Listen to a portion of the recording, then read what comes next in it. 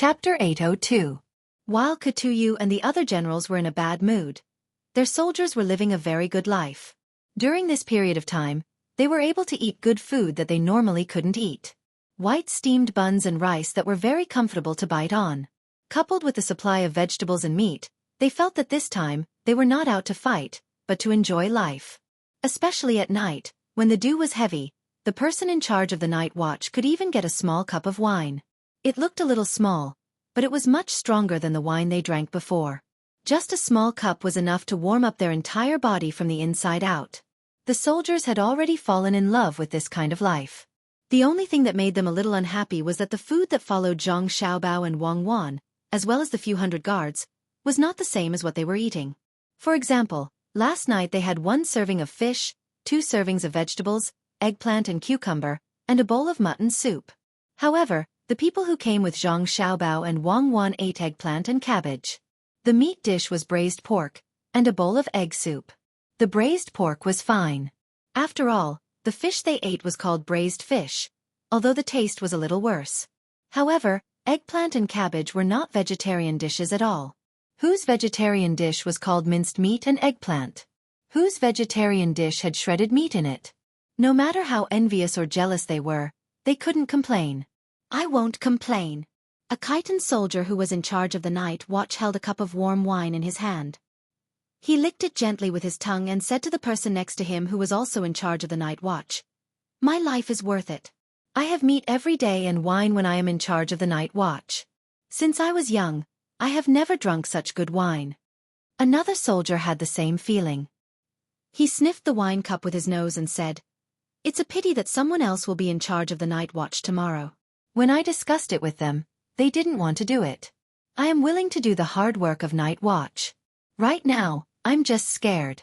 I'm scared that if I follow them all the way and come back victorious, how am I going to live without Governor Zhang and Adjunct Wang? Now I understand why their subordinates are so good at fighting and eat so well." Keep your voice down. Don't let anyone hear you. Otherwise, even if you don't die, you will lose a layer of skin.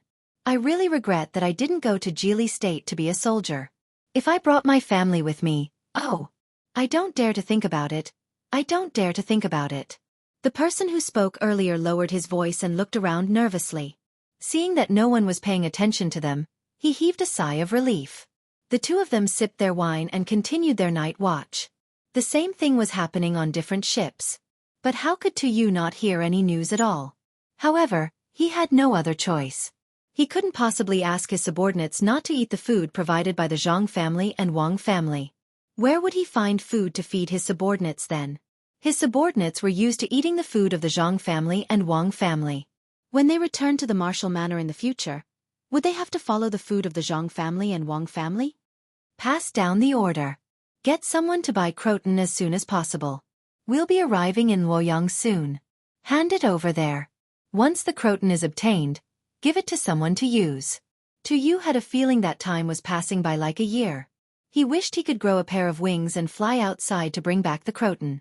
The subordinate who had been in charge of waiting on him agreed and carefully left the cabin to make the arrangements.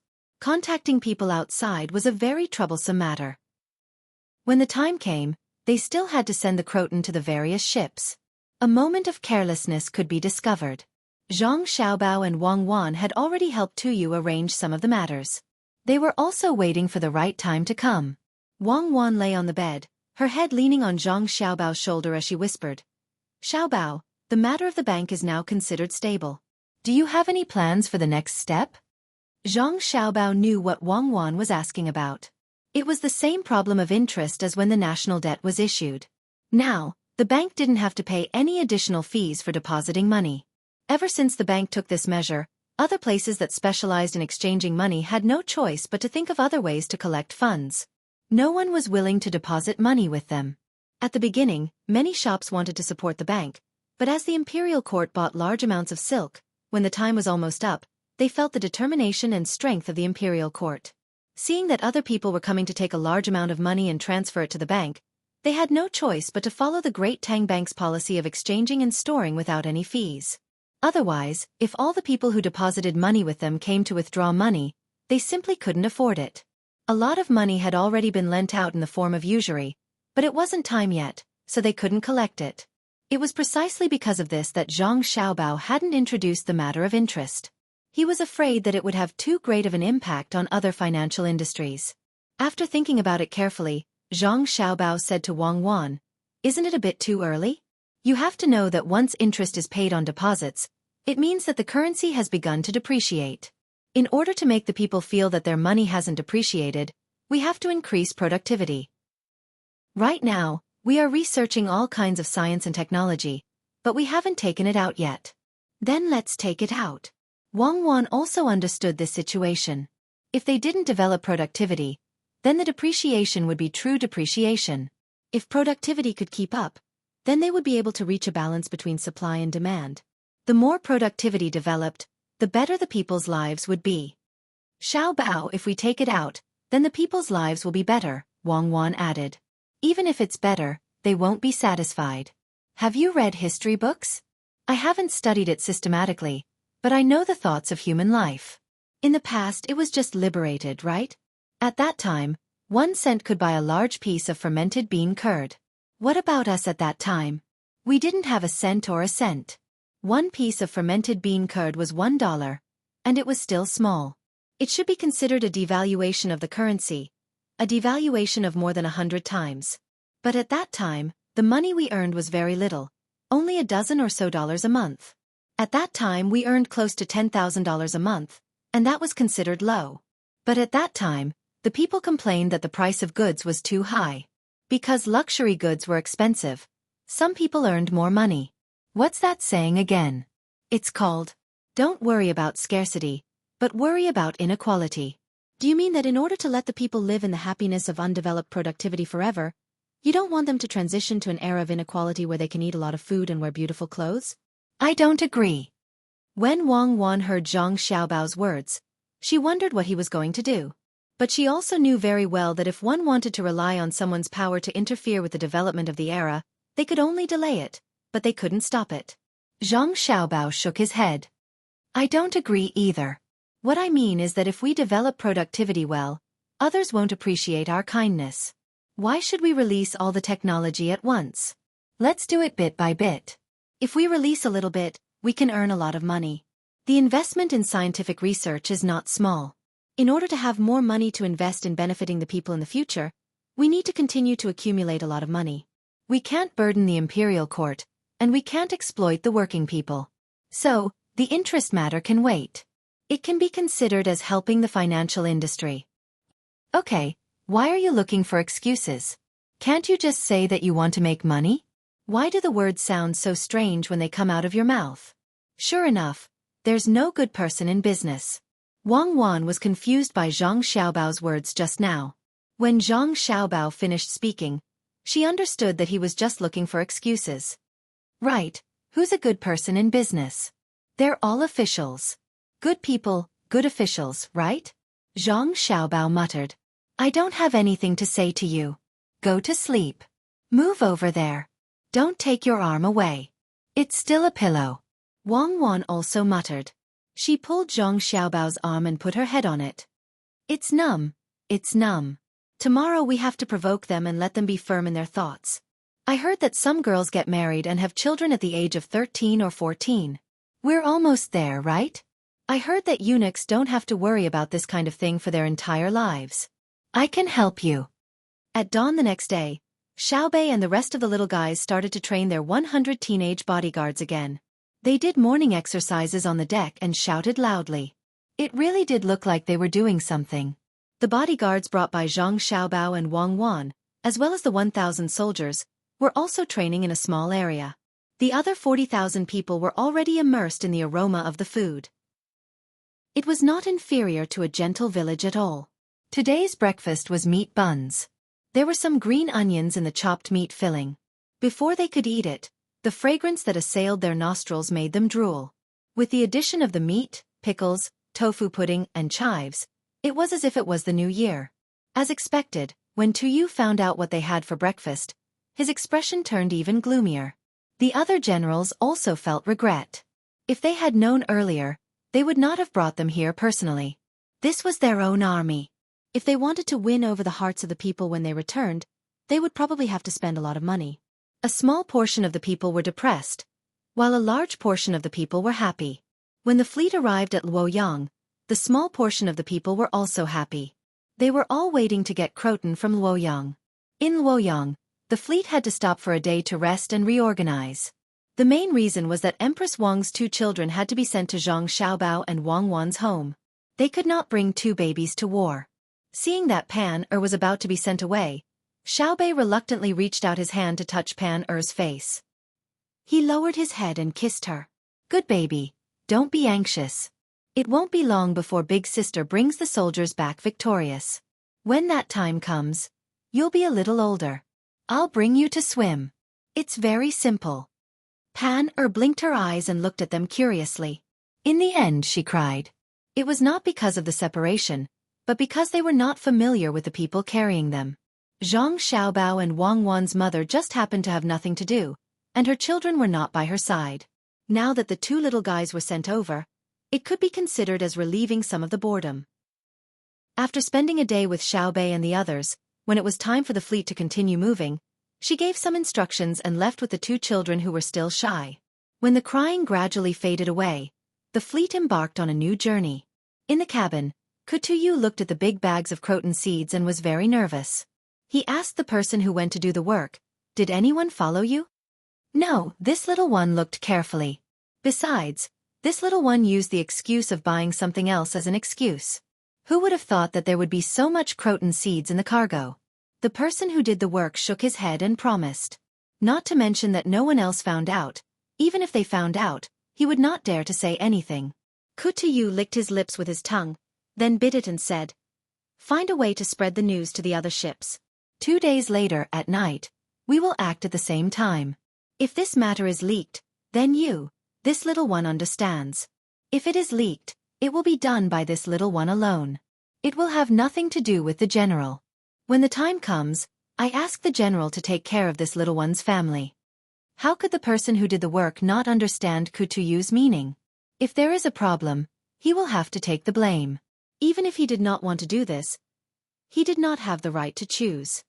"Go, after this matter is done, there will be no shortage of benefits for you," Kutuyu ordered again.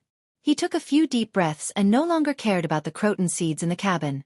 He went outside and looked at the scenery on the river as if nothing had happened. Because they were going to the desert, they did not have to go through Jiannan Road by land. This made the Zhang siblings feel very regretful. When the time came, they could only think of a way to discuss with Zhang Xiaobao and Wang Wan to let the 2 of them go home to have a look, or to pick up their families. There was no need to go by land, so they walked along the Yellow River. To be precise, they passed by the capital and then entered the Jing River. At this time, Kutuyu was looking at a bridge on the river in shock. The water of the Yellow River surged and hit the side of the ship. Compared to the bridge that spanned the 2 sides, the surging water did not seem so shocking. "What is the name of this bridge?" Kutuyu looked at the pedestrians on the bridge and asked the soldiers on the side of the bridge. Replying to the general, "This bridge is called the 3rd Bridge of the Yellow River. It hasn't been named yet. This humble one has inquired about it. The naming of the bridge is not simple. If someone is willing to pay 1,000 strings of coins, they can name the bridge this year. If they still want to name it next year, they will have to pay again." The soldier had a lot of communication with other people and knew a lot of things. The 3rd bridge? So there is also the 1st bridge and the 2nd bridge? One has to pay 1,000 strings of coins to name it? Is there really someone stupid enough to pay? Kutuyu did not see the bridge the last time he came, but this time there was. It seemed that there was more than one bridge, which made him feel strange. What was even more strange was that they were willing to spend money to name it. The soldier said again, "There is. The 1st bridge and the 2nd bridge have been named. The 1st bridge is called the 10,000 Zhang Cloth Line, and the 2nd bridge is called the Wei River Boat Transport. General, this bridge was built by the Zhang family and the Wang family. The Zhang family and the Wang family are really capable. They can actually build a bridge on the river. Also, their daily meals are good. Good, you eat it. It is not small, it is not small." Kutuyu really did not know that the bridge was built by the Zhang family and the Wang family. Seeing it with his own eyes today, not only did he not have the heart to applaud Zhang Xiaobao and Wang Wan, but his mood became heavier. The more capable the 2 families were, the more difficult his life in the commander-in-chief manner would be. Chapter 803. At the place where the sun was about to set, a red glow reflected on the horizon, and even the murmuring river had a trace of gorgeous color. Light smoke rose from hundreds of ships at the same time, and the sound of cooking could not stop. The soldiers who had been used to eating on the ships could not help but secretly swallow a few mouthfuls of saliva. Seeing was believing. Except for the 1,000 soldiers from Jili province and the guards who followed Zhang Xiaobao and Wang Rong, the other soldiers had a more direct understanding of the capabilities of the two families of Zhang Xiaobao and Wang Rong. Although it was said to be military camp food, after tasting it, they found that it tasted more delicious than the food made by some good restaurants in their own provinces.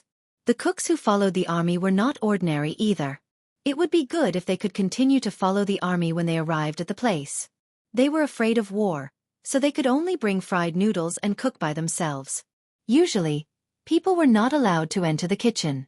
It was clean inside, and there was no need to worry that people would find rats and cockroaches. It was the same today. Some soldiers liked to wander around when they were bored. The most frequent place was naturally the kitchen. If the master chef was happy, maybe they could steal some food. 3 dishes were fried, 2 vegetables and 1 meat. There was also a big pot of soup. The main dish today was pancakes, which were hot noodles. They were very thin and also very big. Seeing that the dishes were all shredded, one knew that they should eat pancakes for dinner tonight. "Master Bai, are you busy?" A soldier strolled to the door of the kitchen, put one foot in, raised his neck and looked at the busy person over there, and asked casually. "Not busy, not busy. Here, try this." The chef who was working inside had finished cooking. What he needed to do was to boil the soup. The dishes were first taken outside, and when the soup was ready, dinner would be served. While preparing the ingredients for the soup, Master Bai put a prawn in front of the soldier's mouth. The soldier quickly opened his mouth and chewed vigorously. He stuck out his thumb and praised, "Delicious, Master Bai's prawns are delicious. There's still soup left. Tonight, we're going to have a good time again. Master Bai, I really don't want to eat your dishes. What if I can't eat them in the future?" "You can't stop your mouth from eating. Soon, the soup will be ready in a while. You can carry it over after flipping the flour." Master Bai chuckled. Even though he knew that the words of others were not true, he was still happy. Who wouldn't be happy when praised? They said that the soup was ready, so they filled a few large buckets and let the soldiers on the ship carry them out. The soldiers who carried the buckets were a little unfamiliar to the chefs in the kitchen. In the past, it was always a fixed soldier who carried the buckets, but today it was changed. After asking, they said that they would continue to change in the future. They couldn't always let a certain group of people do more work. Learning from Zhang Xiaobao and Wang Wan when they were leading the army, in the spirit of sharing weal and woe with the soldiers, the generals of the 40,000 soldiers also ate the same food and were not picky about their food. Actually, there was no excuse to be picky about the food. Was there a need to be picky about the food prepared by the chefs of the Zhang family and Wang family? The food of the generals was the first to be delivered. However, when they suddenly saw the bowl of soup in front of them, they took 2 deep breaths and gritted their teeth. When they broke the bowl, they immediately gulped it down into their stomachs. They didn't touch anything else, otherwise, it would be more troublesome later. Just as the generals tacitly drank the bowl of soup and didn't eat anything else, the chefs on each ship suddenly started to eat again. Master Bai, who had just fed the soldiers prawns, instructed his little disciple beside him. "Go and tell the generals not to drink the soup. There was a mistake. Today, they should be drinking seafood soup. The ingredients of the soup just now were mixed up. Go quickly." The little disciple didn't know what was going on behind his back. He hurriedly ran out and shouted at the generals who were preparing to eat. When some of the generals heard that there was a better seafood soup, they immediately stopped what they were doing and waited happily. They rolled up the pancakes one by one and prepared to eat them later. Only a small portion of the generals' expressions changed. It was a very small portion, so small that they were only in charge of carrying the food. What soup is different? Even the swill poured by the chefs of the Zhang family and Wang family is better than the signature dishes of ordinary small restaurants. There's no need to spend so much money. Everyone, drink. We'll drink this. A person in charge of carrying the food picked up a spoon and began to ladle soup into the bowls of others. The person in charge of delivering the news was anxious. "You can't drink it. The master said that the ingredients were mixed up. If you drink it and get sick, he won't care.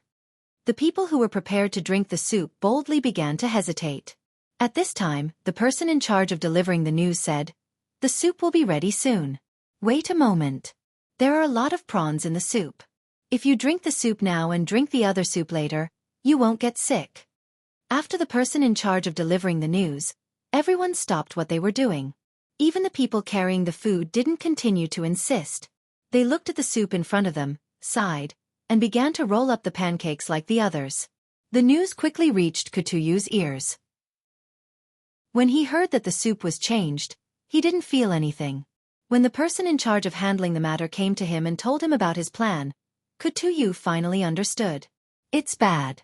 Did someone find out? Why didn't you put it in the dish?" Kutuyu asked the person in charge of handling the matter. "General, I didn't see anyone else. If someone found out, wouldn't they expose it?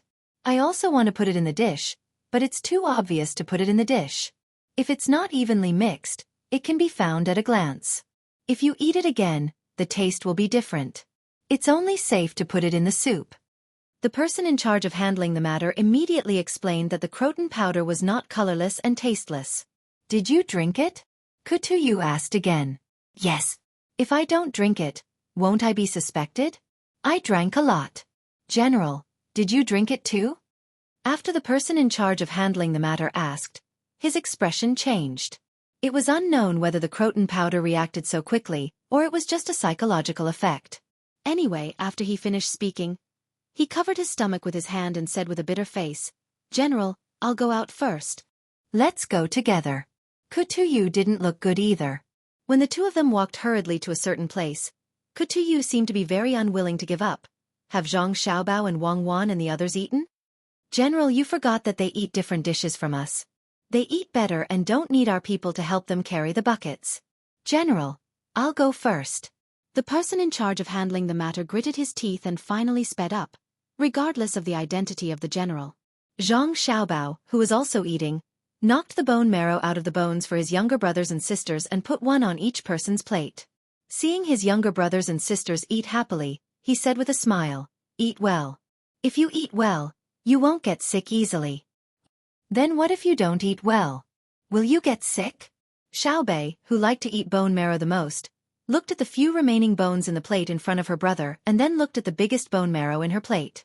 She opened her small mouth and took a little bite, smacked her lips and said, "That's right. If you don't eat well, you will get sick. For example, that Kutuyu doesn't eat well. When the time comes, he will definitely get sick." Zhang Xiaobao suddenly thought of what happened tonight and was very happy. Xiaobei first looked at her brother doubtfully. She grabbed a bone with one hand and held the wrist of her other hand. Otherwise she wouldn't be able to bear the weight of the bone. She nodded and said, "Brother said that he will get sick, so he will definitely get sick.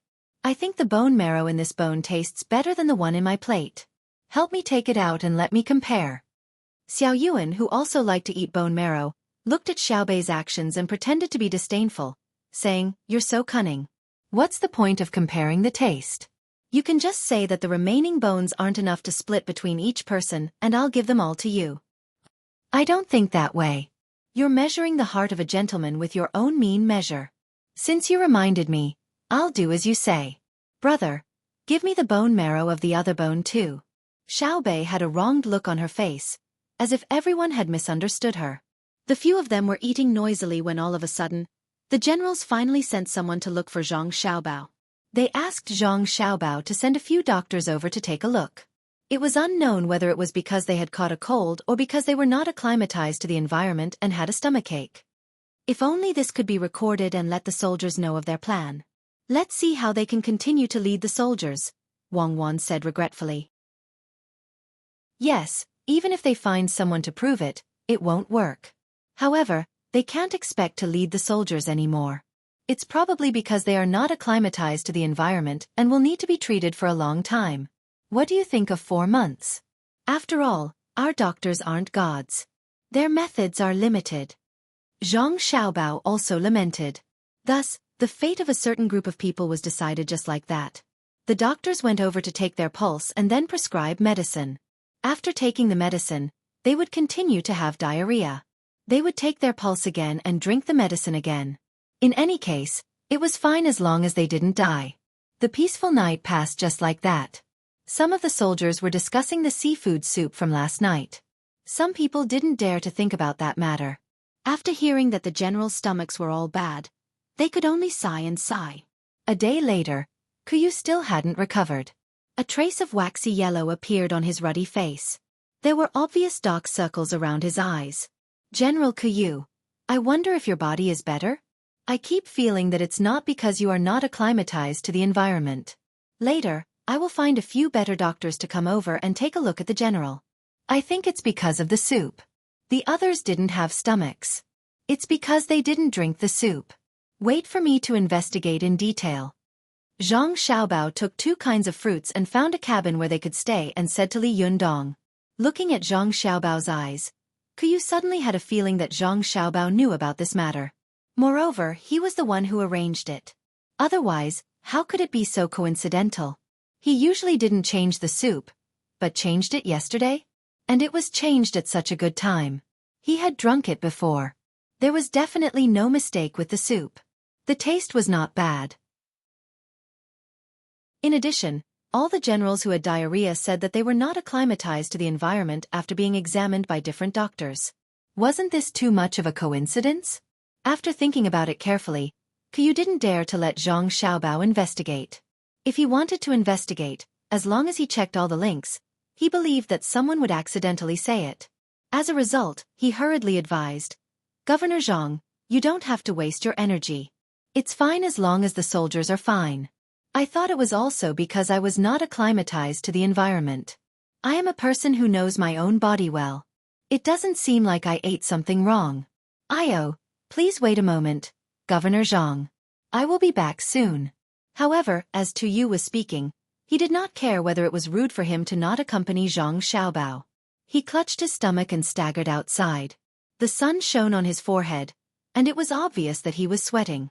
Zhang Xiaobao fiddled with the teacup on the table and said to the servant standing to the side, Your general is so pitiful. The servant nodded in agreement but didn't say anything. He also realized that Zhang Xiaobao didn't come here to visit sincerely. Otherwise, how could he have taken the pear? It was obvious that the big white pear had a lot of water in it.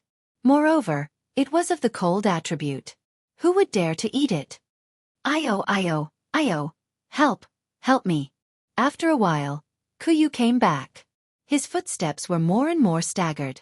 He held the doorframe with one hand and clutched his clothes with the other. His voice was trembling. Zhang Xiaobao stood up kindly and helped Xueqi to the couch. He asked with concern, General Xueqi, why don't you go back to the Song-Mo Commander-in-Chief's office first and get someone else here? Otherwise, how will you command?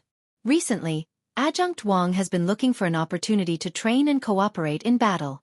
General is not here. I don't know if Adjunct Wang can send the orders well. Train? How to train? Xueqi momentarily forgot the pain in his stomach and asked with uncertainty. In battle, you have to listen to one person's orders. Otherwise it will be chaotic. Adjunct Wang originally wanted General Xueqi to be the highest-ranking general. Everyone else will listen to General Xueqi. However, with General's current condition, if you drag your illness and take care of things, you probably won't get better, right? Zhang Xiaobao patiently explained. Xueqi, who wasn't stupid, understood that this was to seize power. Although he wasn't afraid of seizing the real power, from today onwards, he reckoned that he would lose the command authority for a period of time. In an instant, Xueqi suddenly regretted. He suddenly realized that things weren't as simple as he thought. He shouldn't have wanted Croton in the first place. Didn't the other party finally find the opportunity? Governor Zhang, this matter isn't urgent. General will get better tomorrow. How about we discuss it again then? Yes, tomorrow. Xueqi didn't want to give up power and said to Zhang Xiaobao with a firm gaze. Chapter 804. The water was still flowing, and the mountains were still beautiful. The fleet was still on its way to the desert. There were no changes to the food. In the morning, there were steamed buns or steamed buns. In the evening, there were 2 vegetarian dishes and 1 meat dish. The night watch had an extra cup of strong wine. The difference was that when they passed by the Jing River, There were many women who came on board. The local brothel offered a lot of money, and they only needed to stay for 3 days. When the time came, they would send someone to send them back. As a result, there were more singing and dancing on the ship, as well as the smiles of the soldiers. When the women came, they were told that they were there to encourage the soldiers who were about to go to the border to kill. There was money to be made, and they felt that the people they needed to serve might stain the battlefield with blood. These brothel women did their best, and they did not forget to accompany the soldiers and encourage them to kill more enemies. "Sir, don't be anxious. Let this concubine dance for you again. Tonight, this concubine is yours." The voices in the cabin made the expression of Wang Wan, who was standing outside and admiring the night scene with Zhang Xiaobao, very ugly. "Zhang Xiaobao, what are you doing? You're actually finding women for them. Do you need to get some drugs? Listen to the voices coming out now. Do women have no place in your heart?" Wang Wan really could not bear the unbearable sounds. Zhang Xiaobao looked at Wang Wan with a strange expression and replied, "Where do I get drugs? What's wrong with finding women? Everyone is happy. Some can get money, and some can enjoy gentleness. No matter what, they are still soldiers. They are much better than those weak people. Everyone gets what they need. Don't stare at me. When did I say that women have no place? Why don't we go back to the cabin and not listen, or go take a look?" But suddenly, he is a good person. He has persisted for so many days. Aya, he needs to be nourished. Otherwise, it is easy to die on the road. Wang Wan also knew that Zhang Xiaobao was right. This matter had nothing to do with whether women had a place or not. Since they chose this line of work, they should follow the rules.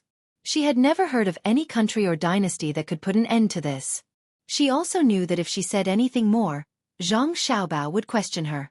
Were the officials good people? Can't we talk about it? When that time came, he would really be speechless. The so-called act of attacking someone was just deceiving oneself.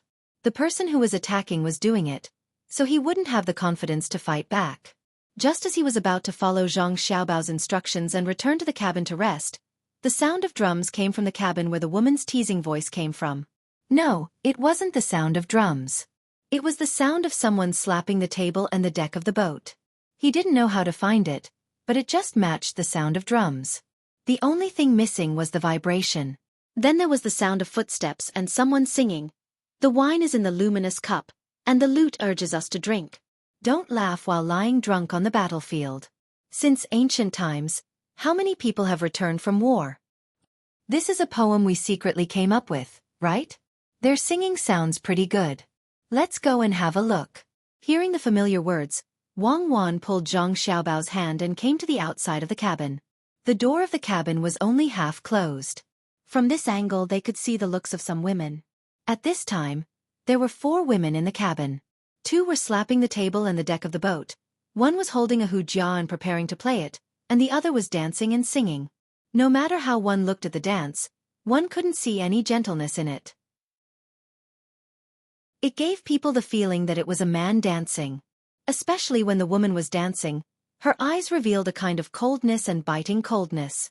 This was the first time Wang Wan saw a woman in a brothel. Originally, her impression of such a woman was that kind of woman who accompanied people to drink, accompanied them in their father's arms, and then spread her legs on the bed.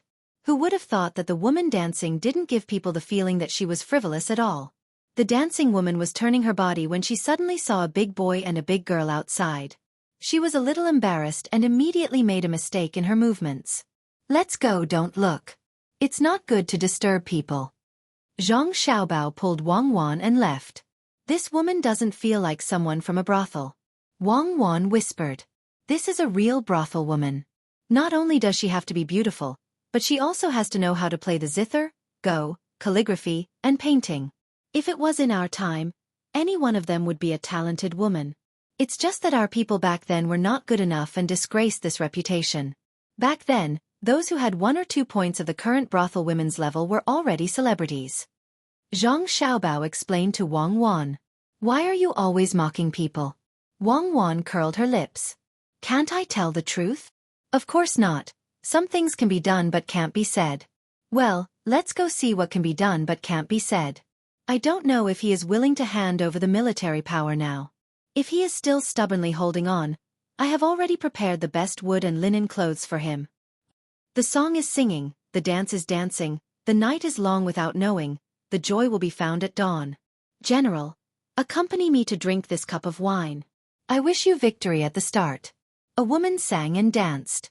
When she came near Kutu, she held a cup of wine in her hand. She wanted to lean on him, but hesitated, stopped, and spoke softly.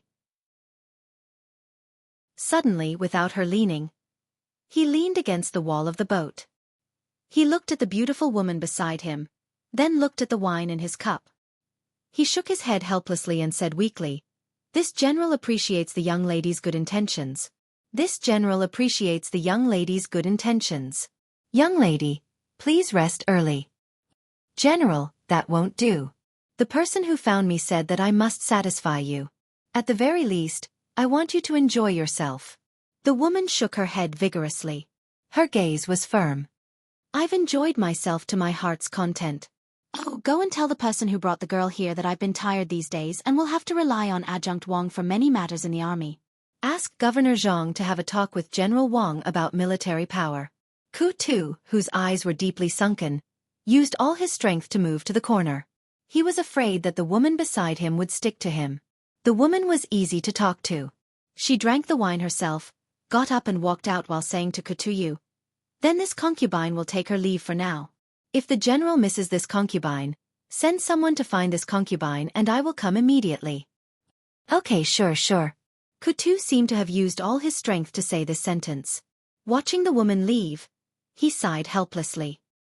He knocked his head on the deck of the ship, rolled his eyes, and opened his mouth to gasp for breath. Kutu finally decided to hand over the military power. It turned out that he had drugged himself. After eating it, he had a stomachache. Later, a doctor came.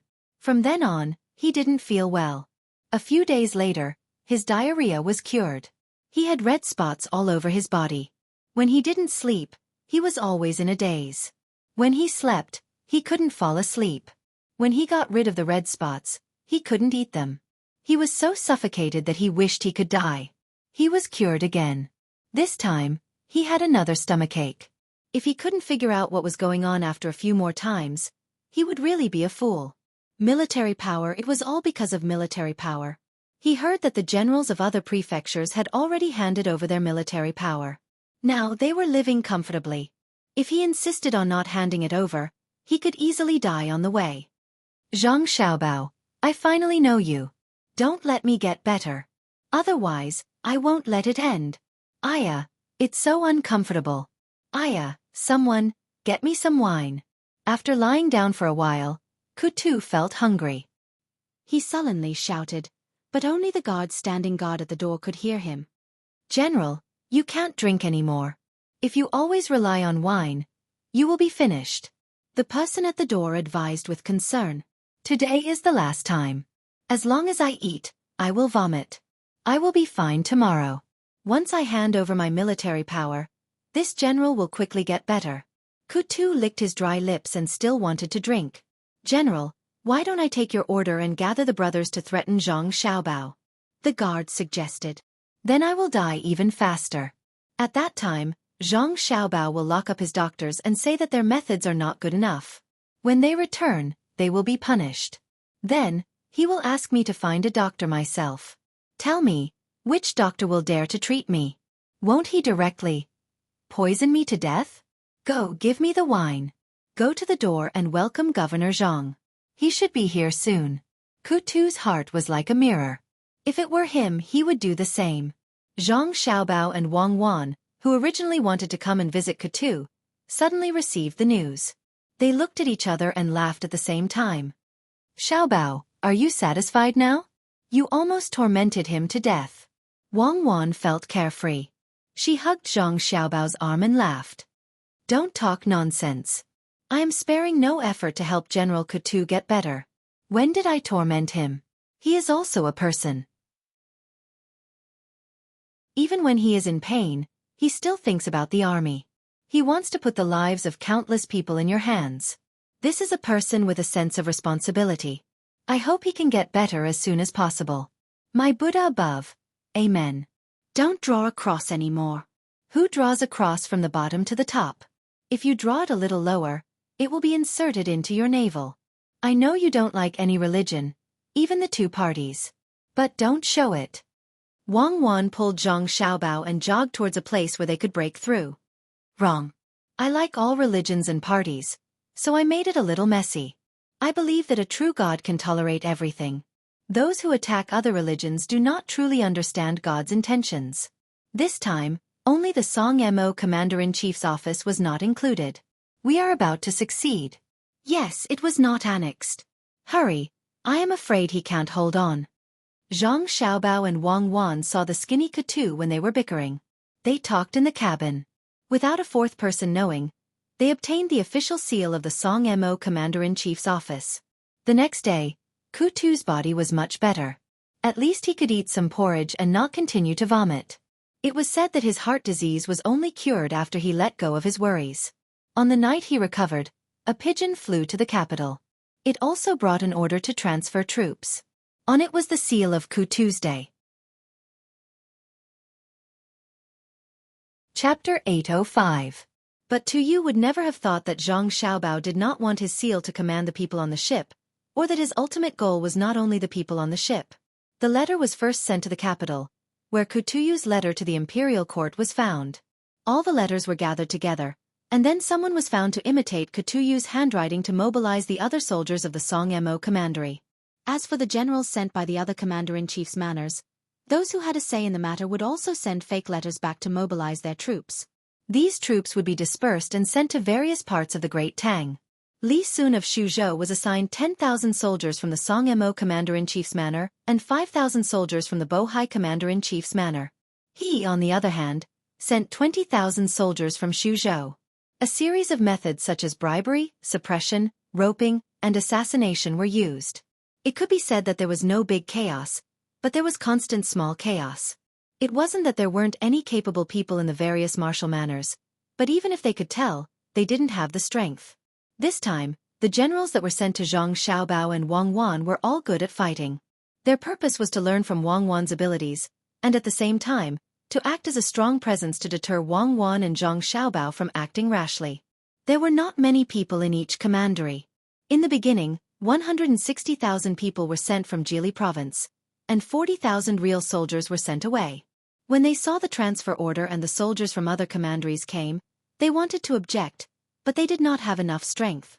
Those who strongly objected either suddenly died of illness, or accidentally hit their heads on wood or tiles that fell from high places when they were walking. Some people suddenly became rich, and the things they used were the same as the Tang Empire's ministers. These people were inclined to let the Tang Empire and the Tang Empire's military force exchange. In the name of sending soldiers into the Tang Empire, they could know the Tang people's livelihood, and lead the Tang soldiers into the Tang Empire, so they could know the Tang army's military force. He had seen their battle prowess, but he was not clear about their specific battle prowess.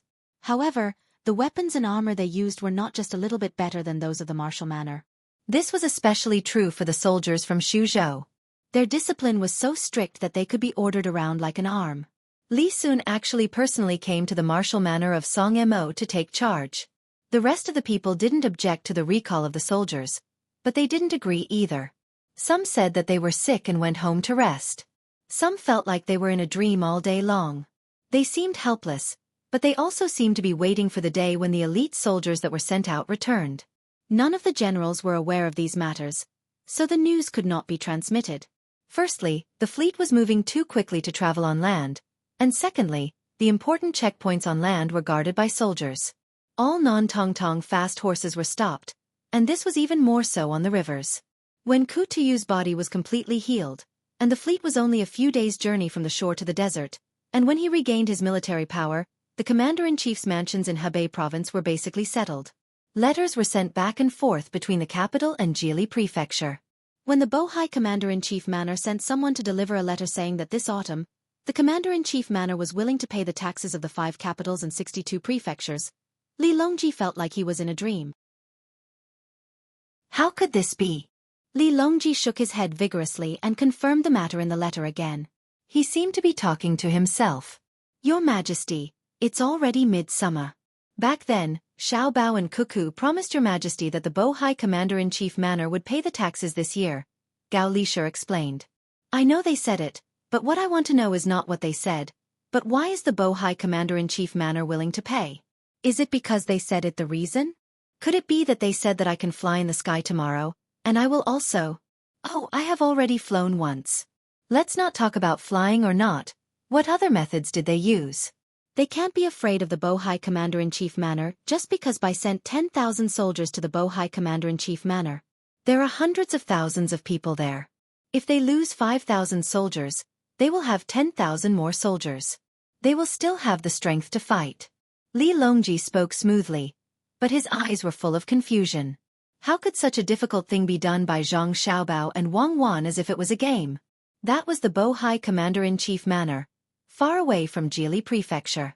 Even if the great Tang wanted to attack, it was too far away. Could it be that he was moved by Zhang Xiaobao and Wang Wan's portraits? The two children were good-looking, and there were portraits of them since they were young on the wall, but this was definitely not the reason.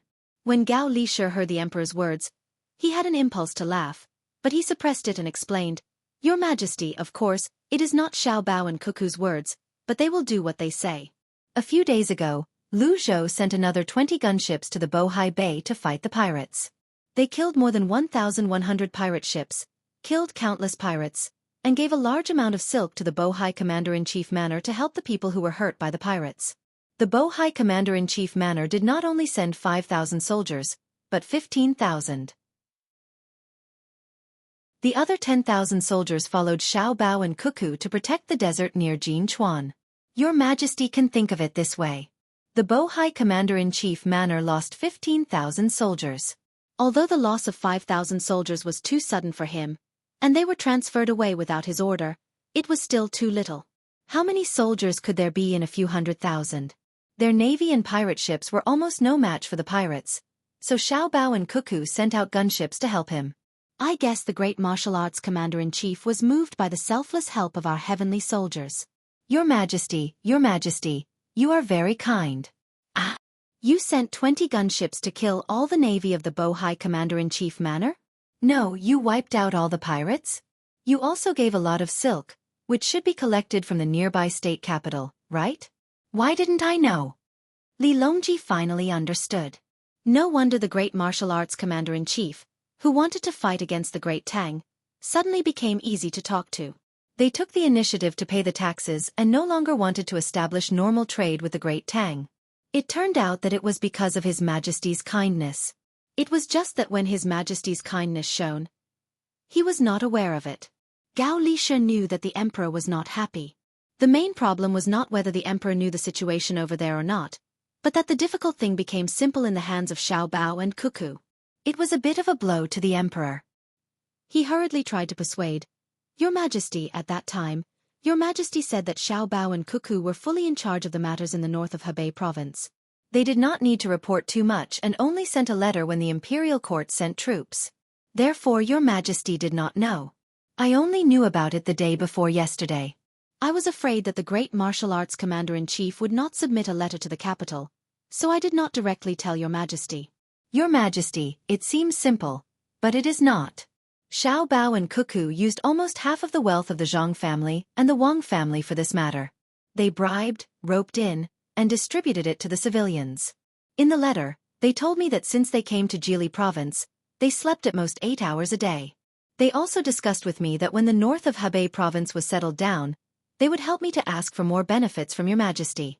This time, they lost a lot of money, so I don't know if I should ask for more benefits. Oh, they also suffered a lot. They want to ask for benefits from me? They have occupied a large area in the north of Hebei province. Can't they make up for their losses? Li Longji's heart was balanced.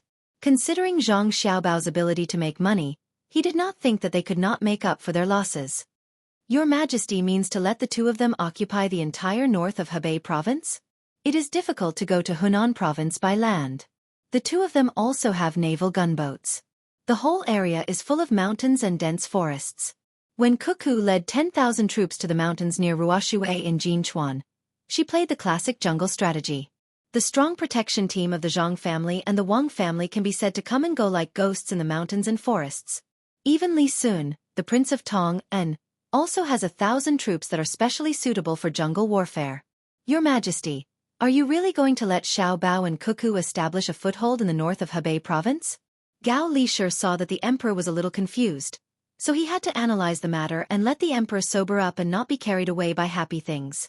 Li Longji was stunned. Yes, what Lishur said is right. It can be trusted, but it can't be unguarded. What is Xiao Bao and Cuckoo's plan?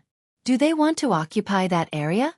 Replying to your majesty, Xiao Bao is considering that he can't stay in the north of Hebei province, so he wants to get benefits from other places. He said that in the future, there will be dozens of prefectures. Those who are not filial piety will not be sent, those who do not love the people as their own children will not be sent, and those who are not court officials will not be sent. Even if they are sent, they will be changed every 3 years. They will leave their families in the capital, one official and one deputy. The official is a civil official, who is only in charge of civil affairs. The deputy is a military general, who is only in charge of defense. After 3 years, the civil official will be sent there to learn and familiarize himself with the situation there. When the predecessor leaves, the successor will be directly appointed. The same is true for the military general. However, they will not have the right to go there 1 year in advance. In this way, they will not be afraid of rebellion. The navy will be managed by someone else. All the generals and civil officials will have to build roads after they take office. Gao Lishur took out a piece of paper from his bosom and read the words written on it to Li Longji. Li Longji nodded and suddenly asked, "If there is a battle, what should we do if we can't fully understand the soldiers after only 1 year?" "Retreat. If we can't win, come back. The imperial court will then send elite troops to fight. Your Majesty, there is no need to worry that someone will attack there. Whether it is the Turks or Silla, as long as they attack, the capital can send troops to attack from both sides. Besides, Xiao Bao and Cuckoo don't seem to intend to let the Turks and Silla be as free as they are now. It's just that they don't have the time. Your Majesty, the 2 of them are still young." Gao Lishur revealed a little of the matter that his godson had mentioned. The main reason was that he had received a map. This map did not look like the current map of the Great Tang. It was much larger than the current one, even though the words "Map of the Great Tang" were written on it. Li Longji finally recovered from the emotions in the letter from the Bohai Commander-in-Chief's office. Having become smarter, he immediately understood the meaning in Gao Lishur's words. The 2 of them still want to fight? If they keep fighting, they'll die. It doesn't seem like many people will die. The side that dies the most is the other side.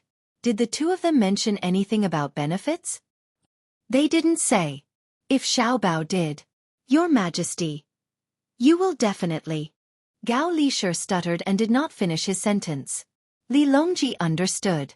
If Xiao Bao mentioned benefits at this time, he should think of a way to stop him.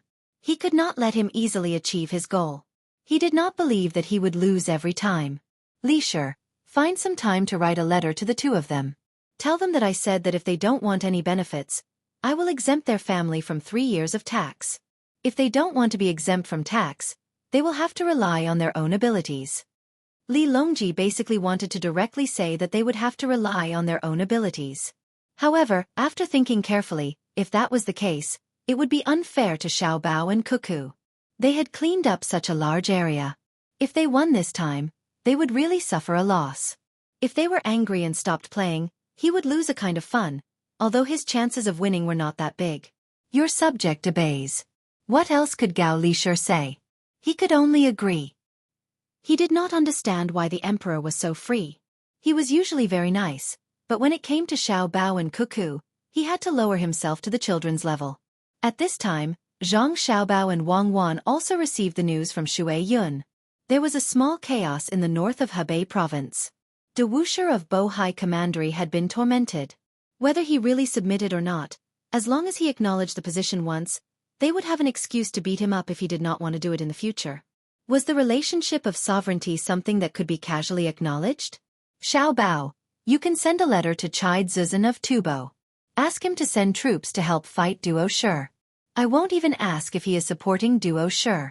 Let's see if he will send troops or not. Wang Wan saw that the matter in Jili province was more or less settled. She began to make a move against Tubo again. Zhang Xiaobao immediately wrote a letter to ask Chai Zuzan to send troops to eliminate the bandits Duo Shi. news came that the duo Shi in the desert continued to increase their troops. Originally, there were only 100 people left. Now there were 2,000 people. Their weapons were also stronger than before. Everyone was given a horse. Furthermore, they did not continue to attack the Haloxylon ammonite trees. Instead they set up camp. It seemed like they were preparing for a big move.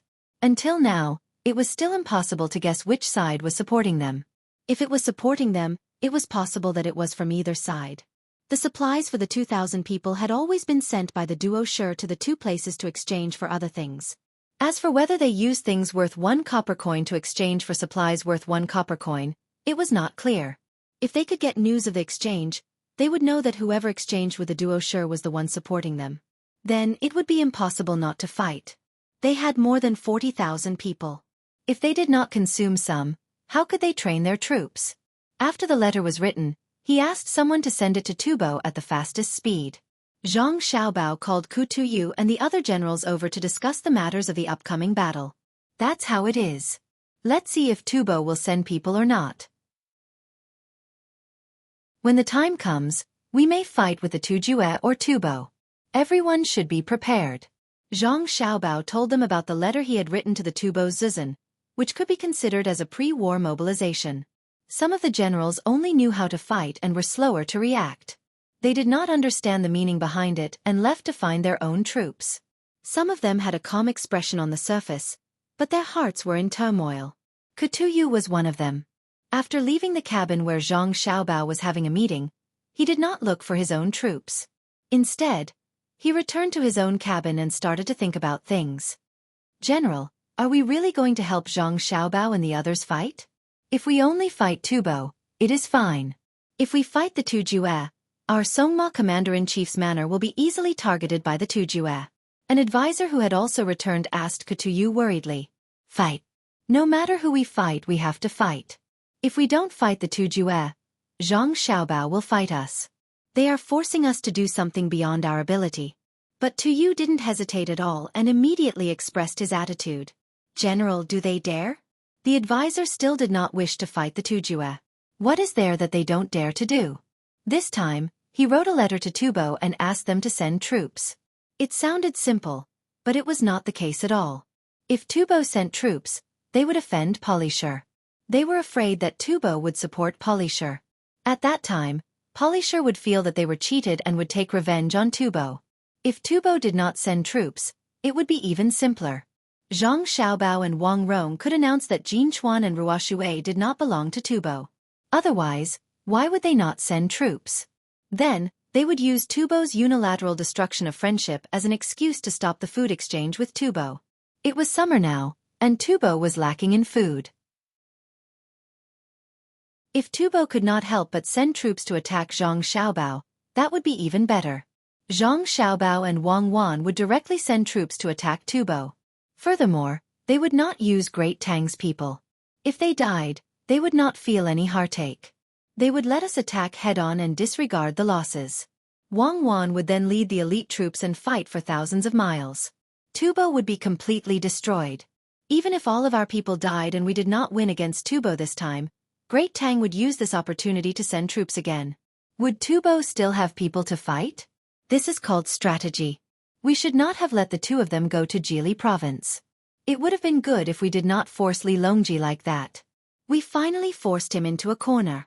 Sigh. However, he suddenly regretted it. He finally saw how powerful Zhang Xiaobao and Wang Wan were. These two people were the treasured swords in Li Longji's hands. They were the kind of swords that would definitely see blood when they were unsheathed.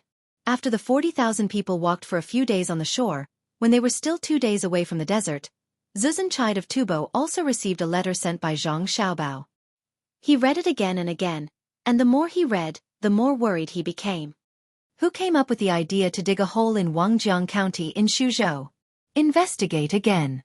Those who are lucky enough to survive, capture them and kill them. Zuzan Chide stayed in the palace of Princess Li Nunu of Jincheng and gave an order to the people waiting at the side. This order was baffling.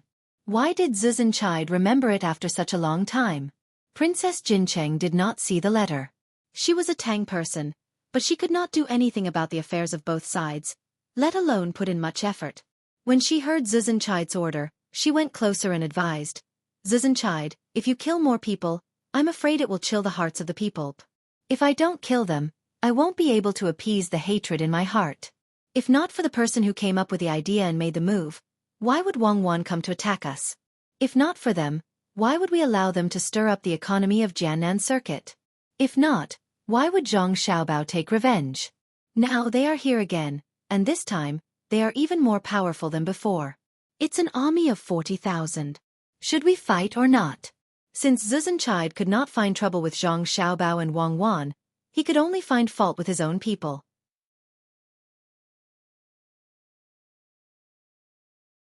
Chapter 806. After hesitating for a while, Zhu Zan still agreed to send troops. However, he wasn't stupid. He sent the troops, but he sent the logisticians. He said that Governor Zhang and Adjunct Wang came from afar, and it was inconvenient for them to get supplies. Thus, Tubo was willing to send the little bit of provisions over as reinforcements. He also thanked Governor Zhang and Adjunct Wang for helping Tubo fight against foreign enemies. The letter was filled with grievances, saying that the people of Tubo did not have enough to eat or wear, saying that the soldiers of Tubo were so thin that they were just skin and bones, saying that the number of livestock in Tubo had decreased sharply, and countless children were crying piteously for food. After reading the letter, it was hard for people not to cry. Tubo was really not easy.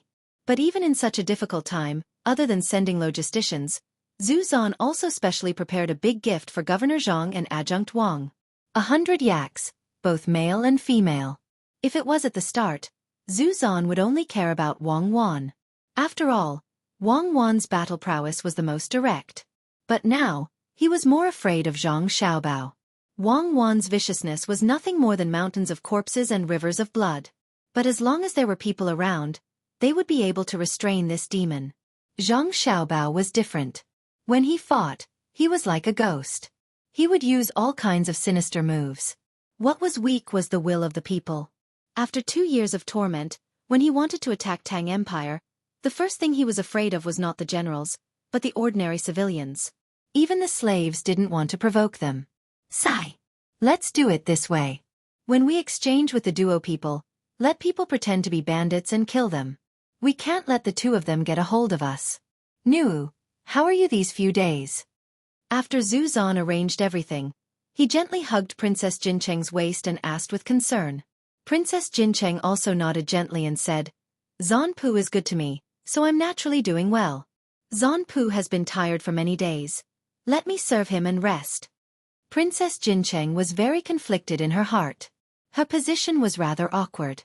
She hoped that Tubo and Great Tang would have a good relationship, but she knew that it was impossible. When she came here, she was nothing more than a tool. One of the people she was supposed to be betrothed to died, so she couldn't go back. She had to marry another one. In the beginning, he did not have a good life. Because of his identity, it was impossible for him not to be ostracized. However, ever since Wang Wan led the army to war, his life became better day by day. No one in Tubo dared to disrespect him anymore. Even Zanpu had to give in to him a little. Now that Zhang Xiaobao and Wang Wan were once again in Tubo territory, the house they lived in was renovated again and again. Their daily necessities were also several times more than what the others had. Perhaps this was what Zhang Xiaobao had said at Pengzhou Pass, that weak countries had no diplomacy. It was said that the villagers of the Zhang and Wang families were treated with respect by outsiders, and no one dared to frame or bully them. He was a villager of the Great Tang. The stronger the master, the more comfortable his life would be. Zhang Xiaobao and Wang Wan didn't have the mood to care about Princess Jincheng. According to the saying, a married lady was like spilled water. They couldn't find Princess Jincheng and tell her to go back to Tang Empire and not play with Zhu Zanqi anymore. From now on, as long as I'm alive, I won't allow Tang Empire to use women to seek a moment of peace. This is a disgrace to you men. Wang Wan received Zhu Zanqi's letter and gift.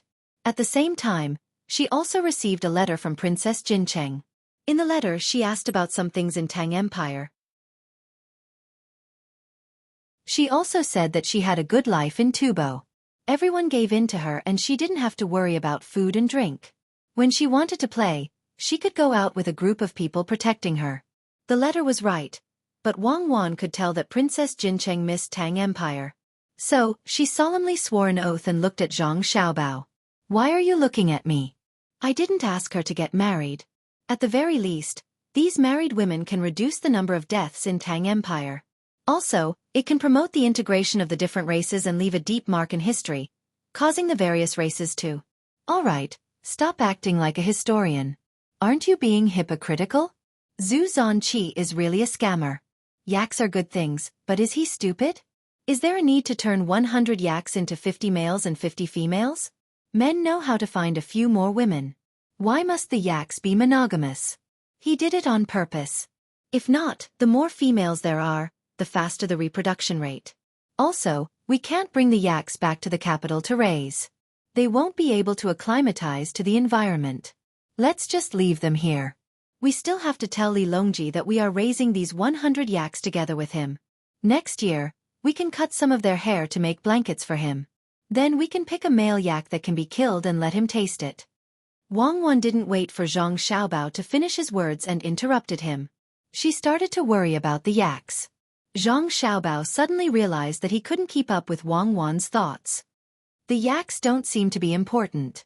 What's more important is Zhu Zhanqi's reaction. It seems that they are really related to the polycannibals. Otherwise, why would they only send logisticians? How can Tubo's logisticians be compared to our logisticians? I have decided to stay here for at least 3 months and at most half a year. I can't wait any longer. There are still many places that need to be occupied. I can't play with the surrounding small countries. We have to deal with the Tujue and Tubo as soon as possible. We can use them to raise cattle and sheep and also use them as a springboard to deal with the north of Hebei province. They have sent out a total of 40,000 soldiers. We can use them to suppress the Tubo and Tujue. When they can't suppress the Tubo and Tujue anymore, we can ask the commander-in-chief to send more soldiers. If we don't agree, we will destroy our friendship. If we agree, we will conserve our strength. What about the imperial court? Your father is going to enter the capital soon. Zhang Shua hasn't made any moves yet. Li Linfu's position has changed slightly. Wang Maozhong and Gu Fushun are still related by marriage. You have to act quickly. I don't want to be caught in the political whirlpool again. Wang Wan didn't object to Zhang Xiaobao's plan of using troops, which meant that she agreed. She changed the topic and returned to the imperial court. It's still early. Let's talk about it later. The most important thing now is to get in touch with the polycannibals. It wasn't easy for them to come here. Wouldn't it be a pity to kill them casually? While Zhang Xiaobao and Wang Wan were busy with the big plan, Xiaobei and the other kids couldn't sit still and were busy with the small plan. 100 guards in their teens received the order and began to make kites. They went to the mountains to find branches, paper, and gunpowder. To be precise, they threw cannons. Can this wind really blow over there tomorrow? How dare they cut down my haloxylon tree? I think they ate a bear's heart and swallowed a leopard's gall. Xiaobei put his finger in his mouth and took it out to feel the wind. He muttered angrily.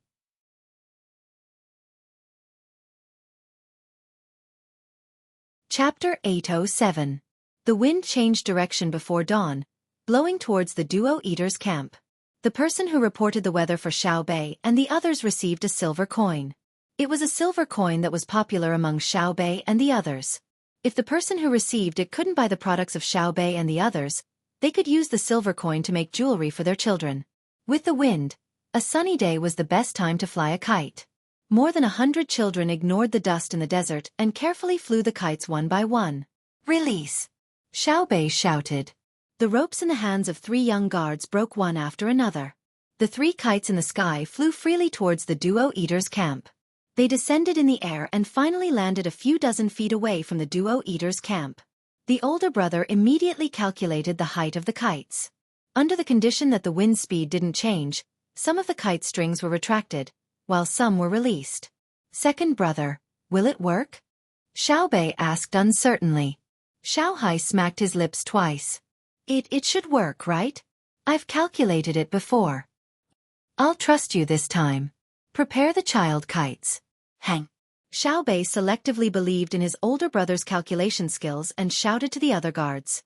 The young guard immediately picked up the child kite even more cautiously. Originally, The child kite would fall from the mother kite after the child kite followed the string and hit the mother kite. This time, a magnet was used. Not only would the child kite not close, but it would stick to the mother kite. More than 100 kite strings hung on the kites and flew upwards against the wind. When they reached the peak, Xueqi gave another command, and all the kite strings were cut. They floated down towards the man-eater's camp. The final result proved that no matter how talented a child was, it was impossible to accurately calculate the landing point of the kites. The fine structure of each kite, the changes in wind speed, the relationship between buoyancy and gravity, let alone Xueqi, even Wang Wan, a genius student like her, wouldn't be able to calculate the final result. More than 100 kites fell everywhere. Some of them didn't have any reaction after landing, while some burst into flames. Even so, Xueqi's plan could be considered a success. Nearly 40 kites landed on the duo's tents. With the impact, most of them burst into flames. Coupled with the oil and cotton that the kites carried, the flames grew bigger with the help of the wind. By the time the cannibals reacted and wanted to put out the fire, it was already too late. All the tents that were set on fire by the kites were turned into piles of fire, and dozens of people were even burned. Yeah. Who asked you to chop down my haloxylon shuttle tree? Without the haloxylon shuttle tree, I wouldn't have the desert sistanch. Without the desert sistanch, I would have one less dish. My next move is called Dancing Fire Phoenix. Humph. When Xueqi saw the scene of the fire through his 1,000-mile vision, he waved his little fists in celebration. The shouts of the duo eater came from afar. Zhang Xiaobao and Wang Wan, who had just woken up and were about to eat, came out to take a look in surprise. They thought that the duo eater had gone crazy and wanted to attack them with only 2,000 people. What's going on? Zhang Xiaobao didn't need binoculars to see that the duo eaters were living a prosperous life. Someone immediately came over. Young master, it's Xueqi and the others who set fire to the duo eaters' tents. It's estimated that at least 1/5 of the tents have been burned. If we don't put out the fire quickly, more will be burned when the wind blows. Who? Xueqi? Who ran over with her? Zhang Xiaobao didn't understand. Little young master, no one is going. This subordinate has already told the two of you the day before yesterday.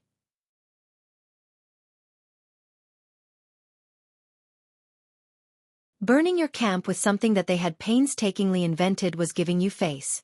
You should feel honored. The duo eaters came. There weren't many of them, only 7 people. One of them was the leader. They probably knew that it was useless to have more people. They might even be beaten up. Only 7 people came to reason with them. The leader had learned the language of the Tang Empire. When he saw Zhang Xiaobao and Wang Wan, he knew that they were the real deal. I am from the Duo Eaters Empire, he said, a long name. Zhang Xiaobao and Wang Wan didn't remember it. They only remembered the key name, Lard. This was the name of the Duo Eaters in front of them. Zhang Xiaobao and Wang Wan didn't want to know about his father, grandfather, great-grandfather, and so on. So it's Lard. Why did you destroy our haloxylon shuttle trees? Now you want to use the fire as a signal to gather people to attack our defenseless kind merchants? Zhang Xiaobao questioned Lard with a sullen face. This was Lard's first time dealing with Zhang Xiaobao and Wang Wan. He had heard about them before and had even seen their faces in pictures. According to the rumors, they were very unreasonable. Now that he saw them, he knew that the rumors were not as good as meeting them in person. The flaming kite clearly flew over from here.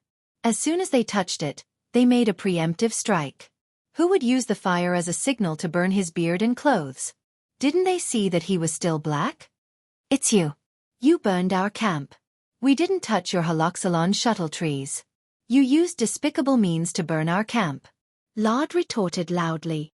We used despicable means to burn your camp? I don't know what you're thinking. I deny it.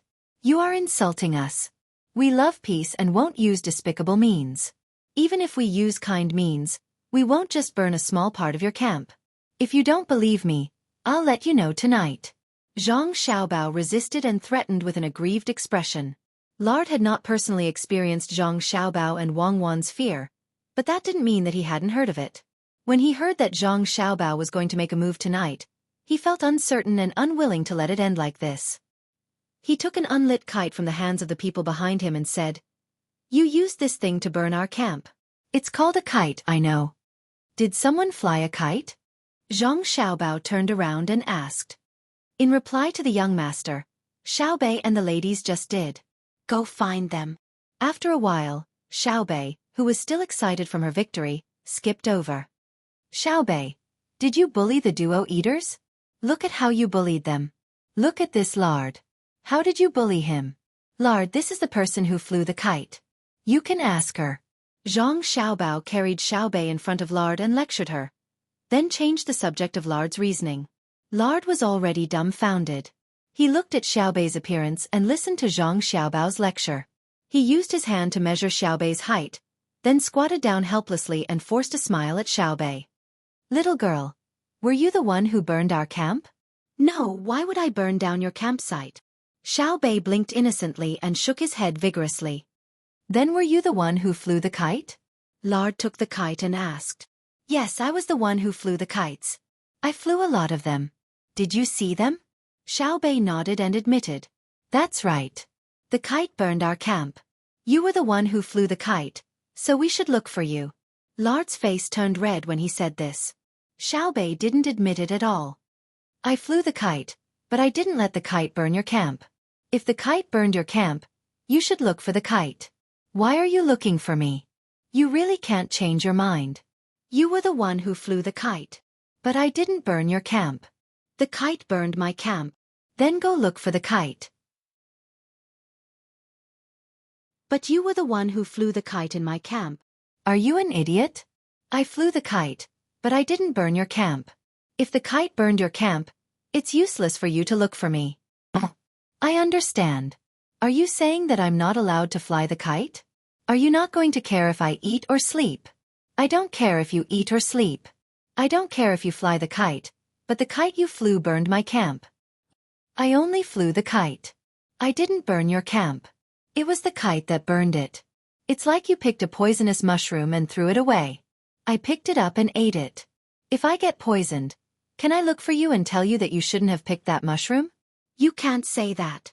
Where's my camp? The kite burned it. I'm so angry. Brother, I'm not going to talk to him anymore. He's so stupid. Xiaobei looked very helpless. She looked at Lard with a look that said, You should take medicine. Then, she turned around and said something to Zhang Xiaobao. She didn't care about Lard anymore and skipped away. Young Master Zhang, what do you think? The kite burned it, Zhang Xiaobao admitted.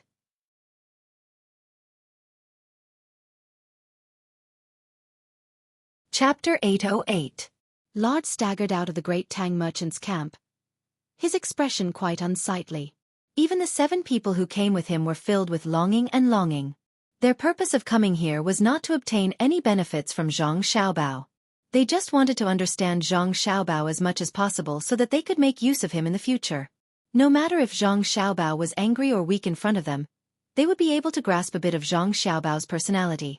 However, they had evidently miscalculated. Zhang Xiaobao acted as if it had nothing to do with him and pushed a 5-year-old child to the front. This 5-year-old child did not seem like someone who had taught her what to say, and the conversation seemed to have come up on the spot. Listening to a 5-year-old Xiaobao talk about the relationship between the person who flew the kite and the kite made one feel a bit dazed. If it was an adult, one would be able to speak properly, but how could one explain clearly to a 5-year-old child? Everything is strange. The people from Great Qin's Zhang family and Wang family can't be judged by common sense. When Lard returned to the camp and saw some people throwing away the cannons on the kites, he concluded. Are we going to fight or not? We can't just let them harm us once and pretend that nothing happened. A person whose beer had been burned whispered to Lard. After asking this question, he immediately shut his mouth and lowered his head to continue dismantling the kites that were not burning. He suddenly realized that he should not have asked. The other side had an army of 40,000 or so, and this did not include the slave army. With his 2,000 or so people, they would be able to return to the embrace of Allah if they charged over. Lard did not have the time to scold others for being unwise. He was still worried about the current situation. If Great Qin's people really wanted to destroy his people, they would not need to send soldiers from so far away. With 130,000 people, they would be able to crush his people into pieces with just a pinch. Lard's mission was to set up a camp here, and it would be best if he could communicate with the various factions and make them acknowledge his position.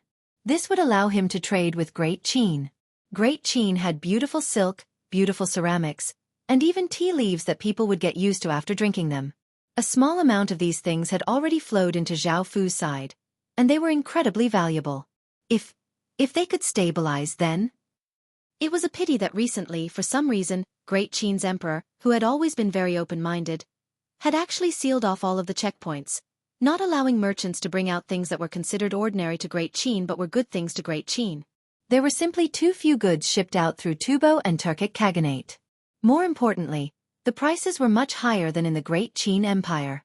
After seeing how the Tibetans were constantly harassing Great Qin did not do anything too excessive and even opened up more channels of communication. As such, Zhao Fu decided to learn from Great Qin and send people to burn the haloxylon shuttle trees that Great Qin's people had planted in the desert. Zhao Fu had thought that Great Qin's merchants would give up a portion of their profits for peace. However, after making a move, he found that things were not as they had expected. The people here were not willing to compromise at all. Now he knew that the so-called Chamber of Commerce was not a simple trading team. The power behind them was frighteningly big. They actually brought over 40,000 soldiers from such a long distance and didn't fight, but just set up camp. What was their purpose? Or rather, what kind of goal did he want to achieve? 2,000 or so people aren't worth me making a move. Once we destroy them, we won't have any excuse to stay here. Xiaobao, help me think of a way to drag in the Turks and Tubo. In about half a month, Kutuyu will receive news from the northern region of Hebei province. Back then, we took their seals to give them the misconception that we were trying to rope in their people. We did that, and a small portion of them agreed to come with us after the battle. If Kutuyu finds out that he's going to be a figurehead, he might suddenly turn against us. I don't want any of my people to die, so give me an idea. Wang Wan was quite surprised at how smart Xiao Bei and the others were, and she started to think of a strategy. In terms of scheming and plotting, she trusted Zhang Xiaobao more. Zhang Xiaobao was flipping through his account book. He had spent a lot of money on this trip, and he could not just put in effort and not receive anything in return. When he heard Wang Wan's question, he stopped what he was doing and walked out of the tent. Looking at the sun that was about to reach the middle of the sky, he felt a little dizzy and finally thought of a solution. Tonight, arrange for our people to secretly burn a portion of the haloxylon amandendron trees, and say that there are bandits hiding in the depths of the desert. Let Kutuyu and the others lead 40,000 people in pursuit. At that time, it will be impossible for the people outside to pass the news to them. Will they believe it? I don't care if they believe it or not. If I say there is, then there is. When they enter the desert, take the money to buy a large amount of livestock from the Turks and Tubo for supplies. They lack food, but they don't lack livestock. With Kutuyu's army in charge of cleaning up the wolves and other possible dangers, our people will enter the desert to collect useful resources and plant trees. There is strength in numbers. That's good.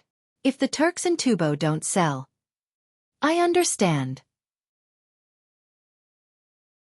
If they don't sell to us, we will seal off the trade route between them and the Great Tang and not trade with them.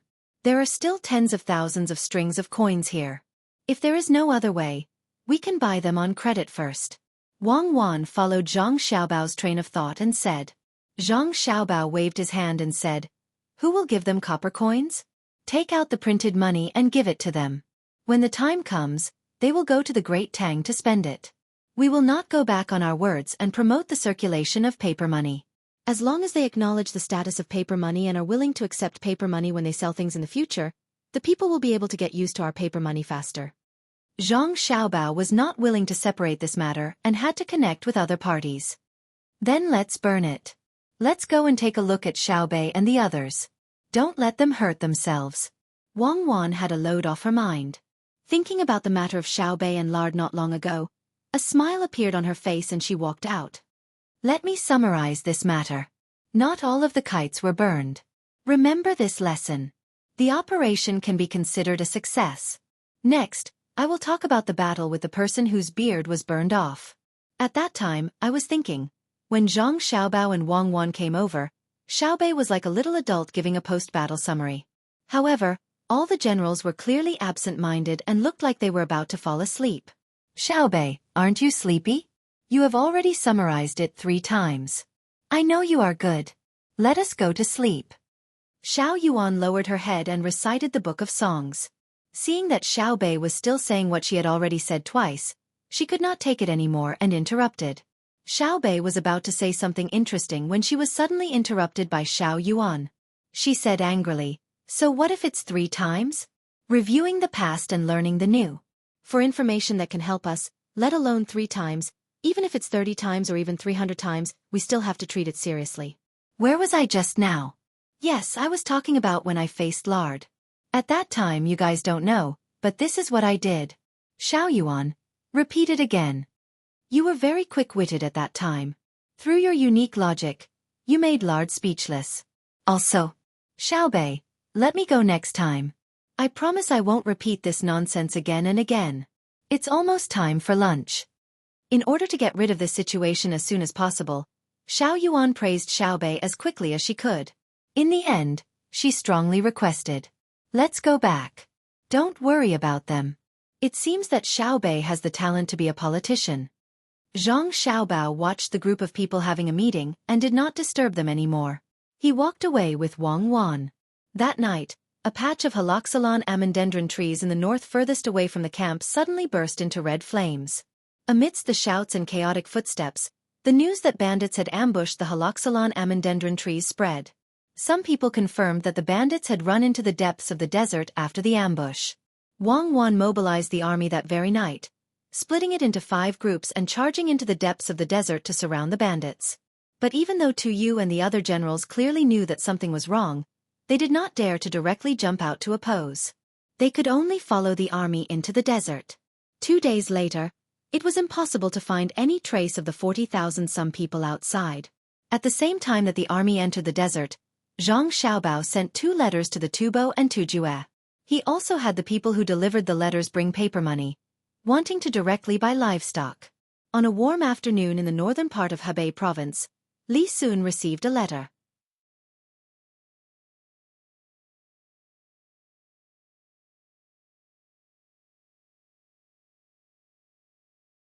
Chapter 809. The people in the northern Hebei province's commander-in-chief mansions were carrying out a vigorous immigration movement. Large tracts of land were left idle. As long as people had a little skill, they would not refuse to work outside. Not only was the income high, but more importantly, their children could go to school to study. In the local area, as long as they were not particularly rich, ordinary rich families could not find a suitable teacher to teach their children. This is it for my life. The rest is up to the children. A man who knew how to hunt tied a dozen complete skins into a big bag and carried it on his back. He also carried a carrying pole on his shoulder. There was a basket in front of him and a basket in front of him. In the basket in front of him was a 2-year-old boy, and behind him was a girl less than a year old. Beside him was a girl less than 10 years old and a boy about 6 years old. Their eyes showed confusion and a trace of excitement. They followed another woman and walked towards Jili province.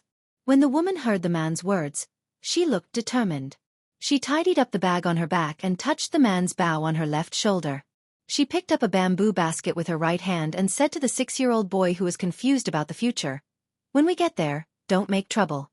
You have to learn well. If others bully you, you have to endure it. This time, your father will fight for you." Even if a 6-year-old child knew something, he did not know much.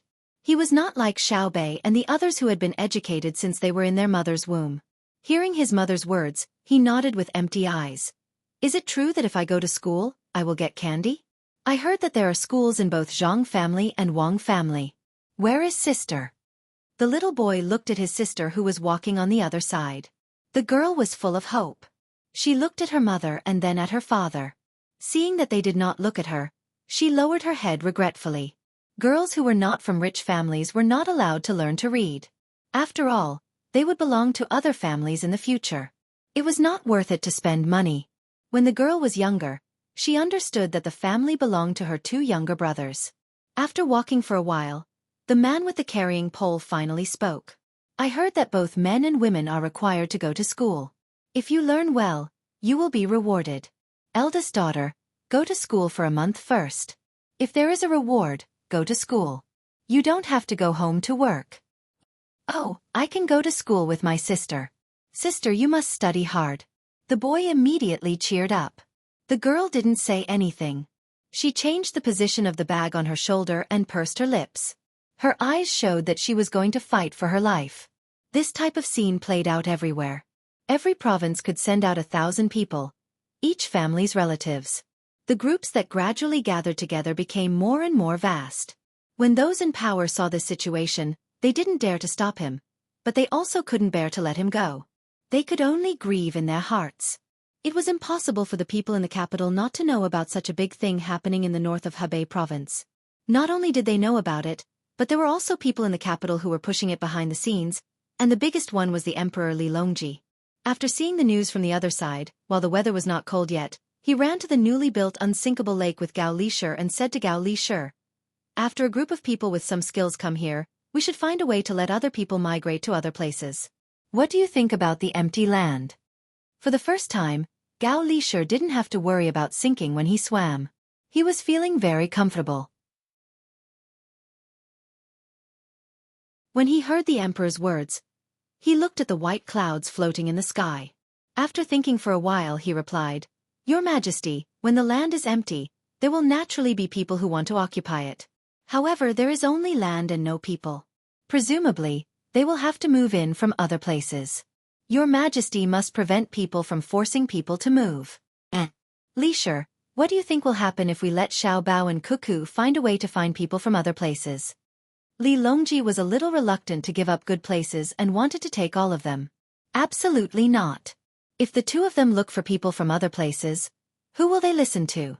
Naturally, the commander-in-chief of the various commander-in-chief manors have no power, and it is not good for Xiao Bao and Xiao Bao to have too much power.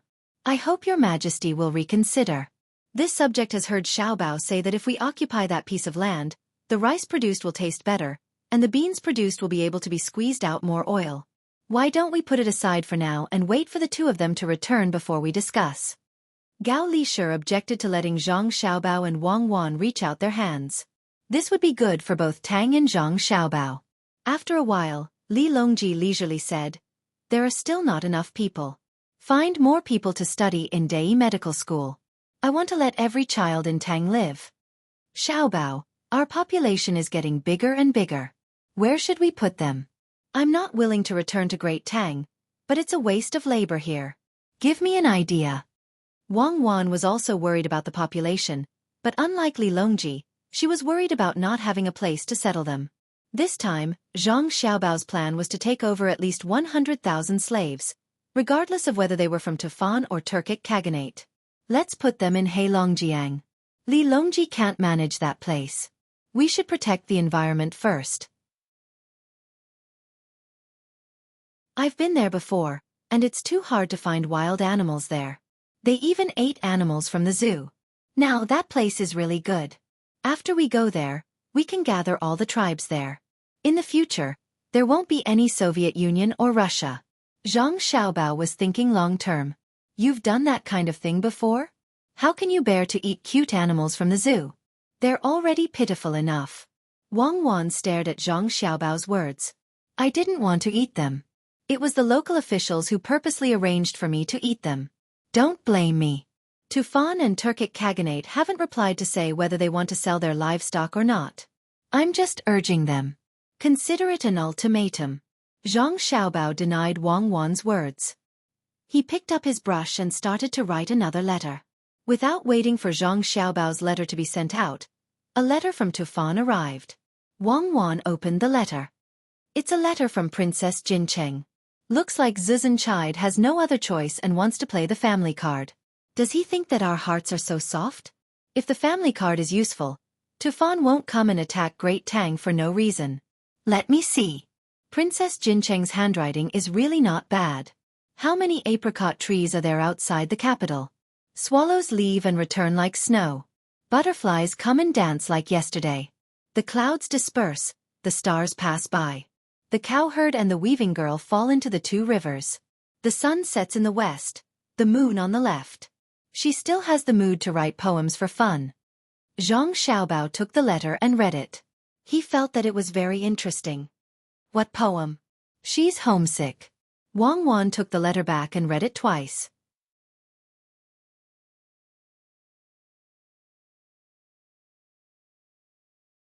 Chapter 8-10.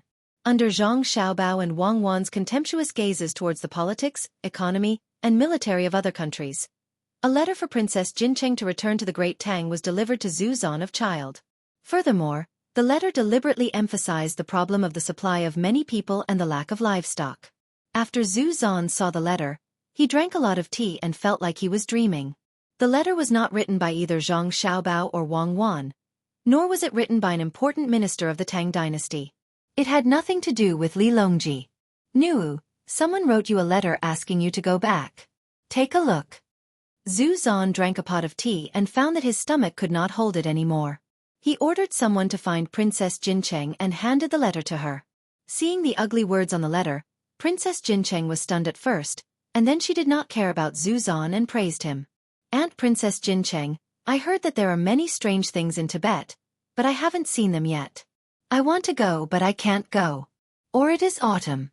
Aunt Princess has lived in Tibet for 9 years, so I know about it. Xiao Yuan said, I am not ashamed to ask, so I ask Aunt Princess to come to the north to lie down, enjoy the boundless snow, and talk about prosperity. In the north, there is peeling, and there is grass in Ula La's family. Aunt Princess, come and build a snowman. I have prepared carrots, brooms, basins, and countless coal. You must come, otherwise, will the snowman be so scared? Gudan. Zhang Xiaobei, 1/9 of the imperial scholar. Present. After Princess Jincheng finished reading the misspelled letter, she was confused. What was this mess? And that official, the imperial censor, is a 5th rank official. What is 1/9 of the imperial censor? Who is Zhang Xiaobei? Only these 3 words are better written. It should be a general practice. Princess Jincheng, who was confused after reading the letter, looked at Zhu Zan. Zan Pu, where did this letter come from? Does someone dare to make fun of me?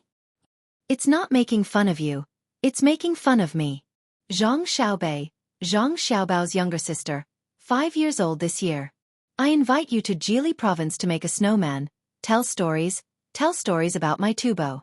Look at the days, if you don't leave now, you will miss the first snow. Ancestor Chida's face was gloomy. This was the first time he had heard that a married princess could go back. This was too much of a bully. It was not Li Longji who summoned her back, nor was it an official letter. It was actually a little brat who wrote the letter. This was looking down on him. Zhu Zanqi really wanted to slap Princess Jincheng a few times. This was all because of her, but he didn't dare to do so. Now that Zhang Xiaobao and Wang Wan were pressuring him with their troops, even the slightest provocation would affect his entire body. Only then did Princess Jincheng know who Zhang Xiaobei was. So it was like this. It seemed that her letter had worked. If she didn't use the official language, others couldn't use the official language to speak. And, not bad, the handwriting was really good. Even if there were a few wrong places, it could be forgiven. Zan Pu, what should I do? Princess Jincheng was both expectant and worried. She wanted to go back to the Tang Empire to have a look, but she was afraid that Zhu Zan would not agree. Yes, what should I do? What should I do? Zhu Zan did not have a good idea. He did not want to agree, but he was worried that Wang Wan would find an excuse. Her younger sister asked someone to make a snowman and tell a story. Do you want to put a child's behavior into politics? This excuse should be enough for Wang Wan and Zhang Xiaobao. When the time came, the 40,000 soldiers would move and stop the food exchange, and they would be able to bully them all the way home. No, they had already bullied them all the way. Princess Jincheng was very clear that her current status was all because of Zhang Xiaobao and Wang Wan. She did not expect that a 5-year-old child would be a 5th rank official. Even if it was a 3rd rank official, it was still a 5th rank official. It seemed that the emperor was really good to Zhang Xiaobao and Wang family. Many officials could not enter the 5th rank in their lifetime, but a child could enter the 5th rank. A 5th rank official could enter the imperial court. Zan Pu, what kind of official is the 9th rank official of the imperial censor? Princess Jincheng suppressed the excitement in her heart and changed the topic. She did not want to force Zhu Zan to express his opinion. Zhu Zan also knew that Princess Jincheng did not know enough about the Tang Empire.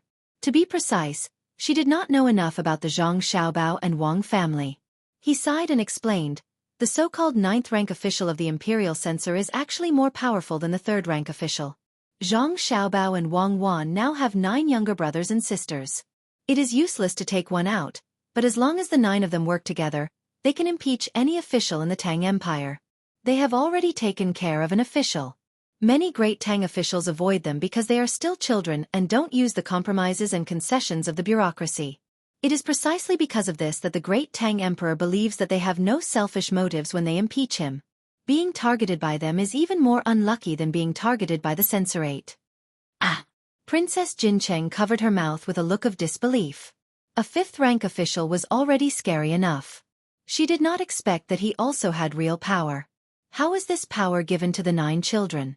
It is clearly a sword given to Zhang Xiaobao and Wang Wan. Wrong, this is the power given to the 9 children. Zhang Xiaobao and Wang Wan do not need to use impeachment means. If they want to do something to someone, they will do it directly. I heard that the 9 children are different from others. They are smart and clever. Nu, do you want to go back? Zhu Zanpu knew very well about the Zhang Xiaobao and Wang family. He had to know. His place was occupied by others. Although it felt that the Tang Empire was a little chaotic with the Zhang Xiaobao and Wang family, it was the truth. Princess Jincheng wanted to nod. He said that she was going to Jili province. Could it be that she was not allowed to go back and take a look when she passed by the capital? Good method. She did not write a letter in vain. Thinking like this, Princess Jincheng did not dare to say. She lowered her head and said to Zhu Zanpu, "If Zanpu wants me to go back, I will go back. If Zanpu does not want me to go, I will not go." When Zhu Zanpu heard this, he knew that Princess Jincheng wanted to go back. He was angry. Just as he was about to think of a way to stop her from going back, someone came in from outside. This time, it was a sword and a big envelope. What is the meaning of this? Why did Zhang Xiaobao and Wang Wan send a sword? Is it going to war? Zhu Zanpu forgot to stop Princess Jincheng from going back to the Tang Empire in an instant. His eyes were filled with horror. He carefully picked up the sword and looked at it. It was a very ordinary sword. It had not been sharpened yet. Putting down the sword, he picked up the big envelope and looked at it with Princess Jincheng. First, a letter fell out. The other things were papers with numbers written on them. The papers were very beautiful and there were complicated patterns on them. Great Tang Bank, worth 1 million coins. Li Longji. Princess Jincheng read the words on the paper and asked puzzledly, "What does it mean?" It means that this piece of paper is worth 1,000 strings of coins. 1,000 strings of coins, 1 million is 1,000 strings of coins. They want to use this kind of money to pay the bill. How are they going to spend it after they get it? Zhu Zanpu was depressed again. Flying money? Princess Jincheng asked again. Zhu Zanpu nodded and then shook his head twice. It is better than flying money. Flying money can only be used in a certain area. This money can be used in the Tang Empire. Look, this is to prevent others from counterfeiting. At least in the Tubo Empire, it cannot be counterfeited. Zhu Zanpu introduced the paper and pointed out in detail to Princess Jincheng. However, his heart was cold. No matter what, he was the ruler of a country. He would not just look at the surface of things. To be able to create such money, it meant that the technology of the Tang Empire had improved. To dare to let people use paper money, it meant that the foundation of the Tang Empire was very solid. This paper money is sharper than the sword. Zhu Zanpu added and picked up the letter to read. Princess Jincheng read it together. After reading it, she not only wanted to cover her mouth, she also wanted to cover her eyes. It would be best if she could wrap herself tighter with the quilt. The words in the letter were too arrogant. West meets Brahma. North is full of grass. Yazhou hangs. Penglai is full of immortals. For barbarians come to court. 8 sides share joy. I invite you to visit Mount Hua to discuss the sword. Zanpu, I want you to go to the capital. It seems that you are not the only one invited.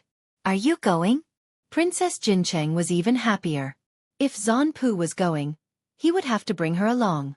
Mount Hua was in Huayin County, Huazhou, next to the capital. But she did not know what Zhang Xiaobao and Wang Wan meant. Inviting people from all over the country, did they want to catch them all in one go? Zhu Zanpu was also frightened, especially the words at the end of the sentence. It was actually not Zhang Xiaobao and Wang Wan using their own names, but Li Longji's name. Regardless of whether Li Longji gave the two of them this authority, if the two of them dared to use it, they would naturally discuss it with Li Longji. Moreover, Li Longji seemed to value the two of them very much. To go or not to go, this was the problem. In the past, who would foolishly go to Tang dynasty's capital and be afraid that they would not become a hostage? But now, it was not about whether they would become hostages or not, but the consequences of not going. This excuse to start a war was more sufficient than the previous one. What did Mount Hua mean? Was it a provocation or a threat? Zhu Zanpu thought about many things. In the end, he felt that it was better to go than not going. If he went, Tubo would still be Tubo. Li Longji would not think that he could swallow Tubo by killing him. If he did not go, Tubo might not be Tubo. Devilish Cuckoo seemed to have been silent for a long time. More importantly, if others went and he did not go, who knew what they were talking about? When the time came, they would all join forces and attack Tubo together. With Tubo's current strength, they would not be able to deal with it. Wait for me to write a letter and ask clearly. If I go, Nuu, you can accompany Xiao Bei to build a snowman. Zhu Zanpu said what Princess Jincheng wanted to hear the most.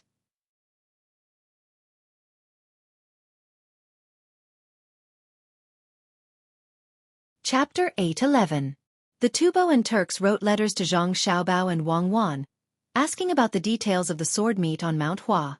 Both sides were clear that the so-called sword competition was definitely not about whose sword was better, and it was not just about words.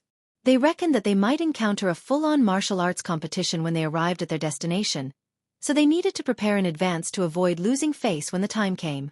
If they did not do so, they would not only lose face, but also the face of the country.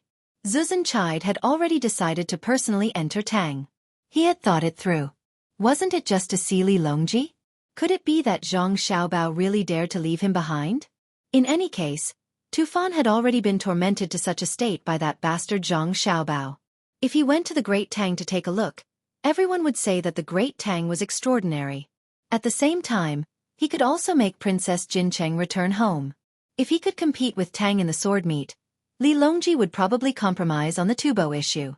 As he pondered, Zuzhenchide began to try to interact more with Zhang Xiaobao. Only by understanding the enemy could he have a chance to defeat the enemy. Zhang Xiaobao was not in a hurry. He watched as Wang Wan tormented the 40,000 soldiers, stood in formation, and planted trees. The soldiers were gradually getting used to these things. Zhang Xiaobao and Wang Chong acted as if they had something to say about the letters from the Tufan and Turkic Khaganate. They didn't mention the specifics, but instead emphasized the benefits that the people from both sides could enjoy after arriving at the Great Tang. They were simply avoiding the topic. The two were most concerned about whether the paper money could be accepted. The news from the country had already spread, and the circulation of the suppressed iron and copper coins among the common people was greatly hindered. Now that there was more food in the country, the living standards of the common people had increased. The purchasing power of one copper coin was very large, and the coins made of iron and copper became the small type. Not only was the amount small, but the size was also small. 10 of the new coins were equivalent to the value of a standard Kai-Yuan Tong Bao. It was a very good move, but the common people did not appreciate it and were not enthusiastic. Sometimes, they used copper coins, and sometimes, they directly bartered. No one was willing to take the initiative to go to the bank to exchange. Looks like we have to start from the merchants. After receiving this news, Zhang Xiaobao started to worry. It's not easy to change a habit of spending. Businessmen are good and flexible. You made a mistake, didn't you? I knew you would make mistakes. Most of the banknotes issued now are circulated between merchants. The amount is too large. Who would carry a 10-coin banknote on them for no reason? What if they lose it? Do you think 10 coins is a small amount? Wang Wan was standing by the side, not helping to come up with ideas. She even angered Zhang Xiaobao. All right, don't use such a strategy on me. Even if you don't provoke me, I will think of something. Isn't it just a matter of consumption philosophy? It's simple. I'm prepared to transition naturally. Do you understand? Write a letter back and issue an order to all the schools that we have opened in various places. In the future, we will not directly give the students things in the schools. Instead, we will give them money. When it comes to food, we will spend their own money to buy it. When it comes to rewards, we will not give them books. We will let them buy their own paper. However, they have to buy it in our stores. It's too expensive to buy it elsewhere. Let them get used to using new money. Give them the kind of money that is worth 1 copper coin for 10 coins. When the time comes, they will tell their families. In this era, the uncultured value the cultured very much. Sometimes, the words of literate children are more effective than the words of adults. Let's use children's diplomacy. Zhang Xiaobao did not need to spend too much time thinking and came up with a solution. This strategy was used by many people. For example, if a new place was developed and no one went there, what would they do? If they moved a key school there, it would not take long before the surrounding houses would be sold. Wang Wan pondered for a moment and felt that something was wrong. After blinking a few times, she finally understood. If you directly give money to the children, have you thought about the consequences? Usually, food is provided for free. It's a waste if the children don't eat it. It's the same for clothes. But once you let the children buy their own things, the consequences will be. Among the children, some of them are filial. They don't want to eat good food and just casually buy things to fill their stomachs. They save money to buy things that can be used at home, right? Without waiting for Wang Wan to finish, Zhang Xiaobao added. Yes, if you know, why do you still do that? Let's see what you can do when the children lack nutrition. Wang Wan was very dissatisfied. Zhang Xiaobao chuckled. You only think about the children being filial. Why don't you think about how the adults have deeper feelings for the children? Many adults can do anything for their children to have a good life. I'm waiting for the children to do that. When the time comes for the parent-teacher meeting, they will tell the parents that their children are starving to death. What do you think will happen? What will happen? Zhang Xiaobao, you are too insidious. Wang Wan immediately understood the meaning. The result will be that the children's parents, in order to let the children eat well in school, find out that the children don't have enough money, and take the initiative to exchange money. You are using the weakness of people to do things. It's too immoral. When the time comes, we will compensate. This is the function of the government. A normal and qualified official doesn't have to have a creative mind. He only needs to guide, coordinate, and supervise well. But many officials can't even do this and fail. Zhang Xiaobao didn't care about Wang Wan's responsibilities. Of course, he hoped that all the officials could be like him and find the resources in every place and use them creatively. No wonder so many civil servants want to learn political economy.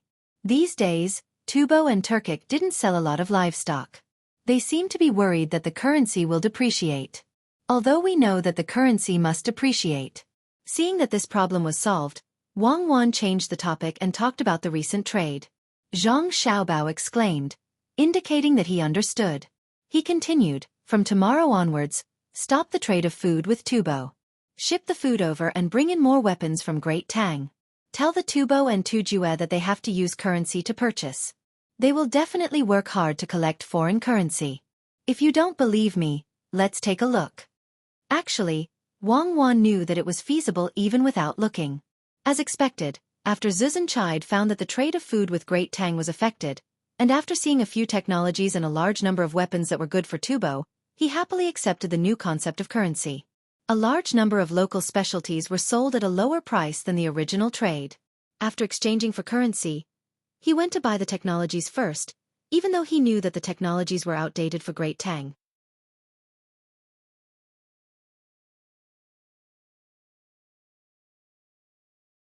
Chapter 8:12. Under Zhang Xiaobao's strategy, even if the Tubo and Turkic tribes were reluctant to part with their livestock, they had no choice but to exchange them for Tang's banknotes so that they could buy weapons, food, and advanced technology. The banknotes that were not accepted by the people in the country suddenly had a market outside. Only a few places in the country actively responded to the issue of banknotes. Needless to say, Xueqi County was one of them. When the new currency was released, the people in the county treated it as a hard currency. Those who bought things with the new currency could even get a certain degree of discount. Apart from Xueqi County, there were also Buxin County and the nearby Xinsai County. These were all places that were directly related to Zhang Xiaobao and Wang Wan. Not to mention Jili County, they had to use it even if they did not want to. Then there were Chongning County and Xuzhou. These places were not far from the capital. The farthest place was Luzhou. The Great Tang Bank had opened almost all over Tang, but there were still some places that could not be reached. First, it was far away, but this was not the most important thing. The most important thing was that the population was small. When they opened a bank there, they found that no one needed it. If Luzhou did not develop, it would not have been possible to build several banks there. Currently, Luzhou could be said to be the most prosperous place apart from the capital. When it came to the lives of the people, even the people in the capital could only look up to it. According to Zhang Xiaobao, the capital's overall GDP was twice that of Luzhou. However, when it was put into the hands of an individual, the people in Luzhou were 5 times more than the people in the capital. It could be said that every family was rich. When the Great Tang Bank was being tested in the capital, they had arranged for people to follow the construction in Luzhou. Now, Luzhou's bank had become the designated place for all the foreign merchants to deposit and withdraw money. In fact, the people in Luzhou were almost between barbarism and civilization. At least, many officials in the capital thought so. When they mentioned Luzhou, there was a hint of contempt in their words, even though they knew the people in Luzhou were living a good life now. Every family had livestock, cars, and bicycles. Luzhou had a bicycle factory. Moreover, the roads were well repaired, so people could ride their bicycles when they went out. The only thing was that there was no rubber, and the wheels made of leather were easy to break. In addition to the abundant materials, there was also the progress in culture. Needless to say, all the children had to go to school. Even the adults who could not read and write had to go to night school. Even in such a place, there were still people who looked down on them. Sun Hua was one of them. When he arrived at Luzhou's dock by boat, he looked down at the busy people on the dock and said to a 13 or 14-year-old child beside him, "My son, this is Luzhou. It's thousands of miles away from the capital. Only those who have no other choice will live here. Otherwise, how can it compare to the prosperous capital? Remember, the world is as prosperous as this. Your life's ambition should be the capital." The child raised his head and looked at his father's face. He nodded vigorously, but when he looked down, he felt that this place was not much worse than the capital. He picked up the clairvoyance hanging in front of his chest and looked further into the distance. He said to his father in confusion, "My father, I don't know. Honorable father, the flow of people here is like shuttling back and forth. There are clusters of carriages and horses. Before entering the harbor, the shadows of the sails can be seen. Compared to the capital, it seems to be even better."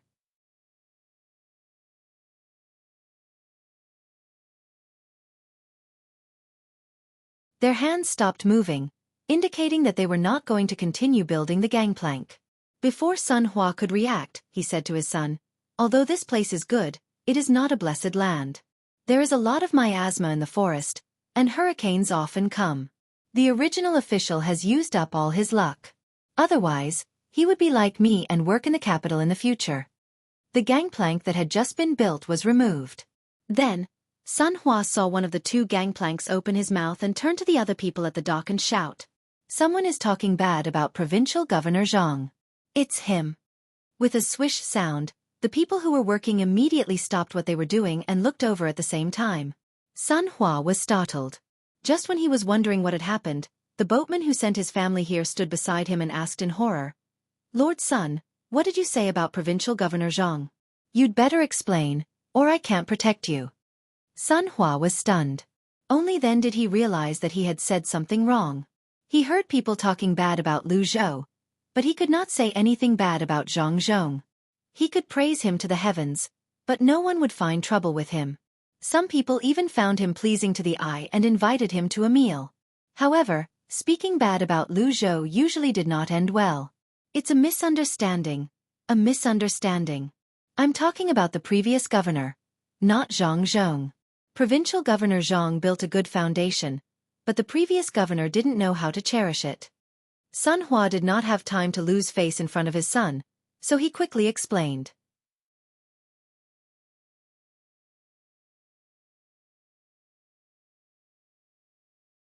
Chapter 8:13. As the shouts came from the fast boat, the people at the dock chose to forget Sun Hua, the person who had just spoken rudely. They all looked at the sea behind the fast boat. Unfortunately, all they could see was seawater. Sun Hua, who had been forgotten, quietly wiped the sweat on his hand on his clothes. He began to feel curious again. His eyes followed the workers on the dock, but they were blocked by the mast. "Father, you should take office quickly. After the handover, you will be the provincial governor here, the highest official. You don't have to worry about others disrespecting you." The child gently touched his father with his hand and gave a sensible idea. Sun Hua's father, Wei Wei, was stunned. He regretted speaking too confidently to his son just now. After hesitating, he finally decided to teach his son to be an honest person and not to talk nonsense. "My son, you don't know. This is Luzhou, an extraordinary place. Even if I take office, if I speak ill of Zhang Zhong, I will still cause trouble. Judging from that person's shouts just now, Luzhou must have something new. Wait a moment. Maybe there will be more benefits."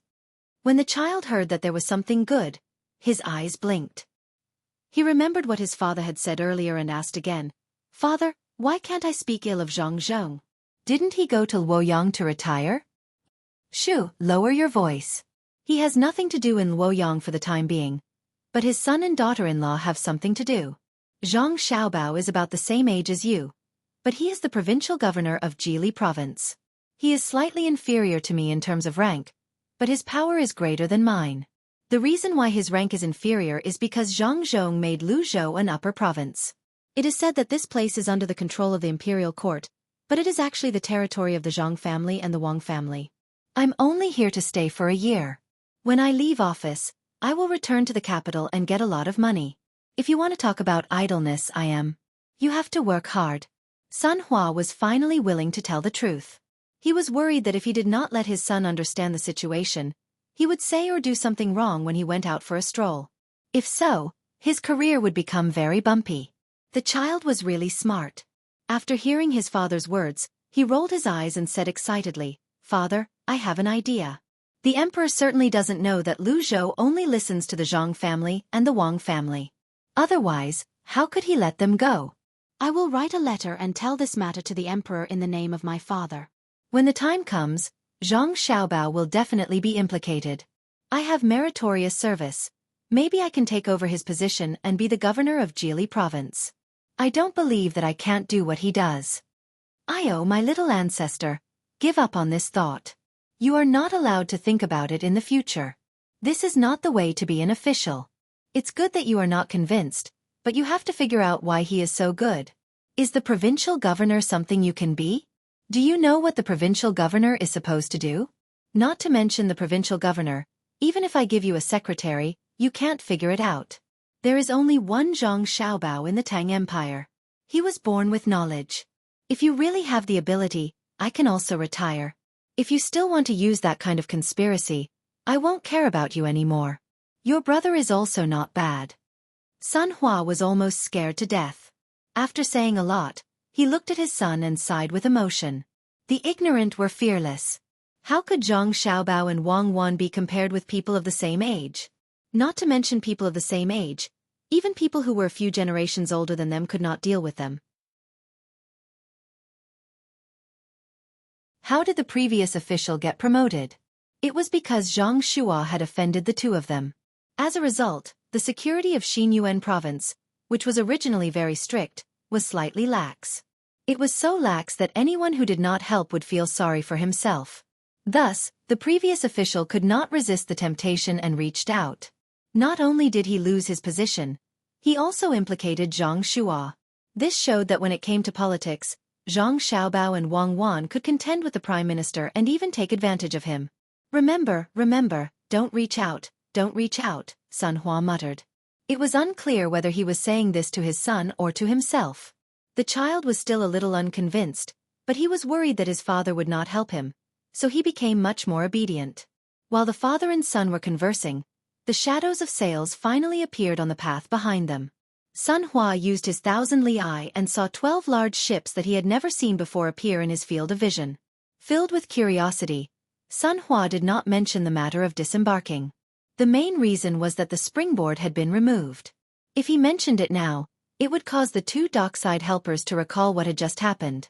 Through the 1,000-li eye, the ships did not seem very far, but it took a full hour for them to reach the docks. The crackling sounds of firecrackers resounded throughout the docks. The people on the ships cheered and waved their hands vigorously, giving off a festive feeling. Sun Hua thought for a moment, then fished out a string of copper coins from a hidden pocket in his sleeve. He shouted at a person not too far away and tossed the money in a line. "This little brother, may I ask what ship this is?" Sun Hua asked curiously. Perhaps it was because the return of the fleet made him happy, but that person reached out and caught the money. For the time being, he did not think about what Sun Hua had just said. While looking at the ships gradually approaching the docks, he introduced them to Sun Hua. "A fleet heading south. When we left, there were 12 ships. When we returned, there were still 12 ships. I wonder what they are carrying. This time, Governor Zhang will definitely be very happy." Back then, it was Governor Zhang who came up with the idea of going south to take a look and bring back some good things. Now it has finally succeeded. "Is it easy to go south? What could be on the ships?" Sun Hua asked again. If it was easy to go, then it wouldn't have been a year and a half. The ships are naturally filled with treasures. Perhaps the new governor will have other thoughts and be dealt with. The person on the docks tossed the copper coins in his hand as he spoke casually. "No, definitely not. The new governor is not stupid. Even if 12 ships were filled with gold, the new governor would not want them. He would just treat them as iron plates plated with copper." Sun Hua assured with certainty. "Oh, that's a pity. I haven't seen Governor Zhang for a long time. I originally wanted to get a few more governors and send Governor Zhang over when the imperial court has no more appointments." The person on the docks continued to speak the truth, not hiding anything at all. Sun Hua couldn't help but tremble. He no longer spoke. The child beside him took back the 1,000 eye and looked toward the ship. Suddenly, he pointed at a person on the ship and asked with joy and curiosity, "What is that hanging on that person's body? It looks like a big cat, but also like a small bear. It's alive and can move its eyes. Father, I want one for sister. I wonder where they got it. It's very interesting."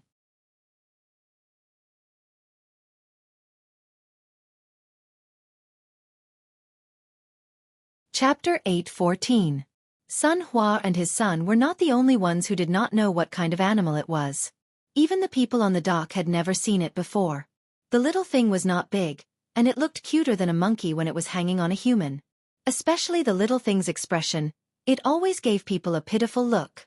It would lie on the shoulder of the person standing at the bow of the ship, and its eyes would look around curiously and timidly from time to time, making people want to hold it in their arms.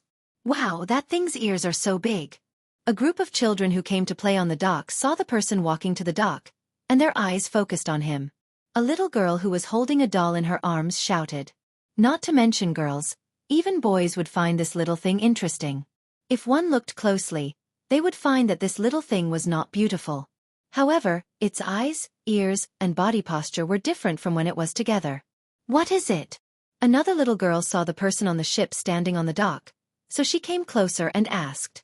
In fact, the person holding the little thing did not know what it was. He just followed the requirements of the Chamber of Commerce of the Zhang family and Wang family, who had great influence in Luzhou. No matter what strange things they encountered outside, they had to bring them back if they could. Therefore, they brought a group of these little things on the ship. Fortunately, before they left, the people of the Chamber of Commerce had told them that if they caught a plant, they had to bring back the soil of that place. If they caught an animal, they had to know what the animal ate and then bring back the food. If they caught a plant, they had to bring back the seeds. Even so, several of them died on the way. When he heard the question of the little girl, the person thought carefully and organized his words before he answered. "We found this thing on our way south. It looks like a bear, but its ears are bigger. It likes to stay on the tree and is willing to eat leaves. We named it Leaf Bear. This thing is timid and must not be scared. Others have never seen it before. In the future, someone might raise it as a treasure. When they know its habits, they will send it to the zoo in the capital." This person's explanation was quite detailed. At least, it was better than those who had never seen this animal. He even gave it a name. Who says others don't know? If Governor Zhang is here, he will definitely know. I'll go ask the people of the Chamber of Commerce. The little girl was not convinced. She squeezed through the crowd and ran towards the Chamber of Commerce. The person holding the little thing shook his head helplessly. Looking at the little girl's age, he knew that she had never seen Zhang Zhong before. When Zhang Zhong was here, the little girl was probably only 1 year old. But looking at the little girl's reaction just now, it was clear what kind of position Zhang Zhong had in her heart. It was too amazing. No matter how powerful the Zhang family and the Wang family were, how could they know something that they had never seen before? It seemed like Lu Zhou was really from the Zhang family and the Wang family. The people on the ship continued to move the items down. They were counting on these items for the harvest of this trip.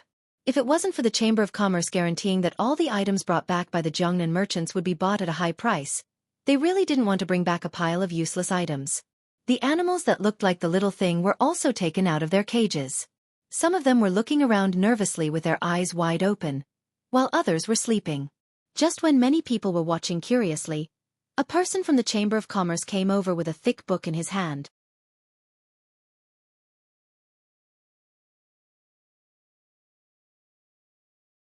Hearing his father's reprimand, he immediately agreed seriously. At this time, the things on the ships began to be moved down continuously. After wandering outside for 1.5 years, they finally returned home. Everyone resisted the urge to take a good rest and seriously did the last thing they wanted to do. It could be said that they had suffered a lot along the way. There were several times when they almost died at sea. They had eaten all their food and could only eat fish. If it weren't for the fact that the Chamber of Commerce of the Zhang family and Wang family provided them with a thing that could make fresh water out of seawater by drying it under the sun, they would have already died in the vast sea.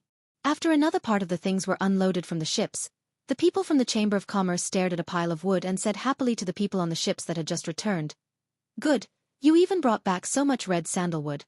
This time you really made a lot of money."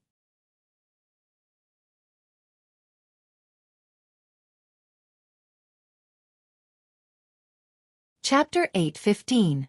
The return of the 12 luxurious cargo ships at Lu Zhou's dock set off a new wave of enthusiasm for setting sail. Adhering to the theory of the bold die of overeating and the timid die of starvation, many people who originally did not dare to set sail were now eager to give it a try. Before the goods of the 12 ships were all unloaded into the warehouse at the dock, the merchants from all over Lu Zhou rushed to the dock as fast as they could. One of them wanted to see what the goods were and how much they were worth. The other was to find out where the fleet had gone and what kind of danger they had encountered. The merchants of the 12 ships were also praised by countless people. While they were happy, they could not help but feel like they had survived a disaster. Master Li, have a safe journey. I wonder if you have time these days? We have reserved a banquet at the flagship store of Ocean Cloud Inn in the state capital. We hope Master Li will come. As the leader of the 12 ships, Li Mian had just gotten off the ship and had not even exchanged a few words with the people of the Chamber of Commerce when someone approached him and extended an invitation. Hearing other people's words and looking at the envious and jealous gazes of others, Li Mian suddenly felt proud and elated. When he first rented a ship here with others, many people scolded him for being a fool. Before setting sail, he had even heard many people belittling him. Now that he was back, he thought, "Aya, life is really unpredictable." After carefully sizing up the person who had invited him, Li Mian knew this person was the one who had not heard bad things about him. He shook his head and smiled back at the other party. "I'm tired from the journey. I really don't have time these days. Why don't we wait for a month and talk about other things after I've rested up?" "Master Li, don't worry if you're tired. I've already prepared a place to rest. Tell us, where did the fleet go? We want to go and see the vast world out there." This person was still unwilling to give up. It was as if he did not hear Li Mian's rejection. Li Mian was a little impatient. He replied flatly, "No need. I've already arranged a place to rest. The wind is strong and the waves are high. How can we remember the way? Besides, we are not prepared to set sail, let alone draw a map. Excuse me, everyone, please make way. I'll pay for the ship." What he said was exactly what many people had said before they set out to sea, and now it was used to refute what had happened before. As for where they were going, what kind of resources there were, and what they had to be careful of on the road, they definitely couldn't tell others so easily. That was information that he had risked his life to obtain. Why should it be given to others for free? Those who wanted to make a fortune would rent their own boat and go out to sea. They would also experience what it meant to die 9 times out of 10. As soon as Li Mian finished speaking, the people from Lu Zhou's Chamber of Commerce surrounded the area to prevent outsiders from getting close. The person in charge of the Chamber of Commerce held the booklet in his hands as he discussed the details with Li Mian. Boss Li, congratulations on your safe return and bringing back so many good things. Should we talk about the rental fee and the price of the goods? The person in charge asked Li Mian as he checked the items they had brought down from the ship. Li Mian nodded a few times and replied, Manager Zhang, we've discussed the matter of the ship before we came back. We want to buy it. Although it's damaged in many places, it's our first time on such a long journey. We can't return it to the Chamber of Commerce. Manager Zhang, please take a look at the goods and see if they're worth the money. The 12 ships were not given out for free. Li Mian and the others came from Jiangnan. Before they rented the ships, they had to use their properties as collateral. After they returned from the sea, they would use the price of the goods as collateral. If there was more, they would be refunded. They were given 3 years. If they did not return in 3 years, the properties used as collateral would belong to Lu Zhou's Chamber of Commerce. Now that all 12 ships had returned safely, Li Mian did not plan to continue renting ships. Considering that he would be going out in the future, he might as well buy them. He could save a lot of money in the future. However, he was not sure if the goods were worth the money. He was a little worried. The person in charge, Manager Zhang, had already seen the various goods brought back by the fleet. Based on the booklet made by the young master and young lady, he knew that these goods could be exchanged for more than 20 ships. It was not that the goods were valuable. The rarer something was, the more valuable it was. The first time they returned, there were many things that Great Tang did not have. Not to mention the other things. Just the koala. In Great Tang, no one had even heard of it, let alone seen it. Naturally, many people were willing to pay a sky-high price to buy it. As for how the young master and young lady knew, was there even a need to ask? They were immortals, there was nothing that they did not know. With this thought in mind, Manager Zhang said to Li Mian, Boss Li, according to the contract when you rented the ships, in addition to the goods, you have to tell the Chamber of Commerce everything you saw and heard on the way and present the sea map you drew. As long as what you say is true and the map is true, you can exchange these 2 things for 4 ships. Furthermore, the next time you go out to sea, you can get new equipment from the Chamber of Commerce, such as the equipment used to collect fresh water on your ship. According to the previous agreement, the goods must be handled by the Chamber of Commerce. There are 2 methods.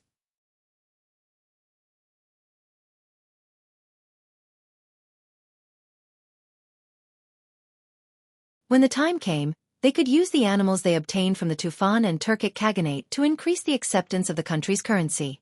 This could be said to be killing many birds with 1 stone. Of course, the most impressive thing was not how much money they earned this time. It was that the Tufan and Turkic Khaganate understood the importance of a country having its own currency system. This so-called currency system was actually a bank. The success of the Great Tang Bank had caused many of the surrounding small countries to be envious. This was especially so for the people who were emperors. They realized that ever since the Great Tang had a bank, Li Longji's treasury had started to fill up. Who wouldn't want to have money in their hands? This was especially so when this money could be used to build a place and fight a war. Yes, fighting a war was the most frightening thing. Once Li Longji had money, who could guarantee that he wouldn't make a move against them? Under such circumstances, Zhang Xiaobao wrote down the operation model of the bank and wanted to sell it to the Tufan and Turkic Khaganate as a commodity. The price he set was extremely high. After Kei Tachin and Susan Chide found out about this matter, they were worried for a period of time. In the end, they were willing to pay a higher price in exchange. They were really worried that if they didn't have such a bank in their country, when Li Longji raised more money to fight a war, their country wouldn't have the strength to retaliate. Of course, what Wang Wan praised was not that the people from both sides were willing to spend money to buy the bank, but what they did after they had enough money. Zhang Xiaobao also understood what Wang Wan was referring to. He turned to the last page of the account book and said, "This is called being in line with the international market. I'm a good person. I'm helping them to gather money. You're lying with your eyes wide open. Not to mention me, even Xian Air knows what you're planning to do."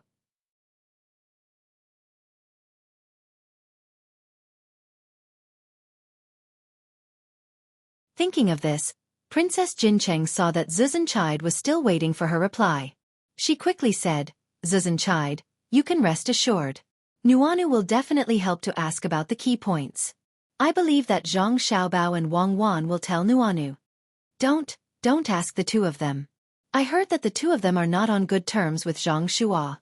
You have to think of a way to ask Zhang Shua and Wu Huifei. That woman had once made a move against the great Tang Bank. It's a pity that her methods were not good enough. Not only was she seen through, she even allowed Zhang Xiaobao to take the opportunity to open up a better bank. Zuzan Chide, who had collected a lot of information on the great Tang, immediately stopped Princess Jincheng when he heard that she wanted to ask Zhang Xiaobao. Wasn't that just waiting to be cheated? The only people in the Great Tang who were not on good terms with Zhang Xiaobao and Wang Wan were Zhang Shua's faction and Wu Huifei. Ever since Empress Wang regained favor, anyone with a discerning eye could see that Wu Huifei had been thinking of ways to deal with the Zhang and Wang families. However, the two families were too stable. Even Li Longji was biased towards them, causing Wu Huifei to fail time and time again. However, if Zuzan Chide suggested to work with them, they might be able to gain other benefits. Princess Jincheng nodded her head and agreed. She sighed in her heart. Sometimes, she did not know what she should do. The conflict between the two sides seemed to have put her in the middle. Zuzan Chide took a few more glances at the book in the bank. He rubbed his sore eyes and said to Princess Jincheng, "This time, there probably won't be anything good over there. If anyone asks you about the specific situation of Tubo, you must not tell them. This slave will remember." Princess Jincheng nodded her head. Only then did Zuzan Chide's thoughts settle. The one who was equally vexed was Commissioner Quebec. Don't look at how the current ruler of the Turks was Emojilian. The person in charge was Commissioner Quebec. He controlled the army and naturally controlled the entire Turks. He really wanted to personally go to the Great Tang to take a look at the sword meet on Mount Hua. However, he did not dare to do so. If he controlled the army and something happened, he would lose everything. Thus, he could only let Emojilian go personally. At the same time, he was very worried. If Li Longji supported Emojilian and helped him take over his military power, it would be difficult for him to do so. This matter was not over yet. Now there was the problem of a bank. The spies sent to the Great Tang had already sent back more than one report, describing the various benefits of a bank. It would allow Li Longji to collect a lot of taxes and make the Great Tang even more prosperous. Now that the method had been bought back, he did not know if it was true or not. It seemed like the bank was just a few simple methods. However, Commissioner K was very clear that it was not so simple. If something went wrong, the entire Turks might be implicated. Thus, he came to Emojilian's place and said to Emojilian, who was about to set off, "When you go to Tang, it's best if you can get in touch with the Tubo people. Tell them that we are willing to cooperate with them, in terms of military and bank. If they can find out about the bank's problems, we are willing to pay the corresponding price." In truth, Emojilian did not want to go. If he was stopped, he would lose his current position. However, he had no other choice. If he did not go, Li Longji would have an excuse to attack the Turks, and the surrounding countries would not help him. With this thought in mind, Emojilian hastily said, "Have someone make a copy of the thing that Zhang Xiaobao sold to us. When I bring it to the Great Tang, I will compare it with the Tubo people to see if it is the same. I also want to bring more warriors. Since it's the sword meet on Mount Hua, it will be a martial competition. We can only win and not lose." While the Tubo people and the Turks were thinking of their own methods, Zhang Xiaobao and Wang Wan received a letter from Lu Zhou. They really came back. They came back very quickly. A year and a half is enough for a round trip. They got koalas. Did they go to Australia? That's not close to here. We have to go around Malaysia. The letter that a pigeon can carry is too small. It only wrote a few things that we need the most and did not mention anything else. I wonder if there are kangaroos. Yes, ask them to send the koalas quickly. Koalas are not easy to raise. Also the leaves that they brought back. If the seeds can't keep up with the koalas' eating speed, they will starve to death.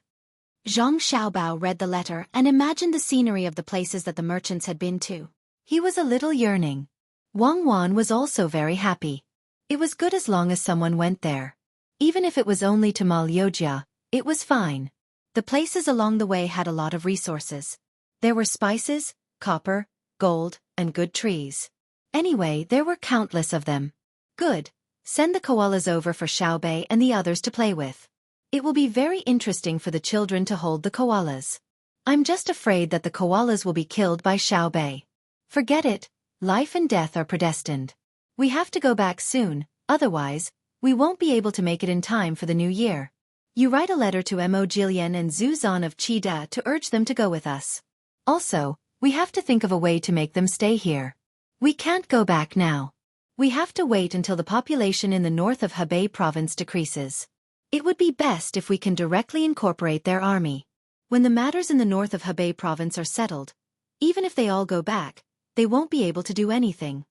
Wang Wan had never held a koalas with her own hands. Imagining the scene when the time comes, the corner of her mouth revealed a trace of a smile. Zhang Xiaobao touched his face with his hand. Aya, but Tuyu is really not easy to deal with. I guess he has thought of something. After all, they have no way to contact the outside world for a long time. When they come out, I think they will arrange for someone to send a message every once in a while.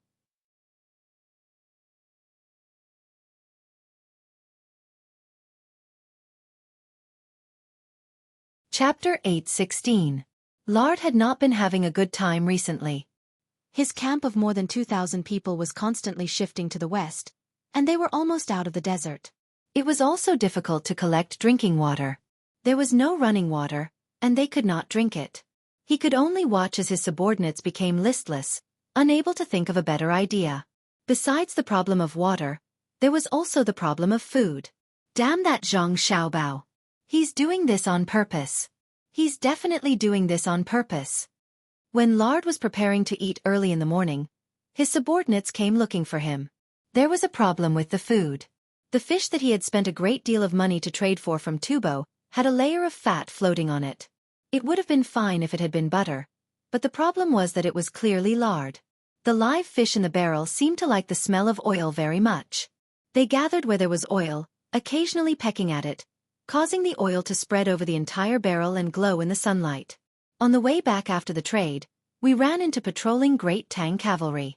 A few of them threw large chunks of lard over, saying that they were careless and slipped. A duo eater in charge of transporting the food explained to Lard, upon which Lard let out a thunderous roar. Lard could only give this sort of evaluation. Despicable. The Grand Great Tang actually dared to mess with his food. Go find something else to eat. These, throw them away. Lard helplessly looked at those lively and cheerful fish, waved his hand, and returned to his tent to fret over the matter. The other duo eaters silently went about their business. In recent days, they had already lost the confidence to continue staying here. Sometimes, when they slept at night, they would feel that coming here was a mistake. Not only had they gained nothing, they had also sacrificed many things. When they had first come, they had wanted to establish a forward station next to the Great Tang to provide assistance to those who would come later.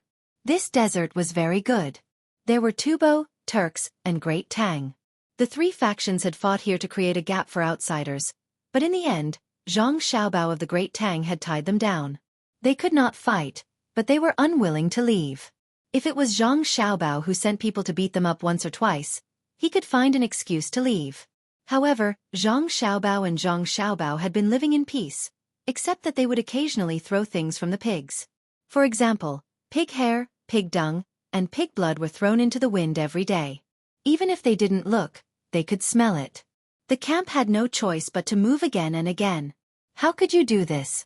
Even if two countries are going to war, you have to be a little more magnanimous. Look at you, you've been scheming since you were young. What will you do when you grow up? Zhang Xiaobao was giving Xueqi and the others a political lesson in the camp. The matter of the pig's blood and pig's dung was done by Xueqi and the others. It was said that when attacking the enemy, they had to save them. Xueqi took the lead. As for who gave her the idea, it wasn't important. At this time, she was listening to her brother attentively, trying to understand the spirit of his words. I didn't know what you did until today. Otherwise, I would have come to talk to you long ago. What attacked the enemy, they had to save them. Your little plan was not bad, but your methods were very vile. If others knew that you were my younger siblings, they would laugh at me. Zhang Xiaobao's face was dark as he continued to teach the children. Xueqi lowered her head and looked like she was admitting her mistake. When she heard her brother's words, She curled her lips. She didn't believe that her brother only found out today. It had already been half a month. Isn't it because you think that we did well? You didn't do it. Jealousy, pure jealousy. Xueqi, what are you muttering about? Xueqi, who had just muttered a sentence, was discovered by Zhang Xiaobao. No, I'm not muttering. I have a toothache, so I'm grinding my teeth. Brother, please continue. Xueqi shook her head, refusing to admit it. Zhang Xiaobao snorted and said, "Don't be unconvinced when I say that you didn't do well. Look at the situation now. Can't you see? That's because we are strong and the enemy is weak. We have to pay the smallest price for the greatest results. What did you do? Can't the pig's blood be used to make blood tofu? Can't the pig's dung be used as fertilizer? There's even pig skin on the lard. They usually like to eat mixed pig skin, so how can they bear to throw it away? Besides, the wind here doesn't blow in a fixed direction. If it blows away the many cannibals, our camp will have a smell. Aren't you ashamed? Are these my, Zhang Xiaobao's, younger siblings? You are a joke. Why don't you go upstream to the river where they get water and wash the pig's intestines and hand them to me later? I can fry the intestines for you. You actually wasted it.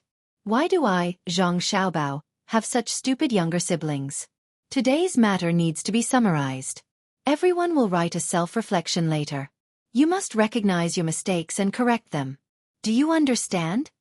Xueqi lowered his head even more. He suddenly turned around and glared at a guard in the crowd. It seemed that this was the young guard's idea. Xiao Yuan also had an expression of deep realization on his face. Han Xianfeng and the others who were not far away looked at each other. At the beginning, they really thought that Zhang Xiaobao was going to talk to Xueqi and the others and ask them to be more aboveboard. At this moment they finally understood.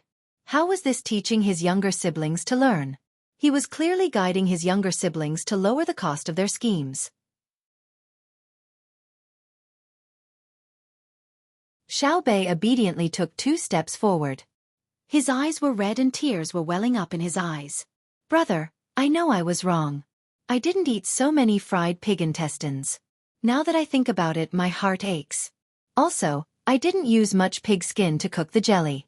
I will definitely learn from this in the future. It's good that you recognize your mistakes. You are still young.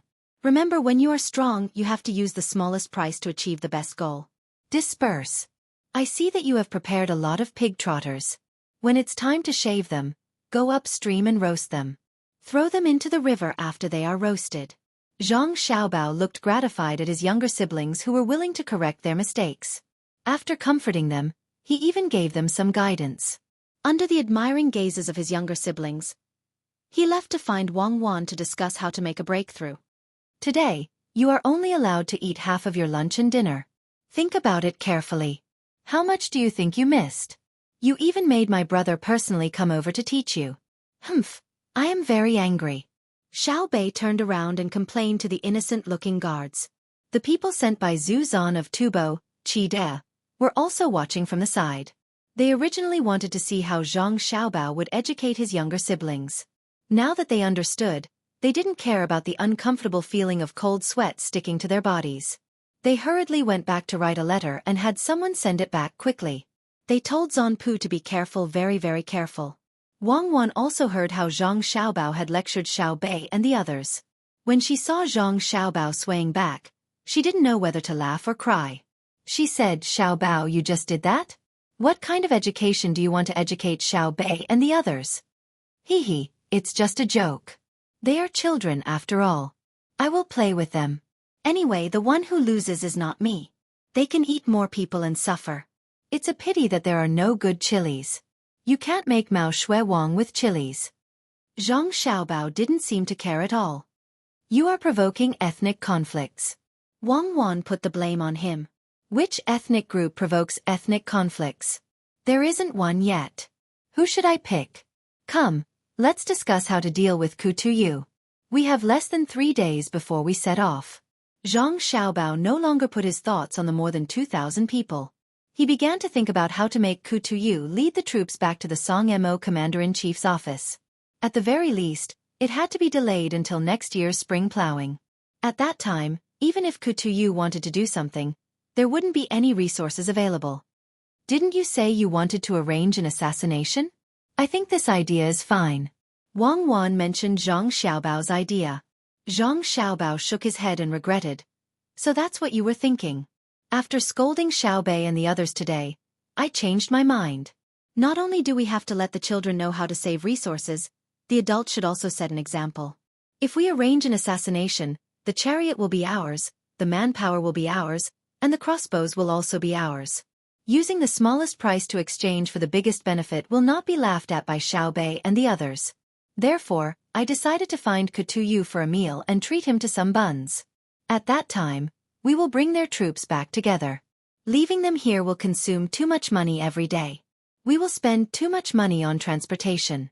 The slaves we bought here will be enough to support us. Chai Zuzan agreed to go to the capital, and Mo Jilian also agreed. However, they will not go with us.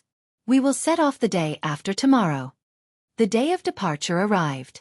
Kutuyu waited for General Kutuyu to fall ill after eating a few buns. Just when Kutuyu suspected that Zhang Xiaobao was up to something bad, Zhang Xiaobao didn't make any moves. He didn't even ask about the matter of military authority. The 40,000-strong army set off, bringing up layers of sand and dust as they moved towards the place where the ships were. There was still a group of people who left to return to Yizhou. They were the relatives of Zhang Gang and Zhang Feng. Chong, who had been invited to visit his children. He had just arrived the day before yesterday. After hearing his children reciting poems, performing dances and writing, he was so happy that he slapped his son's head several times in succession. After playing with them for 2 more days, he finally reluctantly bid farewell. He left behind a sentence for his children to learn well and left without looking back. Mo Jilian set off in advance. He wasn't willing to move with Zhang Xiaobao's large group. That wouldn't be the sword meet on Mount Hua. He would be escorted.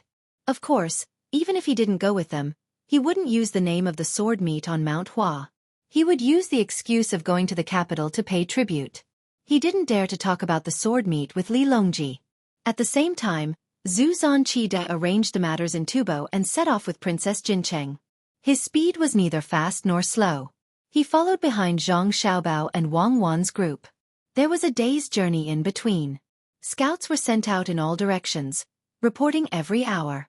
They had to carefully watch the path that Zhang Xiaobao's troops had taken. There was no other way. They had been frightened by the information sent back by their subordinates. Even children like Xiao Bei could recognize the mistakes made in scheming, let alone the adults. With the departure of the great Tang's group, the Duogu people who hadn't eaten or slept well for a few days finally heaved a sigh of relief. Then they were at a loss. The 40,000-strong army had left the desert, and a few thousand people had come to set up camp. They couldn't go back at all. What worried them the most was that the people who came later wanted to carry out the scheme to the end. Lalda thought about it and felt that he wouldn't be of much use if he stayed here. He might as well go back early and send more troops next time. Although the road wasn't easy, he had to vent his anger. Everything passed by calmly like this. The people at Pengzhou Pass felt a little regretful. They thought that Zhang Xiaobao and Wang Wan would have a big fight. They didn't expect that there would be a feeling of powerlessness. Those who had such thoughts were usually soldiers. They were hot-blooded. The people who were marshals had different thoughts. They were most in favor of Zhang Xiaobao and Wang Wan's method. This was what it meant to subdue the enemy without fighting. With a 40,000-strong army, the trouble in the north of Hebei province was solved. The Tujue and Tubo problem was solved. The Duogu people spent a lot of money but didn't get anything in the end. Paper money started to circulate in Tubo and Tubo. They also exchanged a lot of livestock and slaves. Sure enough, a good fighter has no illustrious achievements. In the capital, in Xingqing Palace, after Li Longji received the news of Zhang Xiaobao's return, he read the letter again and again. Finally, he said to Gao Lishir, who was beside him. Gao Lishir was also happy. This time, Zhang Xiaobao didn't use a lot of money. At least, he didn't use the money from the national treasury. As for the money used by Xiaobao himself, he would probably ask for the corresponding policies. Good son. Thinking like this, Gao Lishir said modestly, "Your Majesty is wrong. It's all petty tricks that can't be shown in public. Well, it's petty tricks. It's petty tricks that solved the problem in the north of Hebei province. It's petty tricks that forced Zuzhenchide and Moji Lian to come to the capital to pay tribute. It's petty tricks that planted a deeper hidden danger for Tubo and Tujue. Starting tomorrow, all the smart people in the court should give me some petty tricks, like Xiaobao and Cuckoo. Li Longji was glowing. It seemed that Zhang Xiaobao and Wang Wan took people on a trip as if they were playing, but the result was unimaginable. If this was considered petty tricks, then there was no smart person in the world. Gao Lisher had always heard the emperor praise Xiaobao and Cuckoo, so he had long been immune to it. He followed Li Longji's words and said, I think the only good thing is that they didn't start a real war. Otherwise, it would be a waste of people and money. I wonder what kind of sword competition Xiaobao wants to have by inviting them in the name of your majesty? Could it be that they want to compete to see who has better swordsmanship? Gao Lisher was very happy when he talked about this. After Zhang Xiaobao went there, the court had passed a resolution. If Wang Wan really sent troops to deal with Tujue and Tubo, the court would send troops to the border of the other side to provide reinforcements. When fighting Tubo, the Tujue dared to move, so they had to send troops. When fighting Tubo, it was the same. They would not allow Wang Wan to fight on two fronts, even if they knew that she could do it. This was not a problem of ability, but a problem of the Tang Empire's attitude. Fortunately, they did not fight. The two of them used a few tricks to extinguish the flames of war that were about to rise. Now, other than Xinlua and Japan, the surrounding countries were basically stable. What they had to see was what Xiaobao would do when he found the Tufan and Turkic people. Li Longji was also thinking about this matter. His name had been falsely used. In a situation where he should be angry, he couldn't get angry. He could still distinguish between public interest and private interest. Zhang Xiaobao did not use his name to gain benefits for himself. Although he couldn't see it even if he gained benefits, at least others couldn't criticize him. Xiaobao hasn't written a letter to talk about the specifics? Li Longji was also curious about the sword meet on Mount Hua. It sounded good, but he didn't know how to do it. Gao Lisher replied, No, Xiaobao didn't put his thoughts on Mount Hua. It seems that the sword meet has already been considered. When he comes back we will know. In a recent letter, Xiaobao mentioned that he wants the imperial court to help share the burden. Before winter comes, we will increase the number of cargo ships on the Jing River.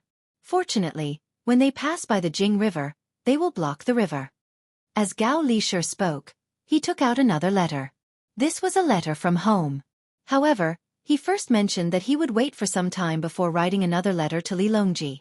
Gao Lisher was actually not willing to let the emperor read his letters because the emperor always snatched his things. As expected, when Li Longji took the letter and read it, he didn't first mention blocking the river so that 40,000 people could pass by the small river, which was the river from Sanshui County. Instead, he pointed at the words on the letter and asked Gao Lisher, Is the bone marrow of this yak really better than that of a normal yak? It can strengthen the body and bones? I think so. Gao Lisher replied. Well, then we will help Lisher take care of a part of it. When we return, we will write a letter to ask Xiaobao and the others the best way to eat it. Li Longji took care of Gao Lisher. What else could Gao Lisher say? Just give it to him. Ever since Xiaobao and Cuckoo started to give him things, the emperor had developed a habit of giving him something every time. It wasn't like this in the past. Li Longji had received something, so he brought up other things in the letter. But suddenly you fell ill again? Does he want to stay behind and walk slowly? Xiaobao wants to let 40,000 people enter the small river from Dingping. I don't know if they can withstand it. If 40,000 soldiers cause trouble, it won't be good. Your Majesty, in addition to the soldiers and horses in Fenzhou, you can also send the soldiers and horses in Jizhou. I believe that Xiaobao will solve this problem. Xiaobao can't let them enter the capital. Otherwise, it will be no different from an army at the gate. This subject will write a letter to ask about the details. Gao Lisher was also very afraid of the 40,000 people. He was afraid that they would suddenly cause trouble, which would be difficult to clean up. On the Yellow River, Zhu Zonqi's fleet had surpassed Zhang Xiaobao's fleet. It was not that Zhu Zonqi was fast, but that Zhang Xiaobao's fleet was too slow. To be precise, the The speed of the ships was slow, but the ships carrying a large number of soldiers were not slow. There were many sick people on the slow ships. Among them, Kutuyu was the most seriously ill. Now, it was not just his stomach that was uncomfortable, but his whole body was not comfortable. Originally, he had a bad stomach, but when he was on the river, he finally contacted someone from the Song-mo Commander-in-Chief's office. After he heard the news, he really fell ill. It was said that at that time, blood kept flowing out of his nose, which made his already weak body worse. General Kutuyu, are you better? I'm here to give you something to eat. Steamed egg lamb. Try it. I added some salt to give you more salt. Otherwise, your body will be even weaker. Zhang Xiaobao carried a tray in his hand. On the tray was a large bowl of steamed eggs and lamb. The steamed eggs in the bowl were very tender and pleasing to look at. He walked into Kutuyu's cabin and said with concern. Kutuyu looked at Zhang Xiaobao blankly. When Zhang Xiaobao put down the tray, he asked Zhang Xiaobao in a weak voice. Provincial Governor Zhang, what do you want to do? I haven't done anything to offend you, have I? But General too, you don't have to get up. Quickly lie down. General, what are you saying? You have always helped me, so how could you offend me? General, you don't have to think too much. You will recover in a few days. Come, try some of the lamb eggs. Sigh, for the sake of our friendship, General actually came despite the dangers of not being acclimatized to the climate. Zhang Xiaobao reached out and pressed down on Kutuyu's body as he was about to get up. He used a spoon to scoop up some egg lamb and blew on it before bringing it to Kutuyu's mouth. If it were someone else who didn't know the specific situation, they would really think that Zhang Xiaobao was inexplicably moved by Kutuyu. However, at this time, one was lying down and one was sitting. They both understood what was going on. This time, Kutuyu was really convinced. This Zhang Xiaobao could be so hypocritical. He could even talk nonsense in front of others. What else couldn't he do? Wei Wei shook her head. Kutuyu didn't eat the egg lamb. Instead, he stared at Zhang Xiaobao. After a while, Zhang Xiaobao still had the same sad expression of seeing a sick lord. However, Kutuyu gave up the idea of seeing an evasive look in Zhang Xiaobao's eyes. He said, Zhang Xiaobao, don't be so hypocritical. What are your plans for my Song-mo manor? Do you think that I won't be able to do anything if you get rid of everyone? Let me tell you, Zhang Xiaobao, as long as I still have a breath, I can still make a breakthrough. Yes, General. However, General to you must not think too much. You will definitely live. When you reach the capital, you can recuperate and be vigorous again. You must not lose your confidence. Everyone hopes that General will recover soon. However, just talking is not enough. You must eat. Come, eat half a bowl. After eating, rest more. Don't think too much about other useless things. Zhang Xiaobao really looked like he was trying to coax a patient who was in a bad mood. However, Kutuyu was about to cry. This Zhang Xiaobao was really too shameless. He was lying through his teeth. He turned his head with all his strength, wanting to knock the spoon away. However, Zhang Xiaobao was one step ahead of him and moved the spoon away. Zhang Xiaobao, let's make things clear today. Why are you treating me like this? Don't argue with me.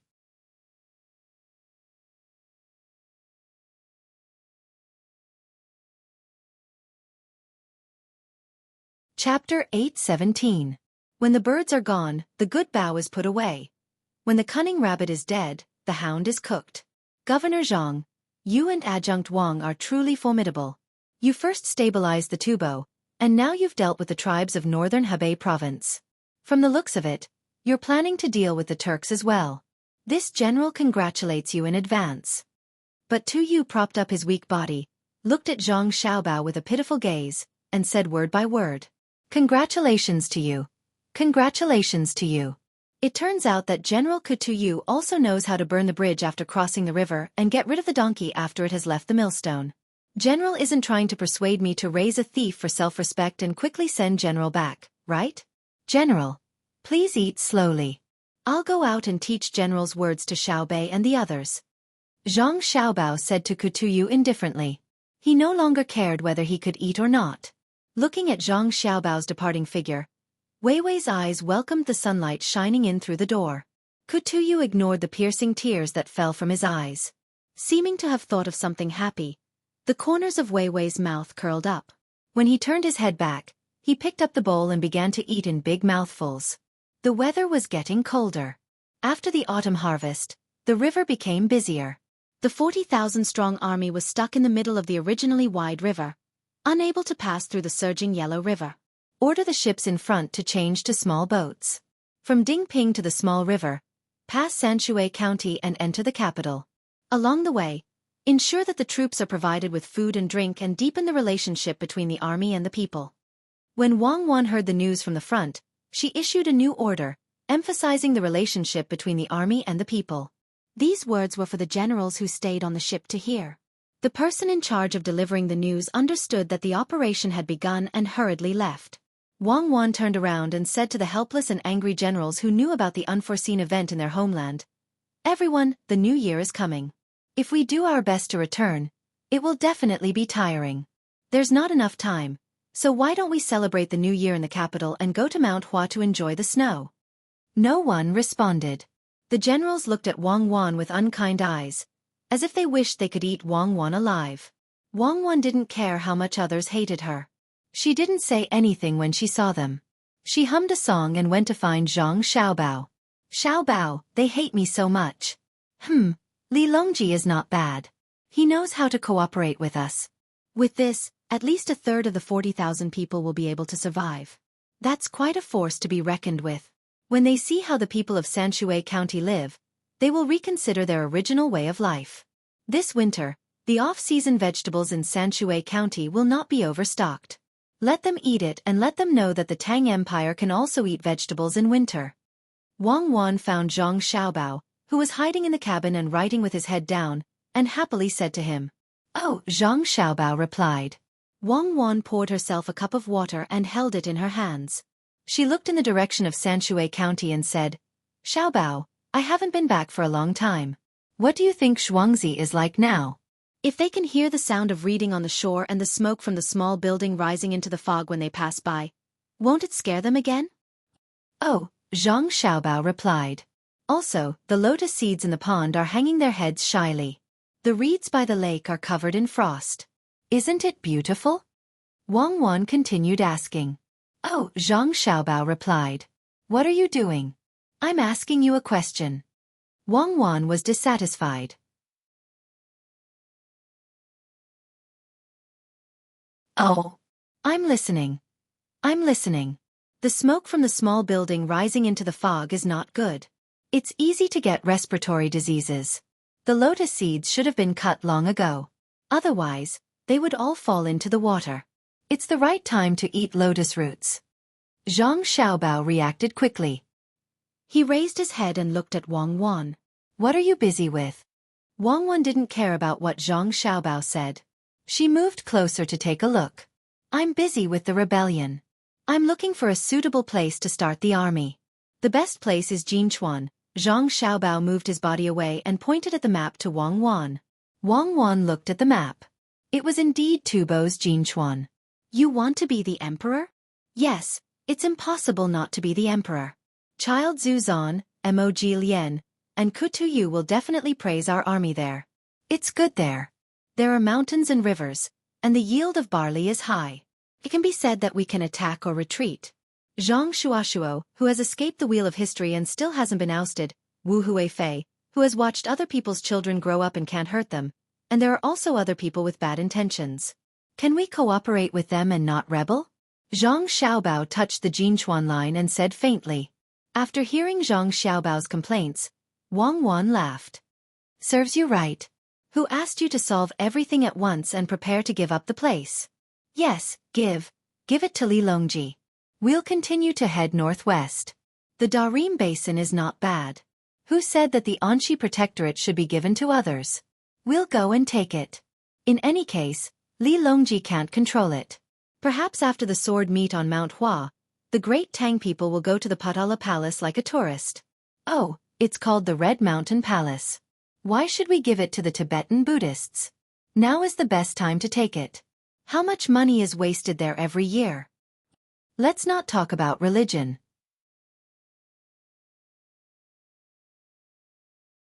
You can choose not to believe it, but you can't talk about it, Wang Wan hurriedly persuaded. Why can't I talk about it? No one is more sacred than the other. I've decided that the Red Mountain Palace will not be allowed to have any religion in the future. Once they make a move, we'll give up the Jinchuan line. If Li Longji still wants to expand, then we'll continue to head northwest. I think he will support us. He can't wait for us to occupy the Mediterranean Sea in one go. There is a lot of oil there, so we can extract it all. We can find a place near the capital and dig a big hole. We can pour the stones in for future generations. Zhang Xiaobao began to paint a picture of the future. Wang Wan was so amused that she hugged Zhang Xiaobao's arm and giggled. Even if you flood the capital, it won't be able to hold the oil. Where do we take it? Where do we use it? Slaves bought from Tubo? When we're old, can our future generations still hold on? How many Chinese are there in the world? How many countries recognize China? Singapore, Indonesia, the Philippines, and other countries. Do the Chinese recognize them? Back then, England was called the empire where the sun never sets. What about now? In the face of time and power, everything will change. I'll use the slaves for now. I don't care what happens in the future. As long as I'm alive, I'll do what I want to do. What's that saying again? When the world is divided for a long time, it must be united, and when united for a long time, it must be divided. Now that the great Tang has me, I'll do my best to bully others. What does it have to do with me? Right, it has nothing to do with you. You're a good person, a very good person, so good that you use your will to judge others. Then we'll use the slaves first and spend a lot of money on roads. Will we be in the capital this new year? In the capital. We'll bring our parents over to celebrate the new year together. Next year, I'll think of a way to get a job near the capital. Xiaobei and the others can't always be away from their parents. You should help us choose a good job. My father will be in the capital next year. I think Li Longji will give him a minor rank 1 official, but his actual position will be at rank 3. We'll see what Li Longji and the others think about Jili province. If they want to give it away, we'll have the people of Jili province continue north and occupy Mo. Aya, where can we find a good official like me? I'm a pillar of the country. After I die, I should go to Babayashan, the type that gathers the flag. As Zhang Xiaobao spoke, he used a pen to draw a spot on the map that he wanted to occupy. Wang Wan pinched Zhang Xiaobao's face. Thick as expected. If all the officials of the Great Tang are like you, Li Longji will be worried to death.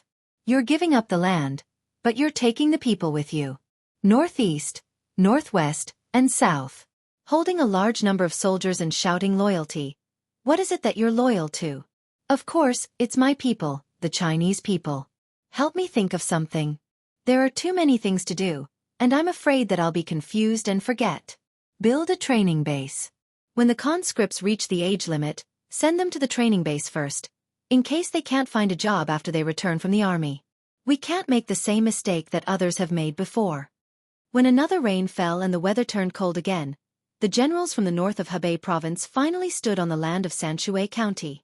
Their faces were as gloomy as the weather. The troops could not be contacted. Looking around, it was all the protection teams of the Zhang family and the Wang family. The wharf of Little Luo Shui was still bustling with activity. Carriages and horses came and went without stopping. Pedestrians jostled shoulder to shoulder, and the sound of hawking rose one after another.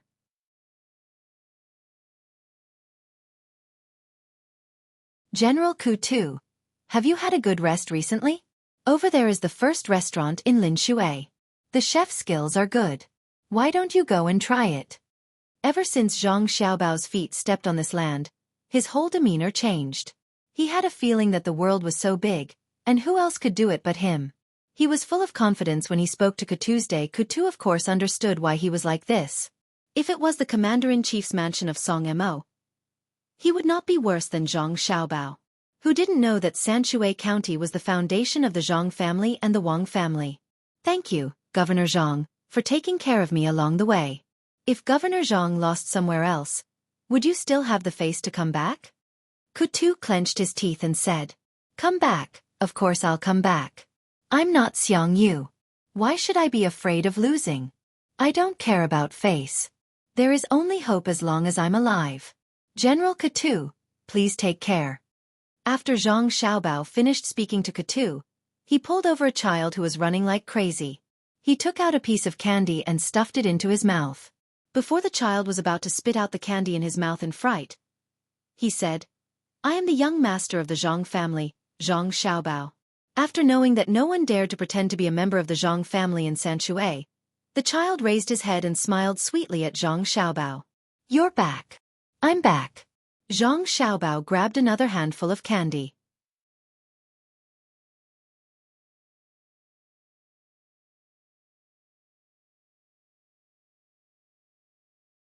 Chapter 8:18. What you hear may be false, but seeing is believing. Zuzan, who followed Zhang Xiaobao's group here, finally witnessed the richness of Great Tang. In the past, he had always heard the people he sent to Great Tang talking about how good Great Tang was. However, Zuzan, who had never seen it with his own eyes, felt that Great Tang was only slightly better than Tubo in certain aspects. For example, the clothes worn by the people and the more comfortable environment. As for the food, he felt that the difference between the two places was not that big. If Zhang Xiaobao was not so bad and reduced the food supply of Tubo, Great Tang would not be worse than Great Tang. After traveling by boat all day, Zuzan finally realized the difference between Tubo and Great Tang when they could travel by land after arriving at Sanshui County. Stepping on the firm ground, looking at the helpers at the docks wearing the same style and color of clothes, looking at the spacious and clean streets, he did not notice any slightly bigger holes on the road. This was probably the cement road that the person who sent back the news mentioned. Looking at the people who were arranged to sell food, they were all clean and tidy. Most of the food they sold was of an unknown variety. The carriages in charge of transporting goods and people came and went without stopping. The shops by the roadside were neat and tidy. The people walking here had smiles on their faces. Children carrying beautiful backpacks of unknown use stood in a row under the lead of their adults. All the carriages made way for them. The never-before-seen shelves used to load and unload goods moved piles of goods around at an unimaginable speed. In just a short while, a boat full of goods was loaded or unloaded. Sitting in the carriage that was specially prepared for them, they realized that it was many times better than the carriage they were in before. The bumps were almost negligible. After walking for more than a li, the houses on both sides of the wide road were even more attractive. Other than the various restaurants and shops, the people lived in small two-story buildings. The river that the small boats passed through had a sloping embankment. It was as flat as a mirror and there was not a single bit of trash on the river.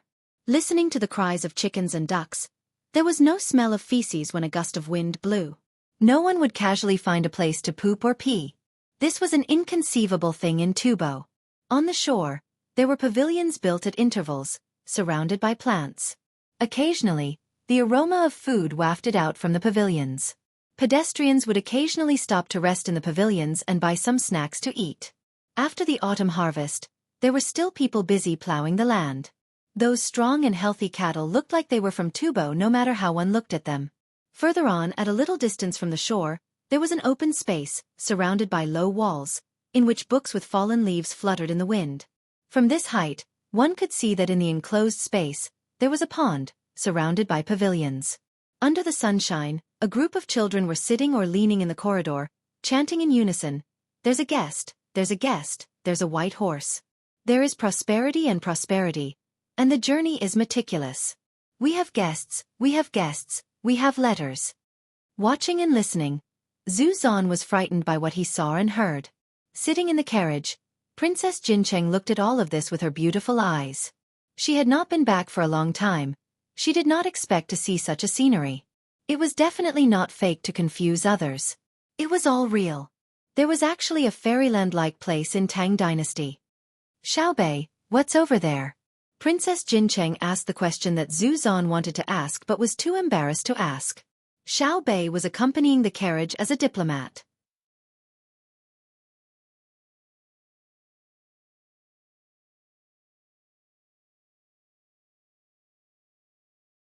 "We have always been working hard.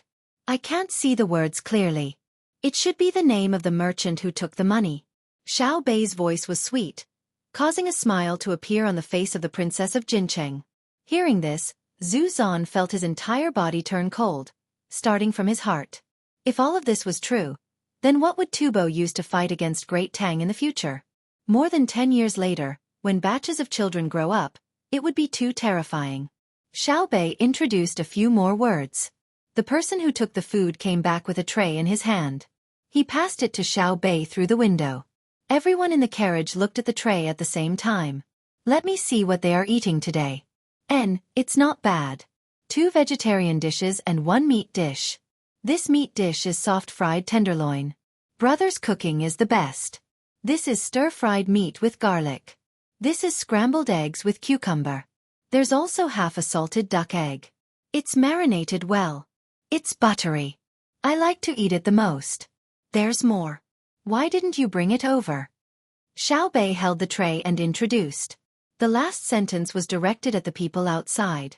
Immediately, another person came over and brought a small bowl and a small plate. The soup has just been prepared. Xiaobei continued to introduce. Let me see this soup. It's shrimp and winter melon soup. This small plate contains cut fruits. This is a fruit platter. This is called a nutritious combination. It can ensure the children's needs for an entire afternoon. Princess Ant, try it. The main dish is rice and steamed buns. At this moment, Zhu Zan could not help but smell the fragrance of the food. He asked Xiaobei, "Do all the children eat this every afternoon?" "That's not it," Xiaobei replied. Just as Zhu Zan heaved a sigh of relief, she said, "The dishes are different every afternoon. The same is 2 vegetarian dishes, 1 meat dish, 1 soup, and 1 fruit platter. You're not allowed to be picky. Today's timing is not good. If it's the 5th day, you can still eat the fragrant bone marrow." "Then how much does it cost? All for the children to eat?" Zhu Zan saw that there was a lot of oil in the food and swallowed his saliva before asking. "It's worth it no matter how much money is spent. The food given to the child has to be of the best quality. Look at this rice, it's of the highest quality. Whoever dares to give poor quality food to the child will be severely punished if caught. This is called Operation Chaoyang. Many places in the Great Tang have started doing this. It won't be long before it spreads throughout the Great Tang." Even though Xiaobei was young, she knew what Zhu Zanqi wanted to know. She was also willing to use all her strength to scare Zhu Zanqi. Zhu Zan could not help but pick up his chopsticks and put a mouthful of food into his mouth. He sighed inwardly. The taste was really good. He did not know what seasoning was used to make it so fragrant. Princess Jincheng also tasted the food. With a gratified smile on her face, she continued to ask Xiaobei, "What do we eat for breakfast?" "Breakfast is simple. A bowl of milk or goat's milk, 2 eggs, salted vegetables mixed with sesame oil, and cake. After 2 hours of class, we will give you red bean paste or bread with cream fillings and a cup of fruit juice. Occasionally, we can add some of the butter tea from Aunt Princess. Because it's far away, we don't have much here. Brother and sister said that we have to think of ways to get more from Tubo. If Tubo does not agree, we can just snatch it. This is called a snack, not a proper meal." Xiaobei continued to attack Zhu Zan until the end. At this moment, Zhu Zan was already numb. He no longer wanted to compare himself with the Tang Empire. As for Xiaobei's threat, he pretended not to hear it.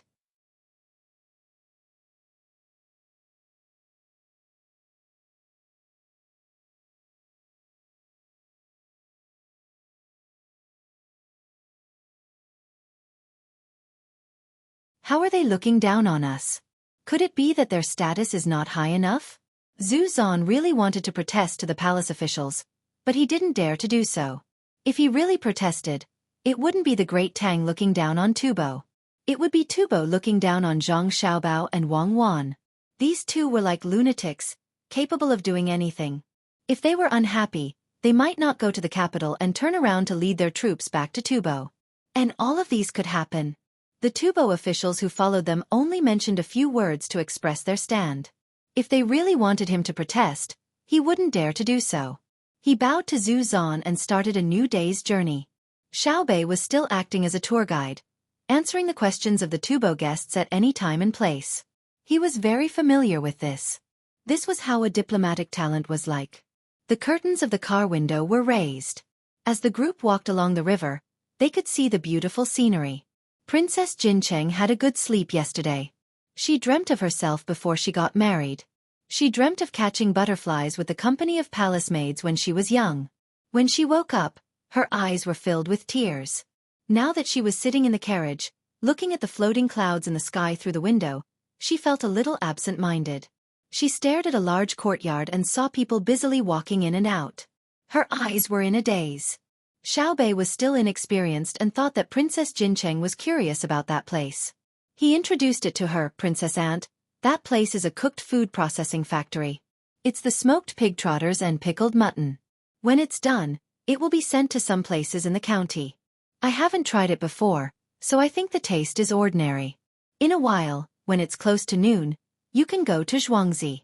You can taste the authentic and delicious smoked chicken there. The scenery there is better than here.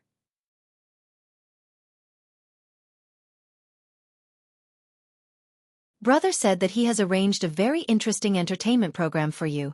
But don't go to the heavenly world there to play. It's not interesting at all. Sister said that it's specially prepared for those who are looking for trouble.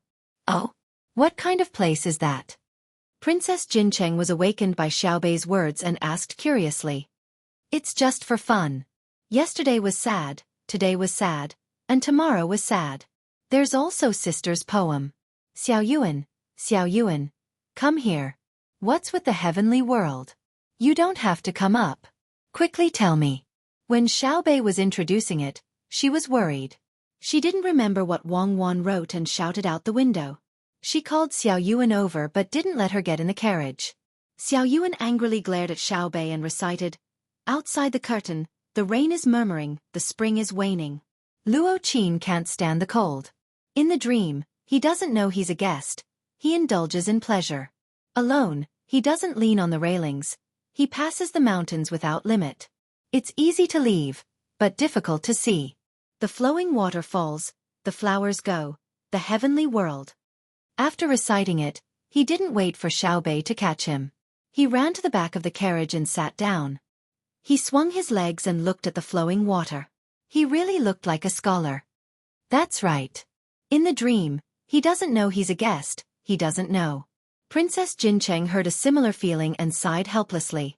She didn't know what to think, but her eyes became confused again. Zhu Zan was very surprised. He didn't expect that such a sentence would come from Wang Wan's mouth. He thought that she would kill people. He suddenly thought of something and asked Xiaobei, since it's cooking, it's natural to use fire. Why can't we see a lot of smoke? Zhang Xiaobao was trying to eat the ginger that she didn't like. She didn't sleep well last night and caught a cold. When she heard Zhu Zan's question, she swallowed the ginger in her mouth and frowned. It wasn't clear whether it was because it was spicy or because she didn't like the ginger. She explained. Without firewood and coal, there's naturally no smoke. There are a lot of people working there.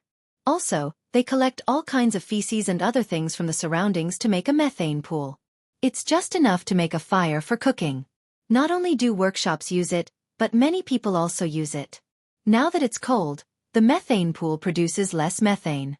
If it's summer, there will be countless flames swaying at night on both sides of the river to light up people who come out to play at night. When Xiaobei said this, Zhu Zan remembered that there was such a piece of information. Many places in the Tang Empire, especially the places south of the Yellow River, used methane. It was a very magical thing. Unfortunately, there was no cement. Even if they found a pond and inserted a bamboo pipe to produce methane, it wouldn't be safe to use it. The Tang Empire didn't sell cement. It was hard to imagine. As they walked they talked. When Xiaobei's mouth was dry and she regretted being a tour guide, the group finally arrived at Tuqiao village. Under the clear sky, the Gu family Xueqi and the Wang family Xueqi came into view first. Further away, there was a hazy fog. There were small bridges and flowing water, winding corridors, green mountains, smoky buildings, clear sounds of books, and the sound of birds chirping. It was simply a paradise on earth. Those who had never been here before felt like they were in a dream. Aunt Princess, this is my home. Actually, I haven't been here many times, but I feel that it's very good. In a while, let's go to Between the Clouds and the Water in front to eat. It's the flagship store Between the Clouds and the Water. Xiaobei's voice woke up Princess Jincheng, who was immersed in the dreamlike scenery.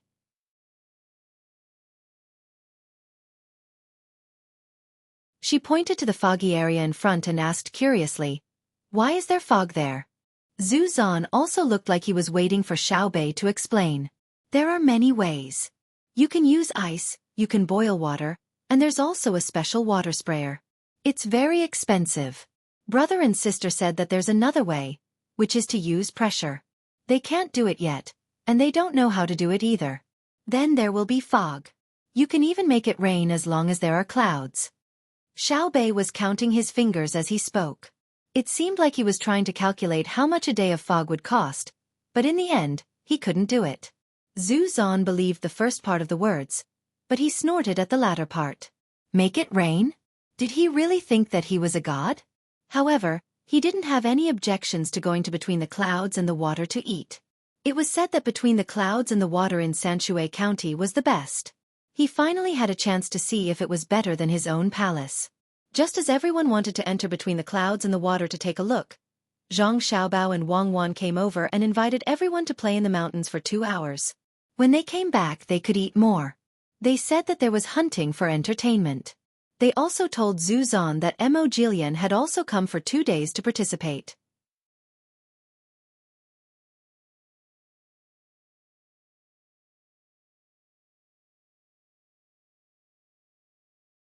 Chapter 8:20. After the meal, Zhu Zan, who was invited to the mountain, saw Mo Jilian, who had been waiting for a long time. It could be seen that Mo Jilian had been living a good life recently. At least, there was no problem in terms of rest and food. The only thing lacking was his spirit. Zhu Zan could understand his feelings.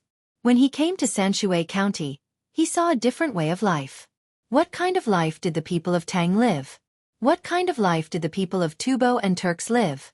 Comparing the two, it was obvious who was better. Zhu Zan suggested at the last minute.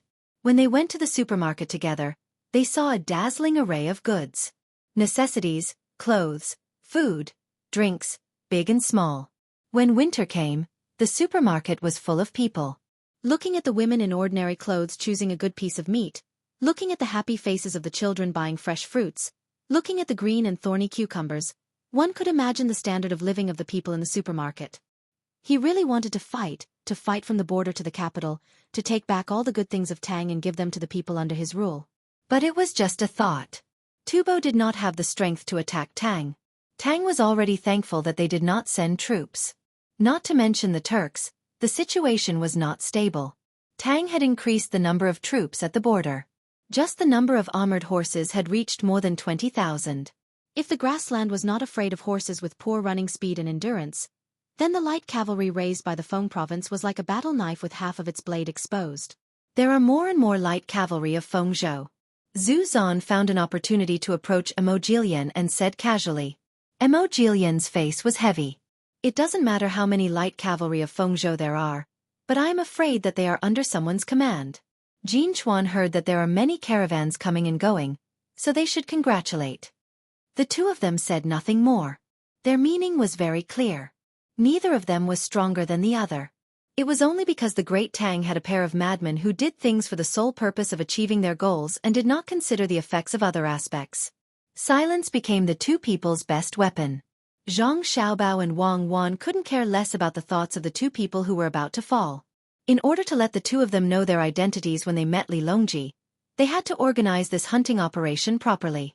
Climbing the mountain, sightseeing, looking at the lake in the middle of the valley, looking at the bleak winter leaves on the mountain, and then savoring the unpredictability of the drifting clouds, the group arrived at the hunting ground. There were no large wild animals in the mountains behind Zhangjia Zhuangzi. It was impossible for Zhang Xiaobao to transport wild animals from other places for people to hunt. More than 1,000 chickens that were about to become food were placed in a valley. There, they were running around in search of something to eat. Mo Jilian thought that Zhang Xiaobao would find a flat place where the horses could gallop and compare riding and shooting skills, such as hunting a bear or encircling a deer. Now he saw a flock of chickens. Was it to see who could kill the chickens? Just as he was wondering, Zhang Xiaobao took out more than a dozen spears and distributed them to Mo Jilian, Zhu Zan, and the people close to them. He explained to them, when we were at Fengchan, guns appeared. At that time, we used short spears, which had a short range. Recently, long spears appeared, which have a longer range than short spears. We used these long spears to kill a few chickens. How to shoot and how to load the bullets was naturally taught to Zhu Zan and the others.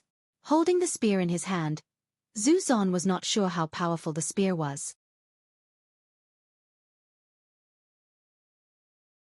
Looking at the scattered chickens in the valley, he felt that it was a bit far, more than 300 steps away. If it was arrows, only a few people in the army could pull a strong bow. Seeing that Zhang Xiaobao did not intend to continue to move forward, he wondered if this iron pipe could shoot so far away. In order to make you understand, I will arrange someone to show you how to use the spear. Guards, come, there is an enemy in front, shoot at will. Zhang Xiaobao took off the spear on his back and pushed in a bullet. He ordered the people behind him who had already been ready. 200 people were ready to shoot at the same time. After the order was given, the sound of gunshots echoed in the valley. Listening to the continuous sounds, it was even denser than the sound of firecrackers. When Zhu Zan and Mo Jilian's ears were buzzing, they saw the chickens in the valley being killed one by one. The distance of 300 steps seemed to be unable to stop Yama's soul-summoning order at all. It's too chaotic, this accuracy?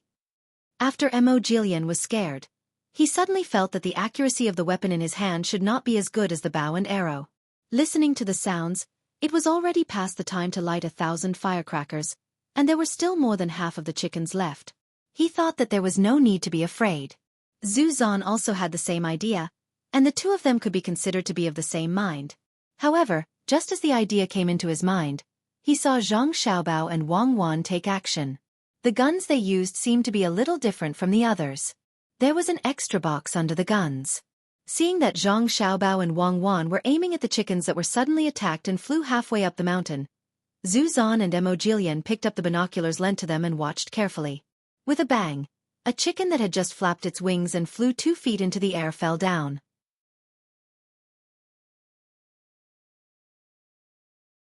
Then, the gunshots of the two men rang out one after another. After every gunshot, a chicken would fall down. Because the two people were aiming at different places from the others, it was clear that the two people were shooting one after another. Suddenly, a few birds that were frightened by the gunshots flew over randomly, wanting to pass through the opposite valley and find a safe place. Unfortunately, before they could fly far with a bang, a bird disappeared, followed by a few more gunshots. There were a total of 6 birds, and none of them were lucky enough to escape.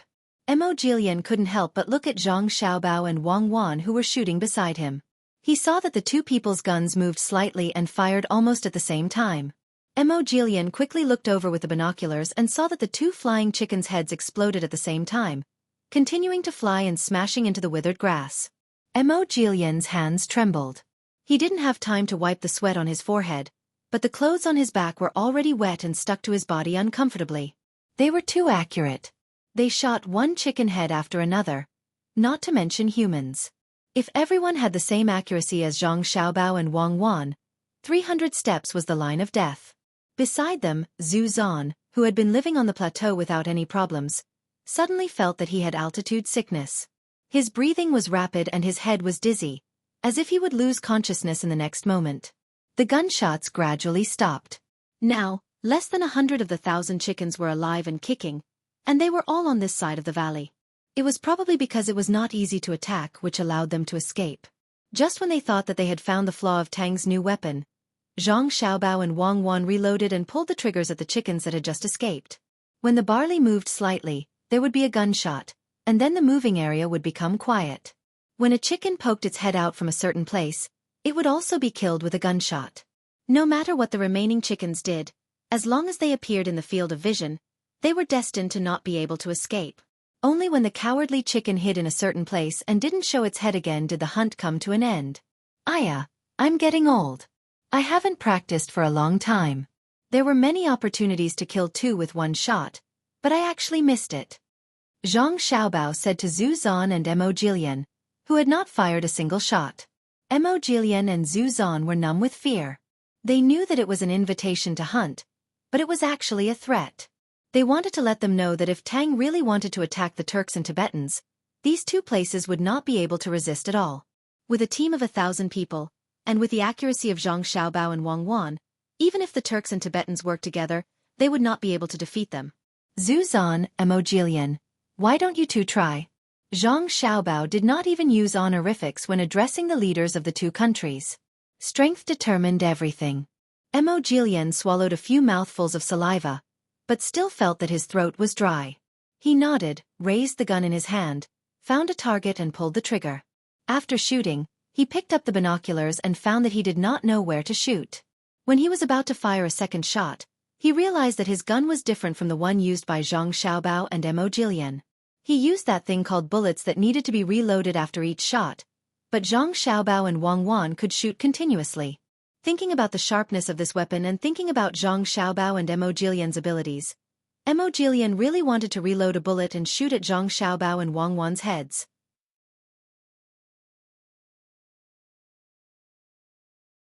After Mo Jilian and Zhu Zan fired a few shots with inexplicable thoughts, they had different expressions. At this time, Zhang Xiaobao asked his people to put away the guns and smiled at Zhu Zan and Mo Jilian. Tomorrow, there will be officials from the Ministry of Rites coming to the capital to discuss with your people about the etiquette when entering the capital. His Majesty heard that you two could come and was very happy. He is preparing to reward you too. Zhu Zan and Mo Jilian's originally ugly expressions became worse. No wonder they wanted to hunt today. They wanted to confirm their identities. It seemed that Li Longji did not intend to be on the same level as them.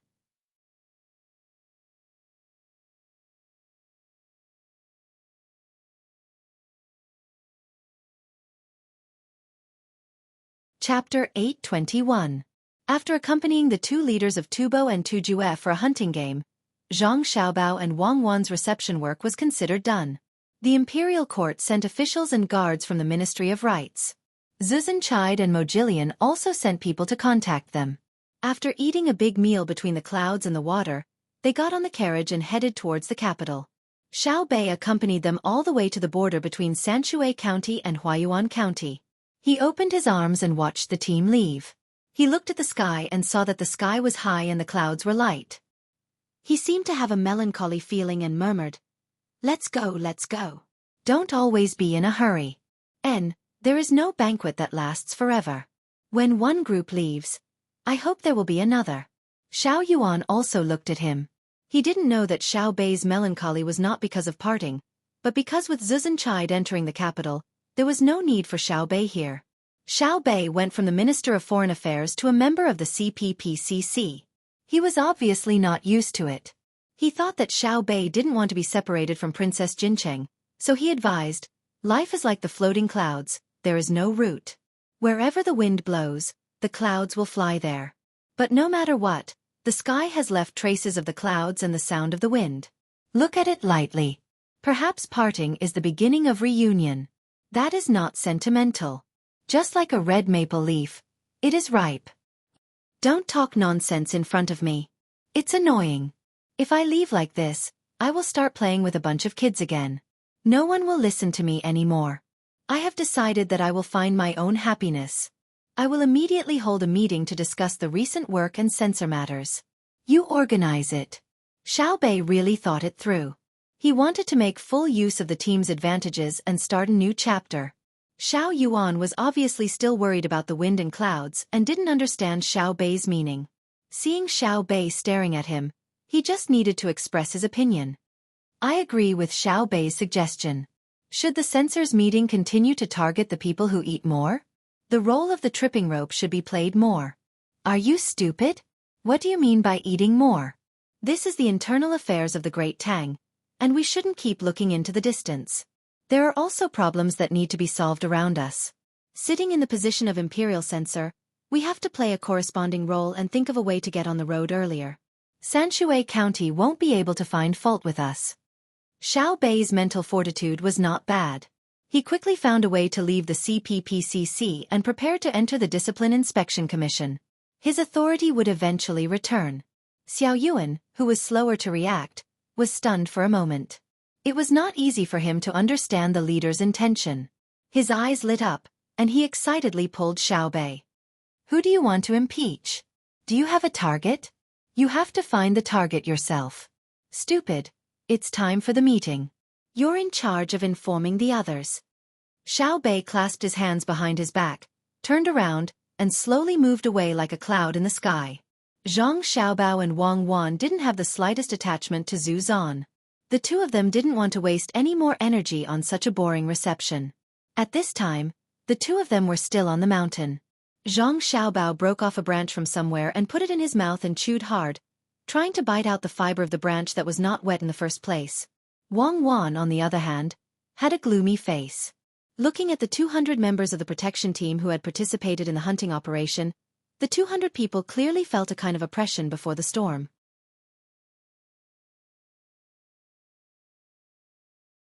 200 people, 1,000 chickens, used more than 6,000 bullets, and nearly 200 of them were shot down by Zhang Xiaobao and me.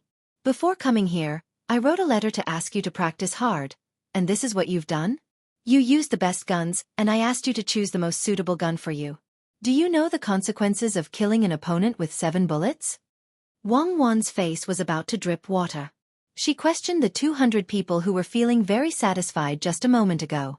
Little girl, in the past training it was always 200 steps. This time, it suddenly became 300 steps.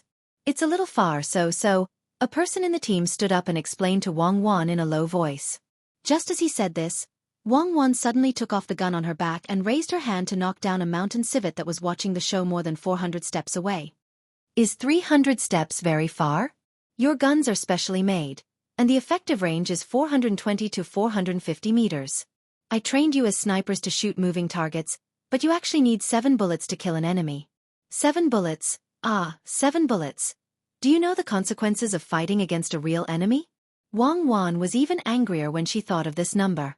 She had always wanted to train the best snipers, but these 200 people were really disappointing. With this kind of accuracy, if it were her and Zhang Xiaobao, they would have been killed long ago. Which real sniper would leave 7 bullets for the opponent to adjust? Will the enemy be released? The person who came out to explain whispered. Yes, this is not your fault. At this time, Zhang Xiaobao spoke. He waved his hand to dismiss the team, spat out the stick that was bitten into fiber in his mouth, and came to Wang Wan's side and said, shooting also requires talent. If everyone can become a sniper, the sniper selection will not be so strict. Find more people and slowly choose. 300 steps is not considered a sniper.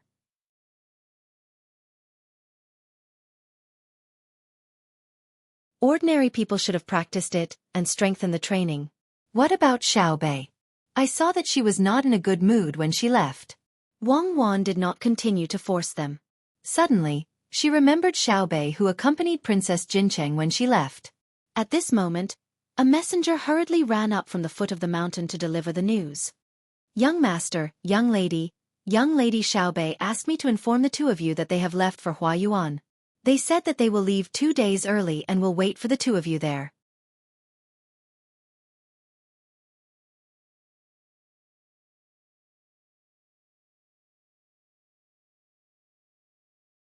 Chapter 822.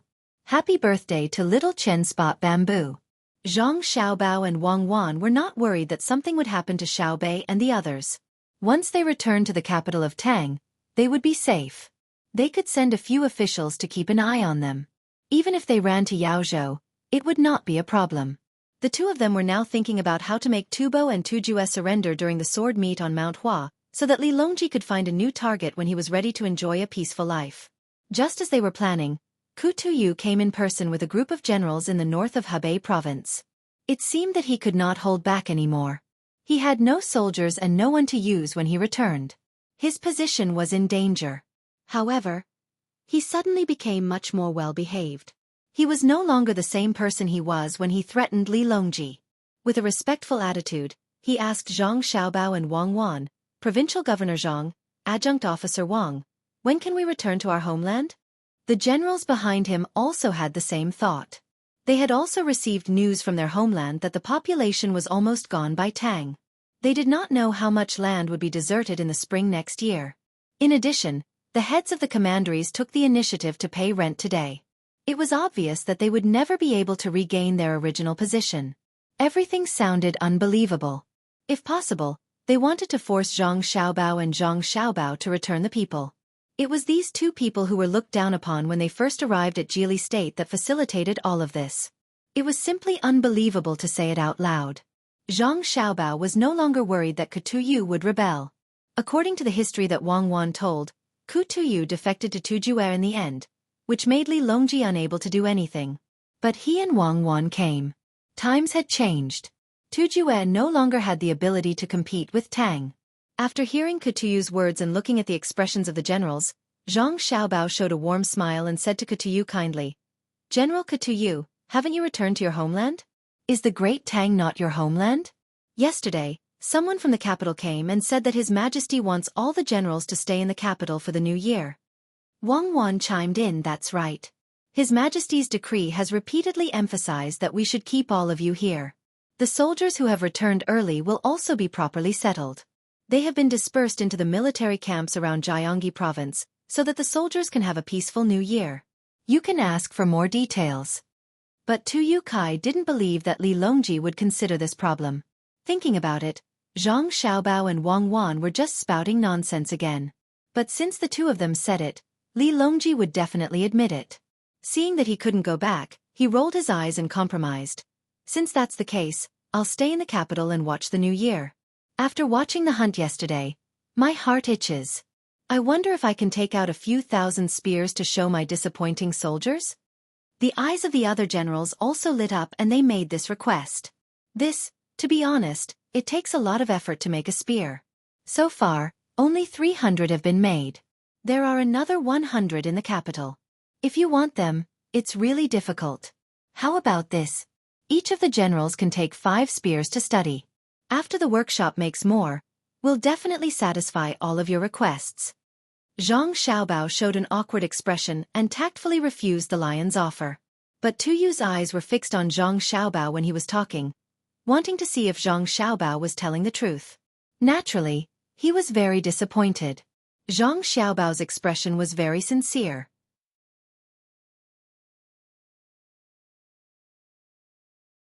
After thinking about it, he felt that if he took the spear apart, he should be able to know if it was difficult to make a spear.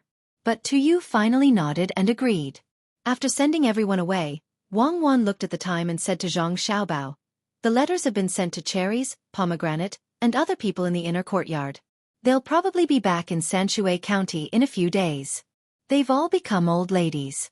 This time, the wedding must be grand." "Yes, they've all grown up. We've also grown up. We don't want to continue being their happiness.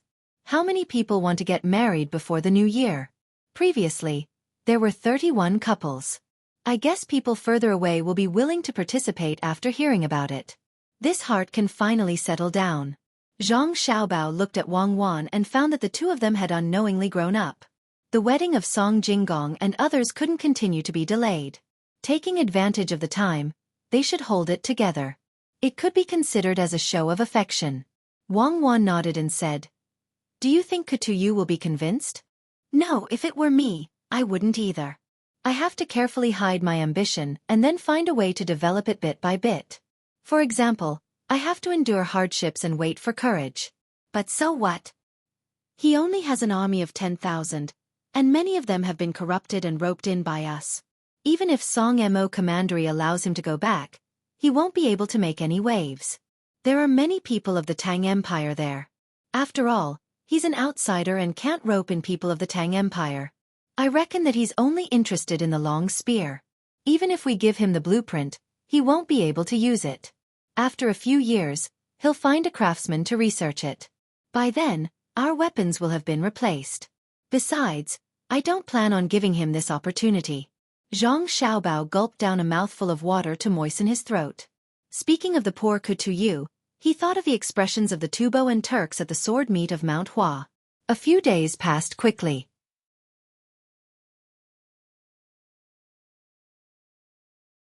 Cherries and others who were willing to participate in the mass wedding rushed to Zhang Xiaobao and Wang's place in Zhuangzi. Just as Zhang Xiaobao said, those who knew the news later also had to participate. There were a total of 47 couples. To be more auspicious, the farmers in Zhuangzi also put together a couple, making it a total of 48 couples. The lively wedding lasted for 2 days. The newlyweds finally completed a major event in their lives with the blessings of the crowd. In the entire Xueqi County, all the local people who could come came. They wrapped banknotes in red paper and gave them to the newlyweds as wedding money. The amount was not big, but the people who Song Jinggong came in contact with gave more expensive gifts. Song Jinggong did not keep it for himself, but equally distributed it to the 48 newlyweds, making everyone a small fortune. Some people did not come back to participate in the lively wedding. After hearing about it, they sent people back to send their blessings. These people were Xiaobei and the others from the children's regiment. They had been looking for something to do for the past few days. They had left traces in Huayuan County, Sanyuan County, and Fuping County, but they did not find any problems. They investigated openly and secretly. The local people's evaluation of the government was only one word: good. When Xiaobei found He Wei, who was an official here, and asked if there were any officials who were corrupt, bribed, or did not do anything, he received a very regretful answer. No, not a single one. As long as the officials here did anything wrong, they would be exposed immediately. They could not hide it even if they wanted to. Today, He Wei was no longer just a military supervisor and a farmer in Yao province. He had been promoted to the position of provincial governor. Learning from his time in Baoxin province, he had set up a financial disclosure system. Every coin was spent clearly, and the officials in the province could not interfere. I don't believe that there is no official who needs to be dealt with. Continue looking. Xiaobei was very dissatisfied with the results of the past few days. He looked at the 100 children's regiment guards behind him. All of them looked listless. He was determined to find an official to deal with. Xiao Yuan was also listless. He was afraid of the cold. The arrival of winter made him feel very uncomfortable. He wore thick and heavy clothes. Seeing that Xiaobei was still in high spirits, he gave an idea in order to rest early. Then don't look in Yaozhou. If you can't find in Yaozhou, go elsewhere. Yes, go elsewhere. Xiao Yuan, I found that you are still a little useful. Keep it up. When you grow up, my heart might soften and I might really marry you. Xiaobei praised Xiao Yuan. Then, he reorganized the team and headed in the direction of Tongzhou. After passing Yaozhou and entering Tongzhou, the first place they arrived at was Xiaogong County. Xiaobei and the others, who were used to the prosperity of Yaozhou, found that they seemed to have entered another world when they came to Xiaogong. The county seat of Xiaogong County was so dilapidated that there were almost no city walls. Not to mention, there were countless people coming and going in Yaozhou. The two places were like heaven and earth. Xiaobei's intuition told him that he could find the opportunity he was looking for in this county. Spread out and act. Pay attention to keeping in touch. Disguise yourselves and inquire about information. Xiaobei gave the order. Xiaohai didn't care about other things at all. When he heard his sister say that it was time to act, he took his people to find an inn to stay and continued to study his math problems. Xiaozhu asked someone to bring her a drawing board and began to look for a place to draw. Now, she wanted to draw as much of the beautiful scenery as possible everywhere she went. It was the kind of realistic kind that could be kept as a memento.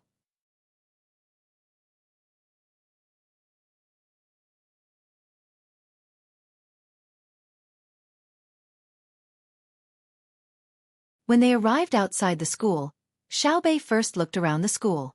There was a very large yard surrounded by a fence made of branches. Through the gaps, one could see the layout inside. The first thing that came into view was the playground. There was a large lawn used for football. There was also a horizontal bar and a parallel bar. It looked good. It should be class time at this time. There were not many people on the playground, only about 40 children. They were playing games with an adult. It was a physical education class. A gust of north wind blew. Xiao Yuan shivered, rubbed his hands and said to Xiaobei, "Looking at the school, I know that the officials in this county are not bad. Why don't we take a break first and send people out to inquire? Why didn't I notice that the school is good? Is it better than the schools in Xueqi County? What's the big deal about having a playground? Maybe the officials here will embezzle the food prepared for the children. When they are done with class, we can sneak in and take a look. I have the foresight, don't I?" Xiaobei did not plan to give up like this. When he said to Xiao Yuan, he deliberately touched his clothes. They were wearing ordinary clothes, the uniform of school children. Nowadays, clothes were worthless. Ever since silk was no longer used as a currency, its price had dropped again and again. If it were not for Zhang Xiaobao and Wang Wan who collected a lot of silk and transported it to other places to exchange for other things, no one would be willing to continue growing silk plants. Xiao Yuan was frozen for a while. Finally, the bell signaling the end of class rang. A group of children ran out shouting and playing all kinds of games on the playground. Xiaobei walked in through the small door of the school. No one stopped them. The clothes they wore showed their identity. After looking around for a while, Xiaobei walked over to a few girls who were squatting by the side of the field. Seeing that the girls were drawing circles with sticks, he joined in. The girls had never seen Xiaobei before, so they weren't surprised. They thought that he was from another class. Xiaobei pondered and nudged the girl beside him. He asked, "Today's food is not bad, right?" "It's not bad for me." The girl who was nudged nodded. "Okay, it's delicious. You can't eat it at home. Then what do you like to eat?" Xiaobei asked skillfully. "A cake with sesame seeds on it. It's soft, sweet, and brown." The girl licked her sweet lips, as if she was still reminiscing about the taste. "Ah, me too." Xiaobei looked very regretful. He thought that the school would embezzle the students' food. He did not expect that the food they gave was not bad. It was actually a cake. It seemed that the county officials had no problem. He asked unwillingly, "Then what do you like to eat for breakfast?" "Today, we ate meat buns and soy milk. The milk was cut off yesterday, so we could only use soy milk to make up for it. The person in charge said that there will be milk again tomorrow. There are also salted vegetables. The shrimp oil on them tastes good." The girl did not have any defensive thoughts. She answered Xiaobei's question. Xiaobei felt regretful again. Soy milk was indeed not as good as milk, but this could not be a conviction. There was no such thing as no milk. Other than a few good places, there were indeed situations where the milk was cut off. He could not force it. The meat buns indicated that the school's food was not bad. After thinking for a while, Xiaobei asked again, "Who are the bad guys here?" "I can't remember the officials." The girl shook her head this time. Just as Xiaobei was feeling regretful, she suddenly thought of something and said, "I'm not sure here. My village's cripple Wang is a bad guy. He pulled all the cows in the village to his house. I heard that he wanted to secretly drink milk. He is the village chief, so no one dares to say anything." Xiaobei was delighted.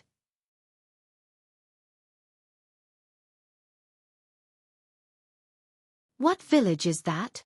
"Cattle herding village. The county officials often go there. I heard that they are doing bad things together with cripple Wang." The girl had an indignant expression. "Cattle herding village. Good name. It's really a good name." Xiaobei felt that he had finally obtained useful information. He stood up happily and walked around a few more times before quietly leaving. "Did you get anything?" Xiao Yuan, who had also followed him out, asked with concern. "Yes, I got a lot. First of all, this school is not good. We can't enter and leave as we wish. What if a child runs out and gets lost?" Xiaobei, who had come out in a relaxed manner, voiced his opinion.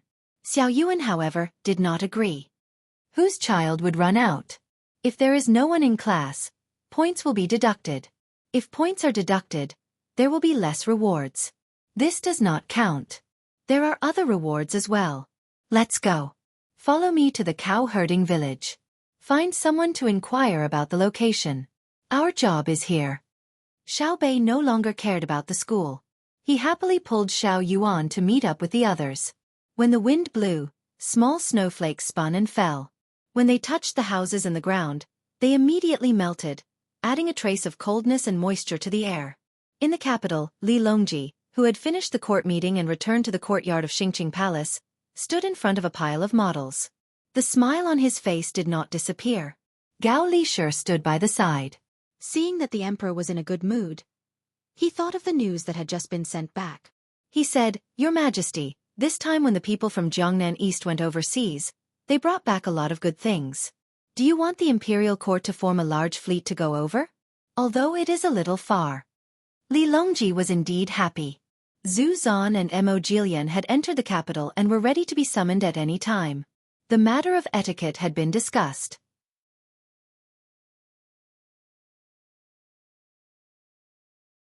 The two of them used the etiquette of a subject and kowtowed to him. This was all thanks to Xiao Bao and Cuckoo. According to the person who sent back the news, the two of them were scared silly during the hunting activity that day. They were very obedient when discussing etiquette. This was not an easy thing to do. After the sword meet on Mount Hua, Tubo and Turkic would officially become one or several provinces of Great Tang. In addition to the news from Luzhou, the people from Jiangnan East had found a large piece of fertile land. There were many plants and animals that had never been seen before. They were sending them to the capital and would arrive in 2 days. For a time, Luzhou's people were eager to go out to sea. If they went out to sea again, they would bring along experts to search for ores. Perhaps they could find more ores and bring them back. That would solve many of Great Tang's problems. With so many things happening together, it was difficult for him not to be happy. He nodded happily. The imperial court can send people to follow Luzhou's fleet. One of them is to check out the place, and the other is to protect the merchants. I'll leave this matter to you. Understood. Gao Lisher made a note of this and planned to send people there after the new year. He understood the emperor's intention. There was another reason for sending soldiers there. If they really found good ores, they had to keep a close eye on them. They could not allow the merchants to forge weapons in private. After solving this matter, Li Longji asked Gao Lisher, "Did Xiao Bao and Cuckoo say when they'll be back? I haven't seen them for a long time. I miss them." "I know." Xiao Bao sent a letter saying that after Mo Jilian and the others meet Your Majesty, they will return to Mount Hua and wait there. After the trip to Mount Hua, they will return to the capital. Zhang Zhong will also return to the capital. He will be an official in the capital next year. Gao Lisher also missed Zhang Xiaobao and Wang Wan. He thought about it from the perspective of family. He also knew that the emperor had solved a huge problem because of what Zhang Xiaobao and Wang Wan did. Therefore, he could not help but think that the two of them were too powerful. No matter where they went, they could create a big problem. Did they mention what benefits they want? Li Longji asked again. When he thought about this matter, he felt depressed. It was supposed to be a condition of exchange, but Zhang Xiaobao was not in a hurry to say it. It turned out that he wanted to compensate Zhang Xiaobao and Wang Wan for their losses in Jili province, and give them a reward for stabilizing the situation there. In the end, the two of them went to Tubo and found the leaders of Tubo and Tujue. At the same time, they completely weakened the power of the commanderies in northern Hebei province. Merits came one after another. It was not easy to reward them. Could it be that when there were no rewards, they could learn from their predecessors and kill the two of them? Obviously, that was not possible.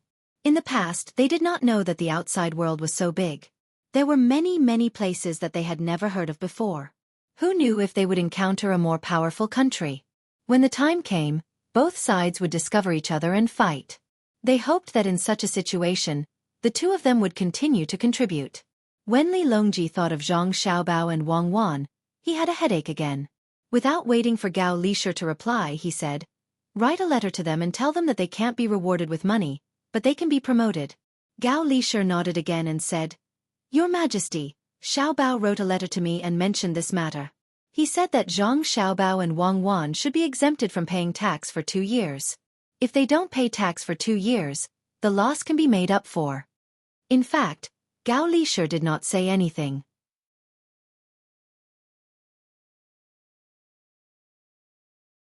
In the letter, he not only wrote that the loss could be made up for, but also the gains of this operation.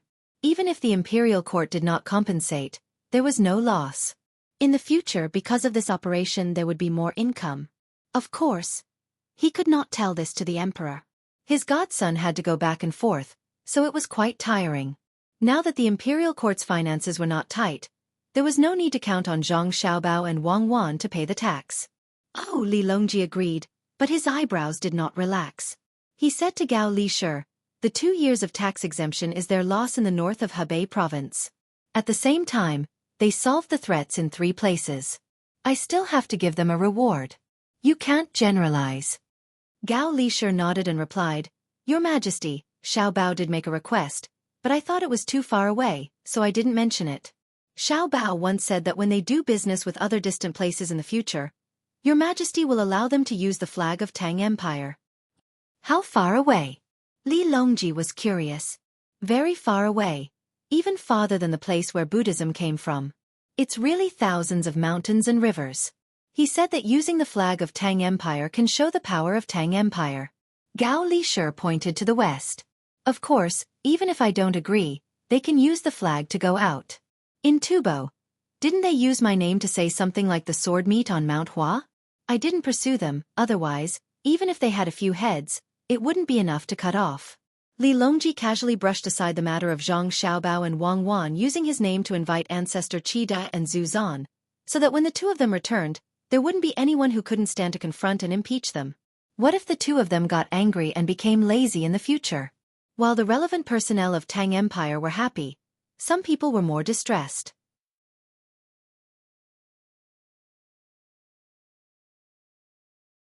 Suddenly, they got in touch with the people of Song Mo's commander-in-chief's mansion. News kept coming back and forth, but the more they knew, the sadder they felt. Song Mo's commander-in-chief's mansion had no soldiers available, and all of them had been transferred away. 4 or 5 out of 10 people had also left. Those who had some skills had gone to find their own happiness. Li Xiaogu couldn't grasp the situation in the commander-in-chief's mansion at all. He had to listen to Li Sun for everything. Who asked Li Sun to take 10,000 elite soldiers to force him. Oh, not force but peacekeeping. If he wasn't careful, it would be easy to take down the entire commander-in-chief's mansion. In fact, it was almost done. The news sent said that the remaining people who hadn't left didn't stay voluntarily. The Tang Empire needed time to settle them down. After settling them down, they would go to the commander-in-chief's mansion to pick people. The people were waiting. His reputation had been deliberately forgotten by the people during this period of time, and he couldn't go back to the past. As he thought of this, he suddenly sighed. His bleak figure left behind an erratic trail on the ground under the hazy sunlight. He closed his eyes and wanted to forget the unhappy things, but he couldn't do it. He waved his hand at the person who set up the target in front of him. After that person left, he raised the gun in his hand. After aiming for a few breaths, he pulled the trigger. With a bang, he waited for the person on the other side to report the result. 3 points. The voice came from 100 steps away. It's really not easy to use. Xueqi muttered. He pulled out the cartridge, pushed in another bullet, and aimed again. General, take a rest. You've already fired 60 bullets. When you wake up tomorrow morning, your arm will hurt. Xueqi's aide beside him advised him in a low voice. After firing this round, have you asked someone to open it and check it? Can it be made? Xueqi continued to aim until he felt that it was enough. Then he fired the bullet in the gun. He put down the gun, rubbed his numb arm, and asked the aide. The aide took the gun and answered, yes, and I also asked. They said that the gun can be made, but the thing called spring inside is not easy to make. It's troublesome to smelt it, and we don't know how to make bullets. We opened it. There should be something similar to firecrackers in it, but it's more powerful. As for the white stack, as long as it's touched by a little force, it will burn. We don't know how to make it. If we can solve these 2 problems, we can produce a lot of guns ourselves. Solve? I want to solve it too. If it was in the past, I would have asked Li Longji for a marriage alliance, and the craftsman I brought with me should be able to make it. But now, Great Tang is not allowing any good technology to be leaked. I don't think I can find someone who can make guns, and Zhang Xiaobao and Wang Wan won't tell me. I heard that it was the 2 of them who suggested to Li Longji to keep the technology a secret. It's going to be tough. The days in the commander-in-chief's manor are going to be tough. Xueqi didn't have any confidence. Great Tang's weapons were getting more and more powerful, and there was also the clairvoyance that could see very far. If Li Longji wanted to use force on someone, the other party wouldn't be able to retaliate. It was no longer like before. When he was in a bad mood, he would throw a tantrum with Great Tang, and even directly send out troops. Li Longji would comfort him. Now, if he dared to do that, Zhang Xiaobao and Wang Wan would flatten the commander-in-chief's manor without Li Longji doing anything. The advisor was also very helpless.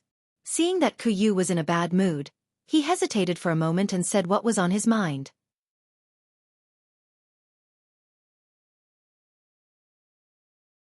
General, now that Zhang Xiaobao and Wang Wan want to use a soft knife to stab people, when the people in the commander-in-chief's manor leave, where will we find a foothold?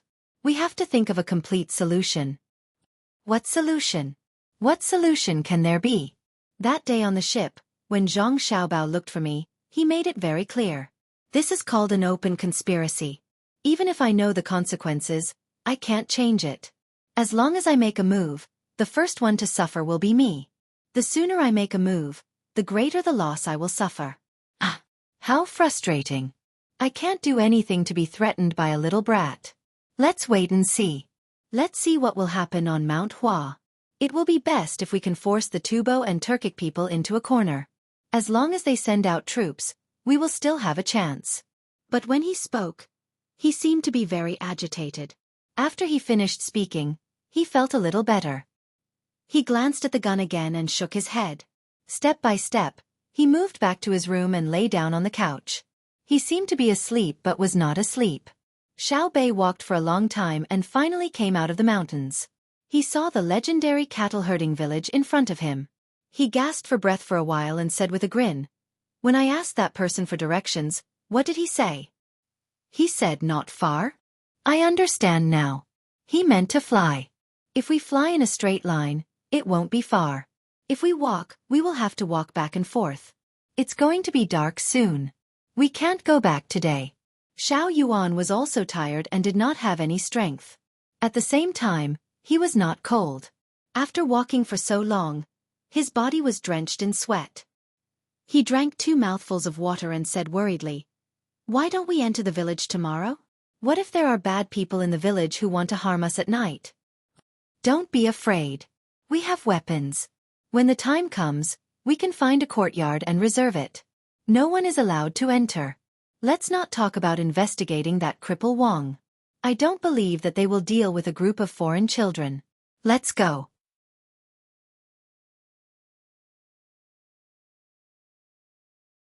If we stay in the mountains for a night in such cold weather, we will probably freeze to death. If we encounter a beast, we will encounter a beast. Xiao Bei thought for a while and rejected Xiao Yuan's suggestion. He led the group into the village. Looking at the nearby village, they walked for another half an hour before arriving. There were already people in the village looking curiously at Xiao Bei and his group. Usually, there would not be so many children coming together. They were wondering about the identity of Xiao Bei and his group. "Uncle, are there any good courtyards in the village? We can stay here for a night. We will pay. We will leave tomorrow." Xiao Bei saw a person standing at the entrance of the village and walked forward to ask. When the person standing at the entrance of the village saw Xiao Bei, he was attracted by Xiao Bei's cute appearance. It seemed that any normal person would like Xiao Bei's appearance. He nodded repeatedly and said, "Yes, yes. Which family's child sneaked out? Come with me. Even if there is no place, I will make one for you. You haven't eaten yet, right? It just so happens that everyone in the village is cooking. I will ask them to cook more later. Eat first and then have a good rest." After this person finished speaking, he did not directly ask about the identity of Xiao Bei and his group. He was probably waiting for Xiao Bei to have a good rest before asking. He turned around and led the way, but when he walked, he was limping. When Xiao Bei and his group saw the way this person walked, they looked at each other and were shocked at the same time. They wondered if this person was that cripple Wang Muramesa. What if he wanted to harm them? They were here to investigate him. "Don't be afraid. He doesn't know that we are here to investigate him," Xiao Bei whispered to the person beside him. He gave himself courage and followed the person in front of him into the village. They originally thought that this was a very poor village, but when they entered, they found that the life in this village was not bad. They could hear the barking of dogs and the sound of poultry. When they passed by a family, they saw 2 pigs that had somehow escaped from their pens and were being chased around in the courtyard by the family. The person scolded the pigs as he chased them. When he saw Xiao Bei and a large group of children, he stopped what he was doing and looked at them curiously. In order to get help at the critical moment, Xiao Bei gave this person a sweet smile. They continued to follow the person in front of them. After walking for more than 100 steps, they finally saw a large courtyard in front of them. It was empty, and the chimney on the house was not smoking. It seemed that no one lived there. "Don't be afraid. This is not a haunted house. The original family has moved out and moved to the school in the county to cook for the children. I am the village chief of this village. In a while, I will ask someone to come and clean this place. Aya, there are so many children, and you can't squeeze in. I will also ask some of the families in the village to cook some good dishes for you. Oh, my surname is Wang." The person leading the way introduced them and then smiled at Xiao Bei and the others. The more he looked at them, the more he liked them. The more Xiao Bei listened, the the more scared he became. It was indeed this person. He took a deep breath and tried to calm himself down. He smiled at Wang Murasheng and said, "Uncle Wang, thank you. We are going up the mountain to play. After we eat we will pay. I think that the adults will come later. We ran a little faster, hee hee. You don't have to pay. The life in the village is not bad. Since there is a way to raise animals, it is not as difficult as before. Wait for me to call for people." Wang Murasheng's eyes narrowed even more. He looked at the sky and began to shout at the top of his voice.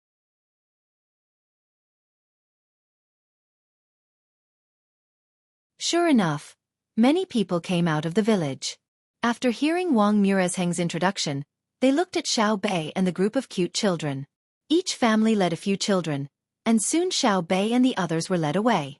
Xiao Bei and the others chose the person who looked the most like a good person to follow, hoping that he could help at a critical moment. Just as the group of children was assigned to their families, 12 adults came to the village. These 12 people directly found Wang Murasheng, revealed their identities, and found a place to stay in the village. Only then did Wang Murasheng know which family the cutest child was from. He praised her again and again. No wonder she was so sensible. She turned out to be a little girl from the Zhang family in Xueqi County. That was right. He hurriedly went door to door and told them to cook better food. Don't be stingy, in case the children of rich families were not used to the food. After the meal, Xiao Bei and the others took a bath in a large wooden bucket in each of their rooms. After a tiring day, they no longer had the mood to think about the interrogation. They ran to their beds early in the morning and covered their heads with the clean bedding that other people had given them. Then they fell asleep. Early the next morning, when Xiao Bei and the others woke up, they realized that they did not arrange for anyone to keep watch last night. They were scared. After breakfast, Xiao Bei and the group of children gathered again in the courtyard where no one lived. They began to discuss how to investigate the case. I think we should beat around the bush and find a seemingly honest family to ask about Cripple Wang. But even if we ask, we can't immediately arrest him. It's best to send someone with good skills to Cripple Wang's house to see what exactly he is doing with the cow. Xiao Yuan yawned, rubbed his face with his hands, and proposed his idea. Okay, then we'll do it together.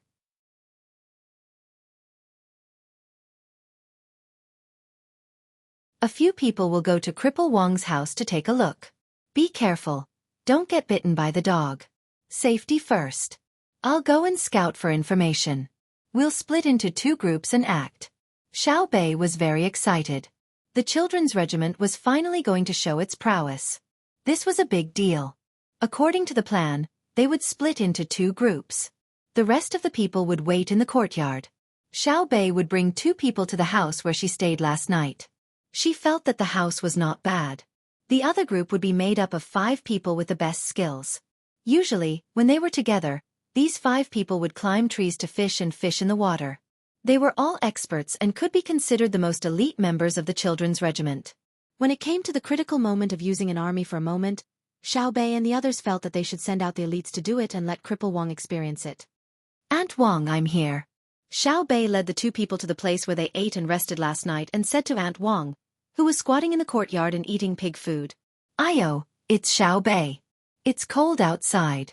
Come in quickly. Are you leaving today?" Aunt Wang seemed very happy. She rubbed her hands on her body and beckoned Xiao Bei into the house. Xiao Bei shook her head sensibly. "Aunt Wang, you go ahead with your work. I'll just watch. I won't go in. It's not cold outside. I'm wearing a lot." Aunt Wang responded and continued to work. Xiao Bei looked at Aunt Wang and thought for a while. She said, "Aunt Wang, can this food be fed to cows?" "No, it's only for pigs. Cows can't eat such miscellaneous things. Before winter, we already prepared food for cows." Aunt Wang smiled and shook her head. "Oh, you prepared food for cows? That's good. Aunt Wang, where's the cow? I haven't seen it." Xiao Bei followed the topic and asked. "The cow is at the village chief's house." "Don't worry. If you want to see the cow, I'll take you to the village chief's house." Aunt Wang didn't expect Xiao Bei to be trying to trick her. Xiao Bei nodded obediently. "Okay, thank you, Aunt Wang. Aunt, if the cow is at the village chief's house, won't it lose weight? Won't it die? Won't the milk it produces be drunk?" How can it lose weight? The village chief is an expert at raising cows, so it won't die. If it's not sick, it won't die easily. Milk can only be obtained after it raises the cubs. Without cubs, there won't be any milk. Wait, I'll prepare it now. I'll take you to see it. Aunt Wang's hands moved faster. She smiled and explained to Xiao Bei.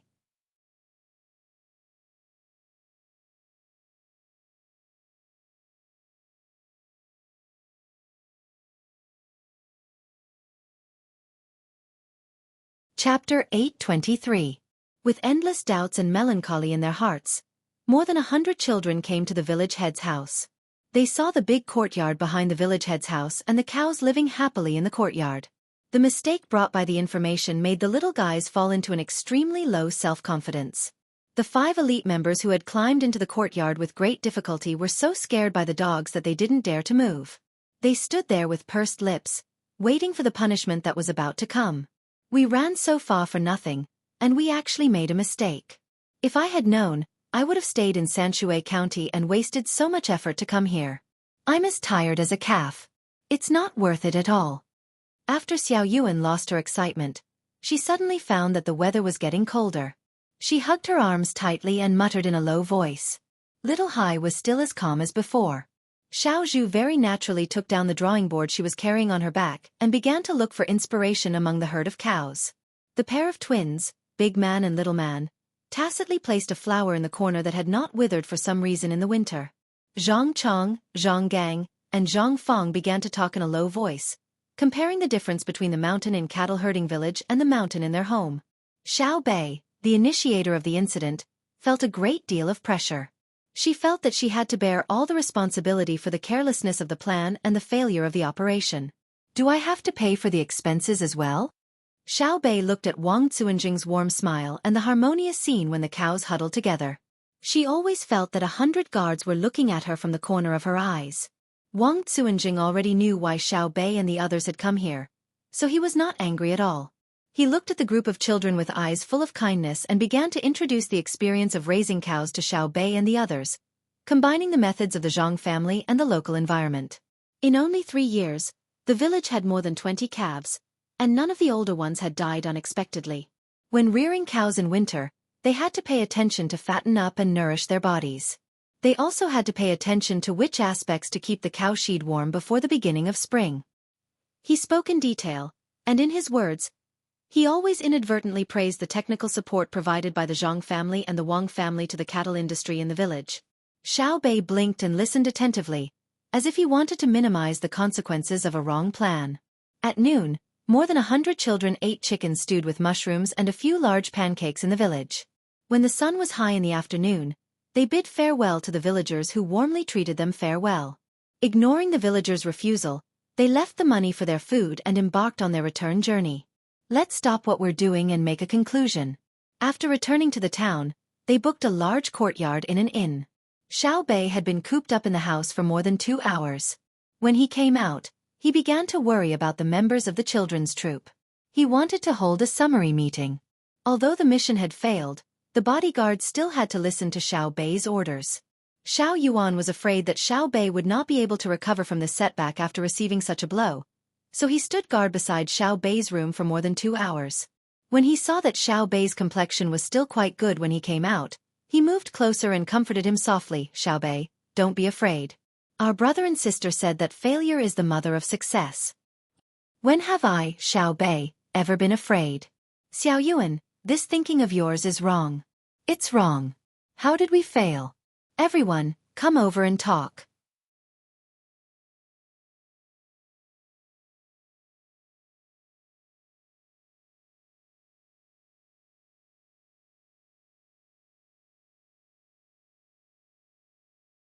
After thinking about what his brother and sister would do when they encountered such a situation, he turned a disadvantage into an advantage. After hearing his sister's words, Xiao Hai, who didn't care about other things, revealed an expression of disbelief for the first time. The faces of the boys were filled with worship. Xiao Zhu's eyes moved back and forth, wanting to remember this precious scene so that it could be recorded on the drawing paper. Sweeping a glance at the 100 guards who were at a loss, Xiao Yuan shook his head vigorously. He stared at Xiao Bei in astonishment and carefully sized him up, as if he wanted to see something from Xiao Bei's face. Ha ha ha. On the road in Huayuan County, Zhang Xiaobao, who was waiting for his brothers and sisters to return, couldn't help but laugh out loud when he heard the words of the people who were sent to protect him. Wang Wan also pursed her lips and narrowed her eyes into peach shapes. Zhang Xiaobao kept laughing. He laughed until he squatted on the ground, one hand covering his stomach and the other slapping his thigh. Haha, Aya, I'm dying of laughter. Our Xiao Bei is really amazing. It must be because you, his sister, have taught him well. He can turn black into white. This is definitely the quality an official should have. Not bad. Don't splash dirty water on an official. No matter how good an official is at spouting nonsense, they can't compare to swindlers like you. It's really hard for Xiao Bei. What are you thinking? It's not easy. Let's go, the team will move forward. I reckon that Xiao Bei and the others will have received the news and should be arriving at Huazhou Prefecture soon. Wang Wan held back her laughter. She pulled Zhang Xiaobao up and instructed the team to move forward. Outside the county town of Huazhou Prefecture, the two teams met up. Xiao Bei found her brother and sister and bragged about her contribution in this investigation. Of course, she also mentioned a few small mistakes and humbly expressed that she would learn more in the future. Zhang Xiaobao praised Xiao Bei and the others for their hard-working spirit and acknowledged the results obtained by the children's regiment. He also encouraged them to continue to work without fear of difficulties in the future. As for the small mistakes in the operation, he also gave them guidance. In the end, he waved his hand and reimbursed all the funds for this activity. He also allocated an additional sum of funds to solve the financial difficulties of the children's regiment. The team continued to move forward. They were not far from Huayuan County.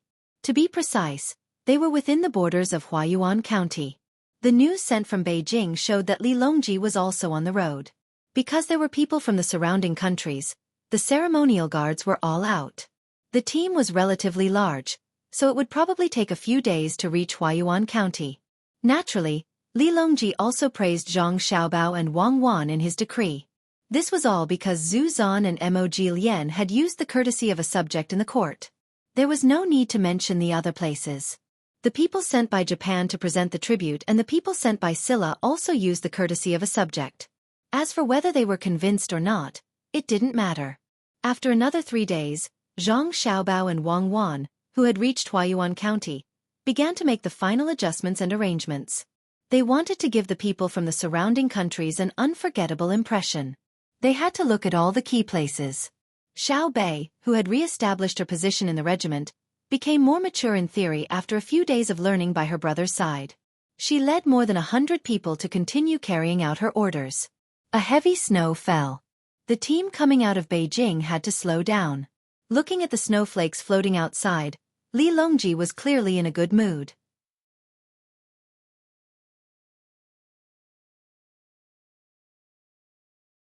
He took a sip of the tea in his cup and tasted it carefully.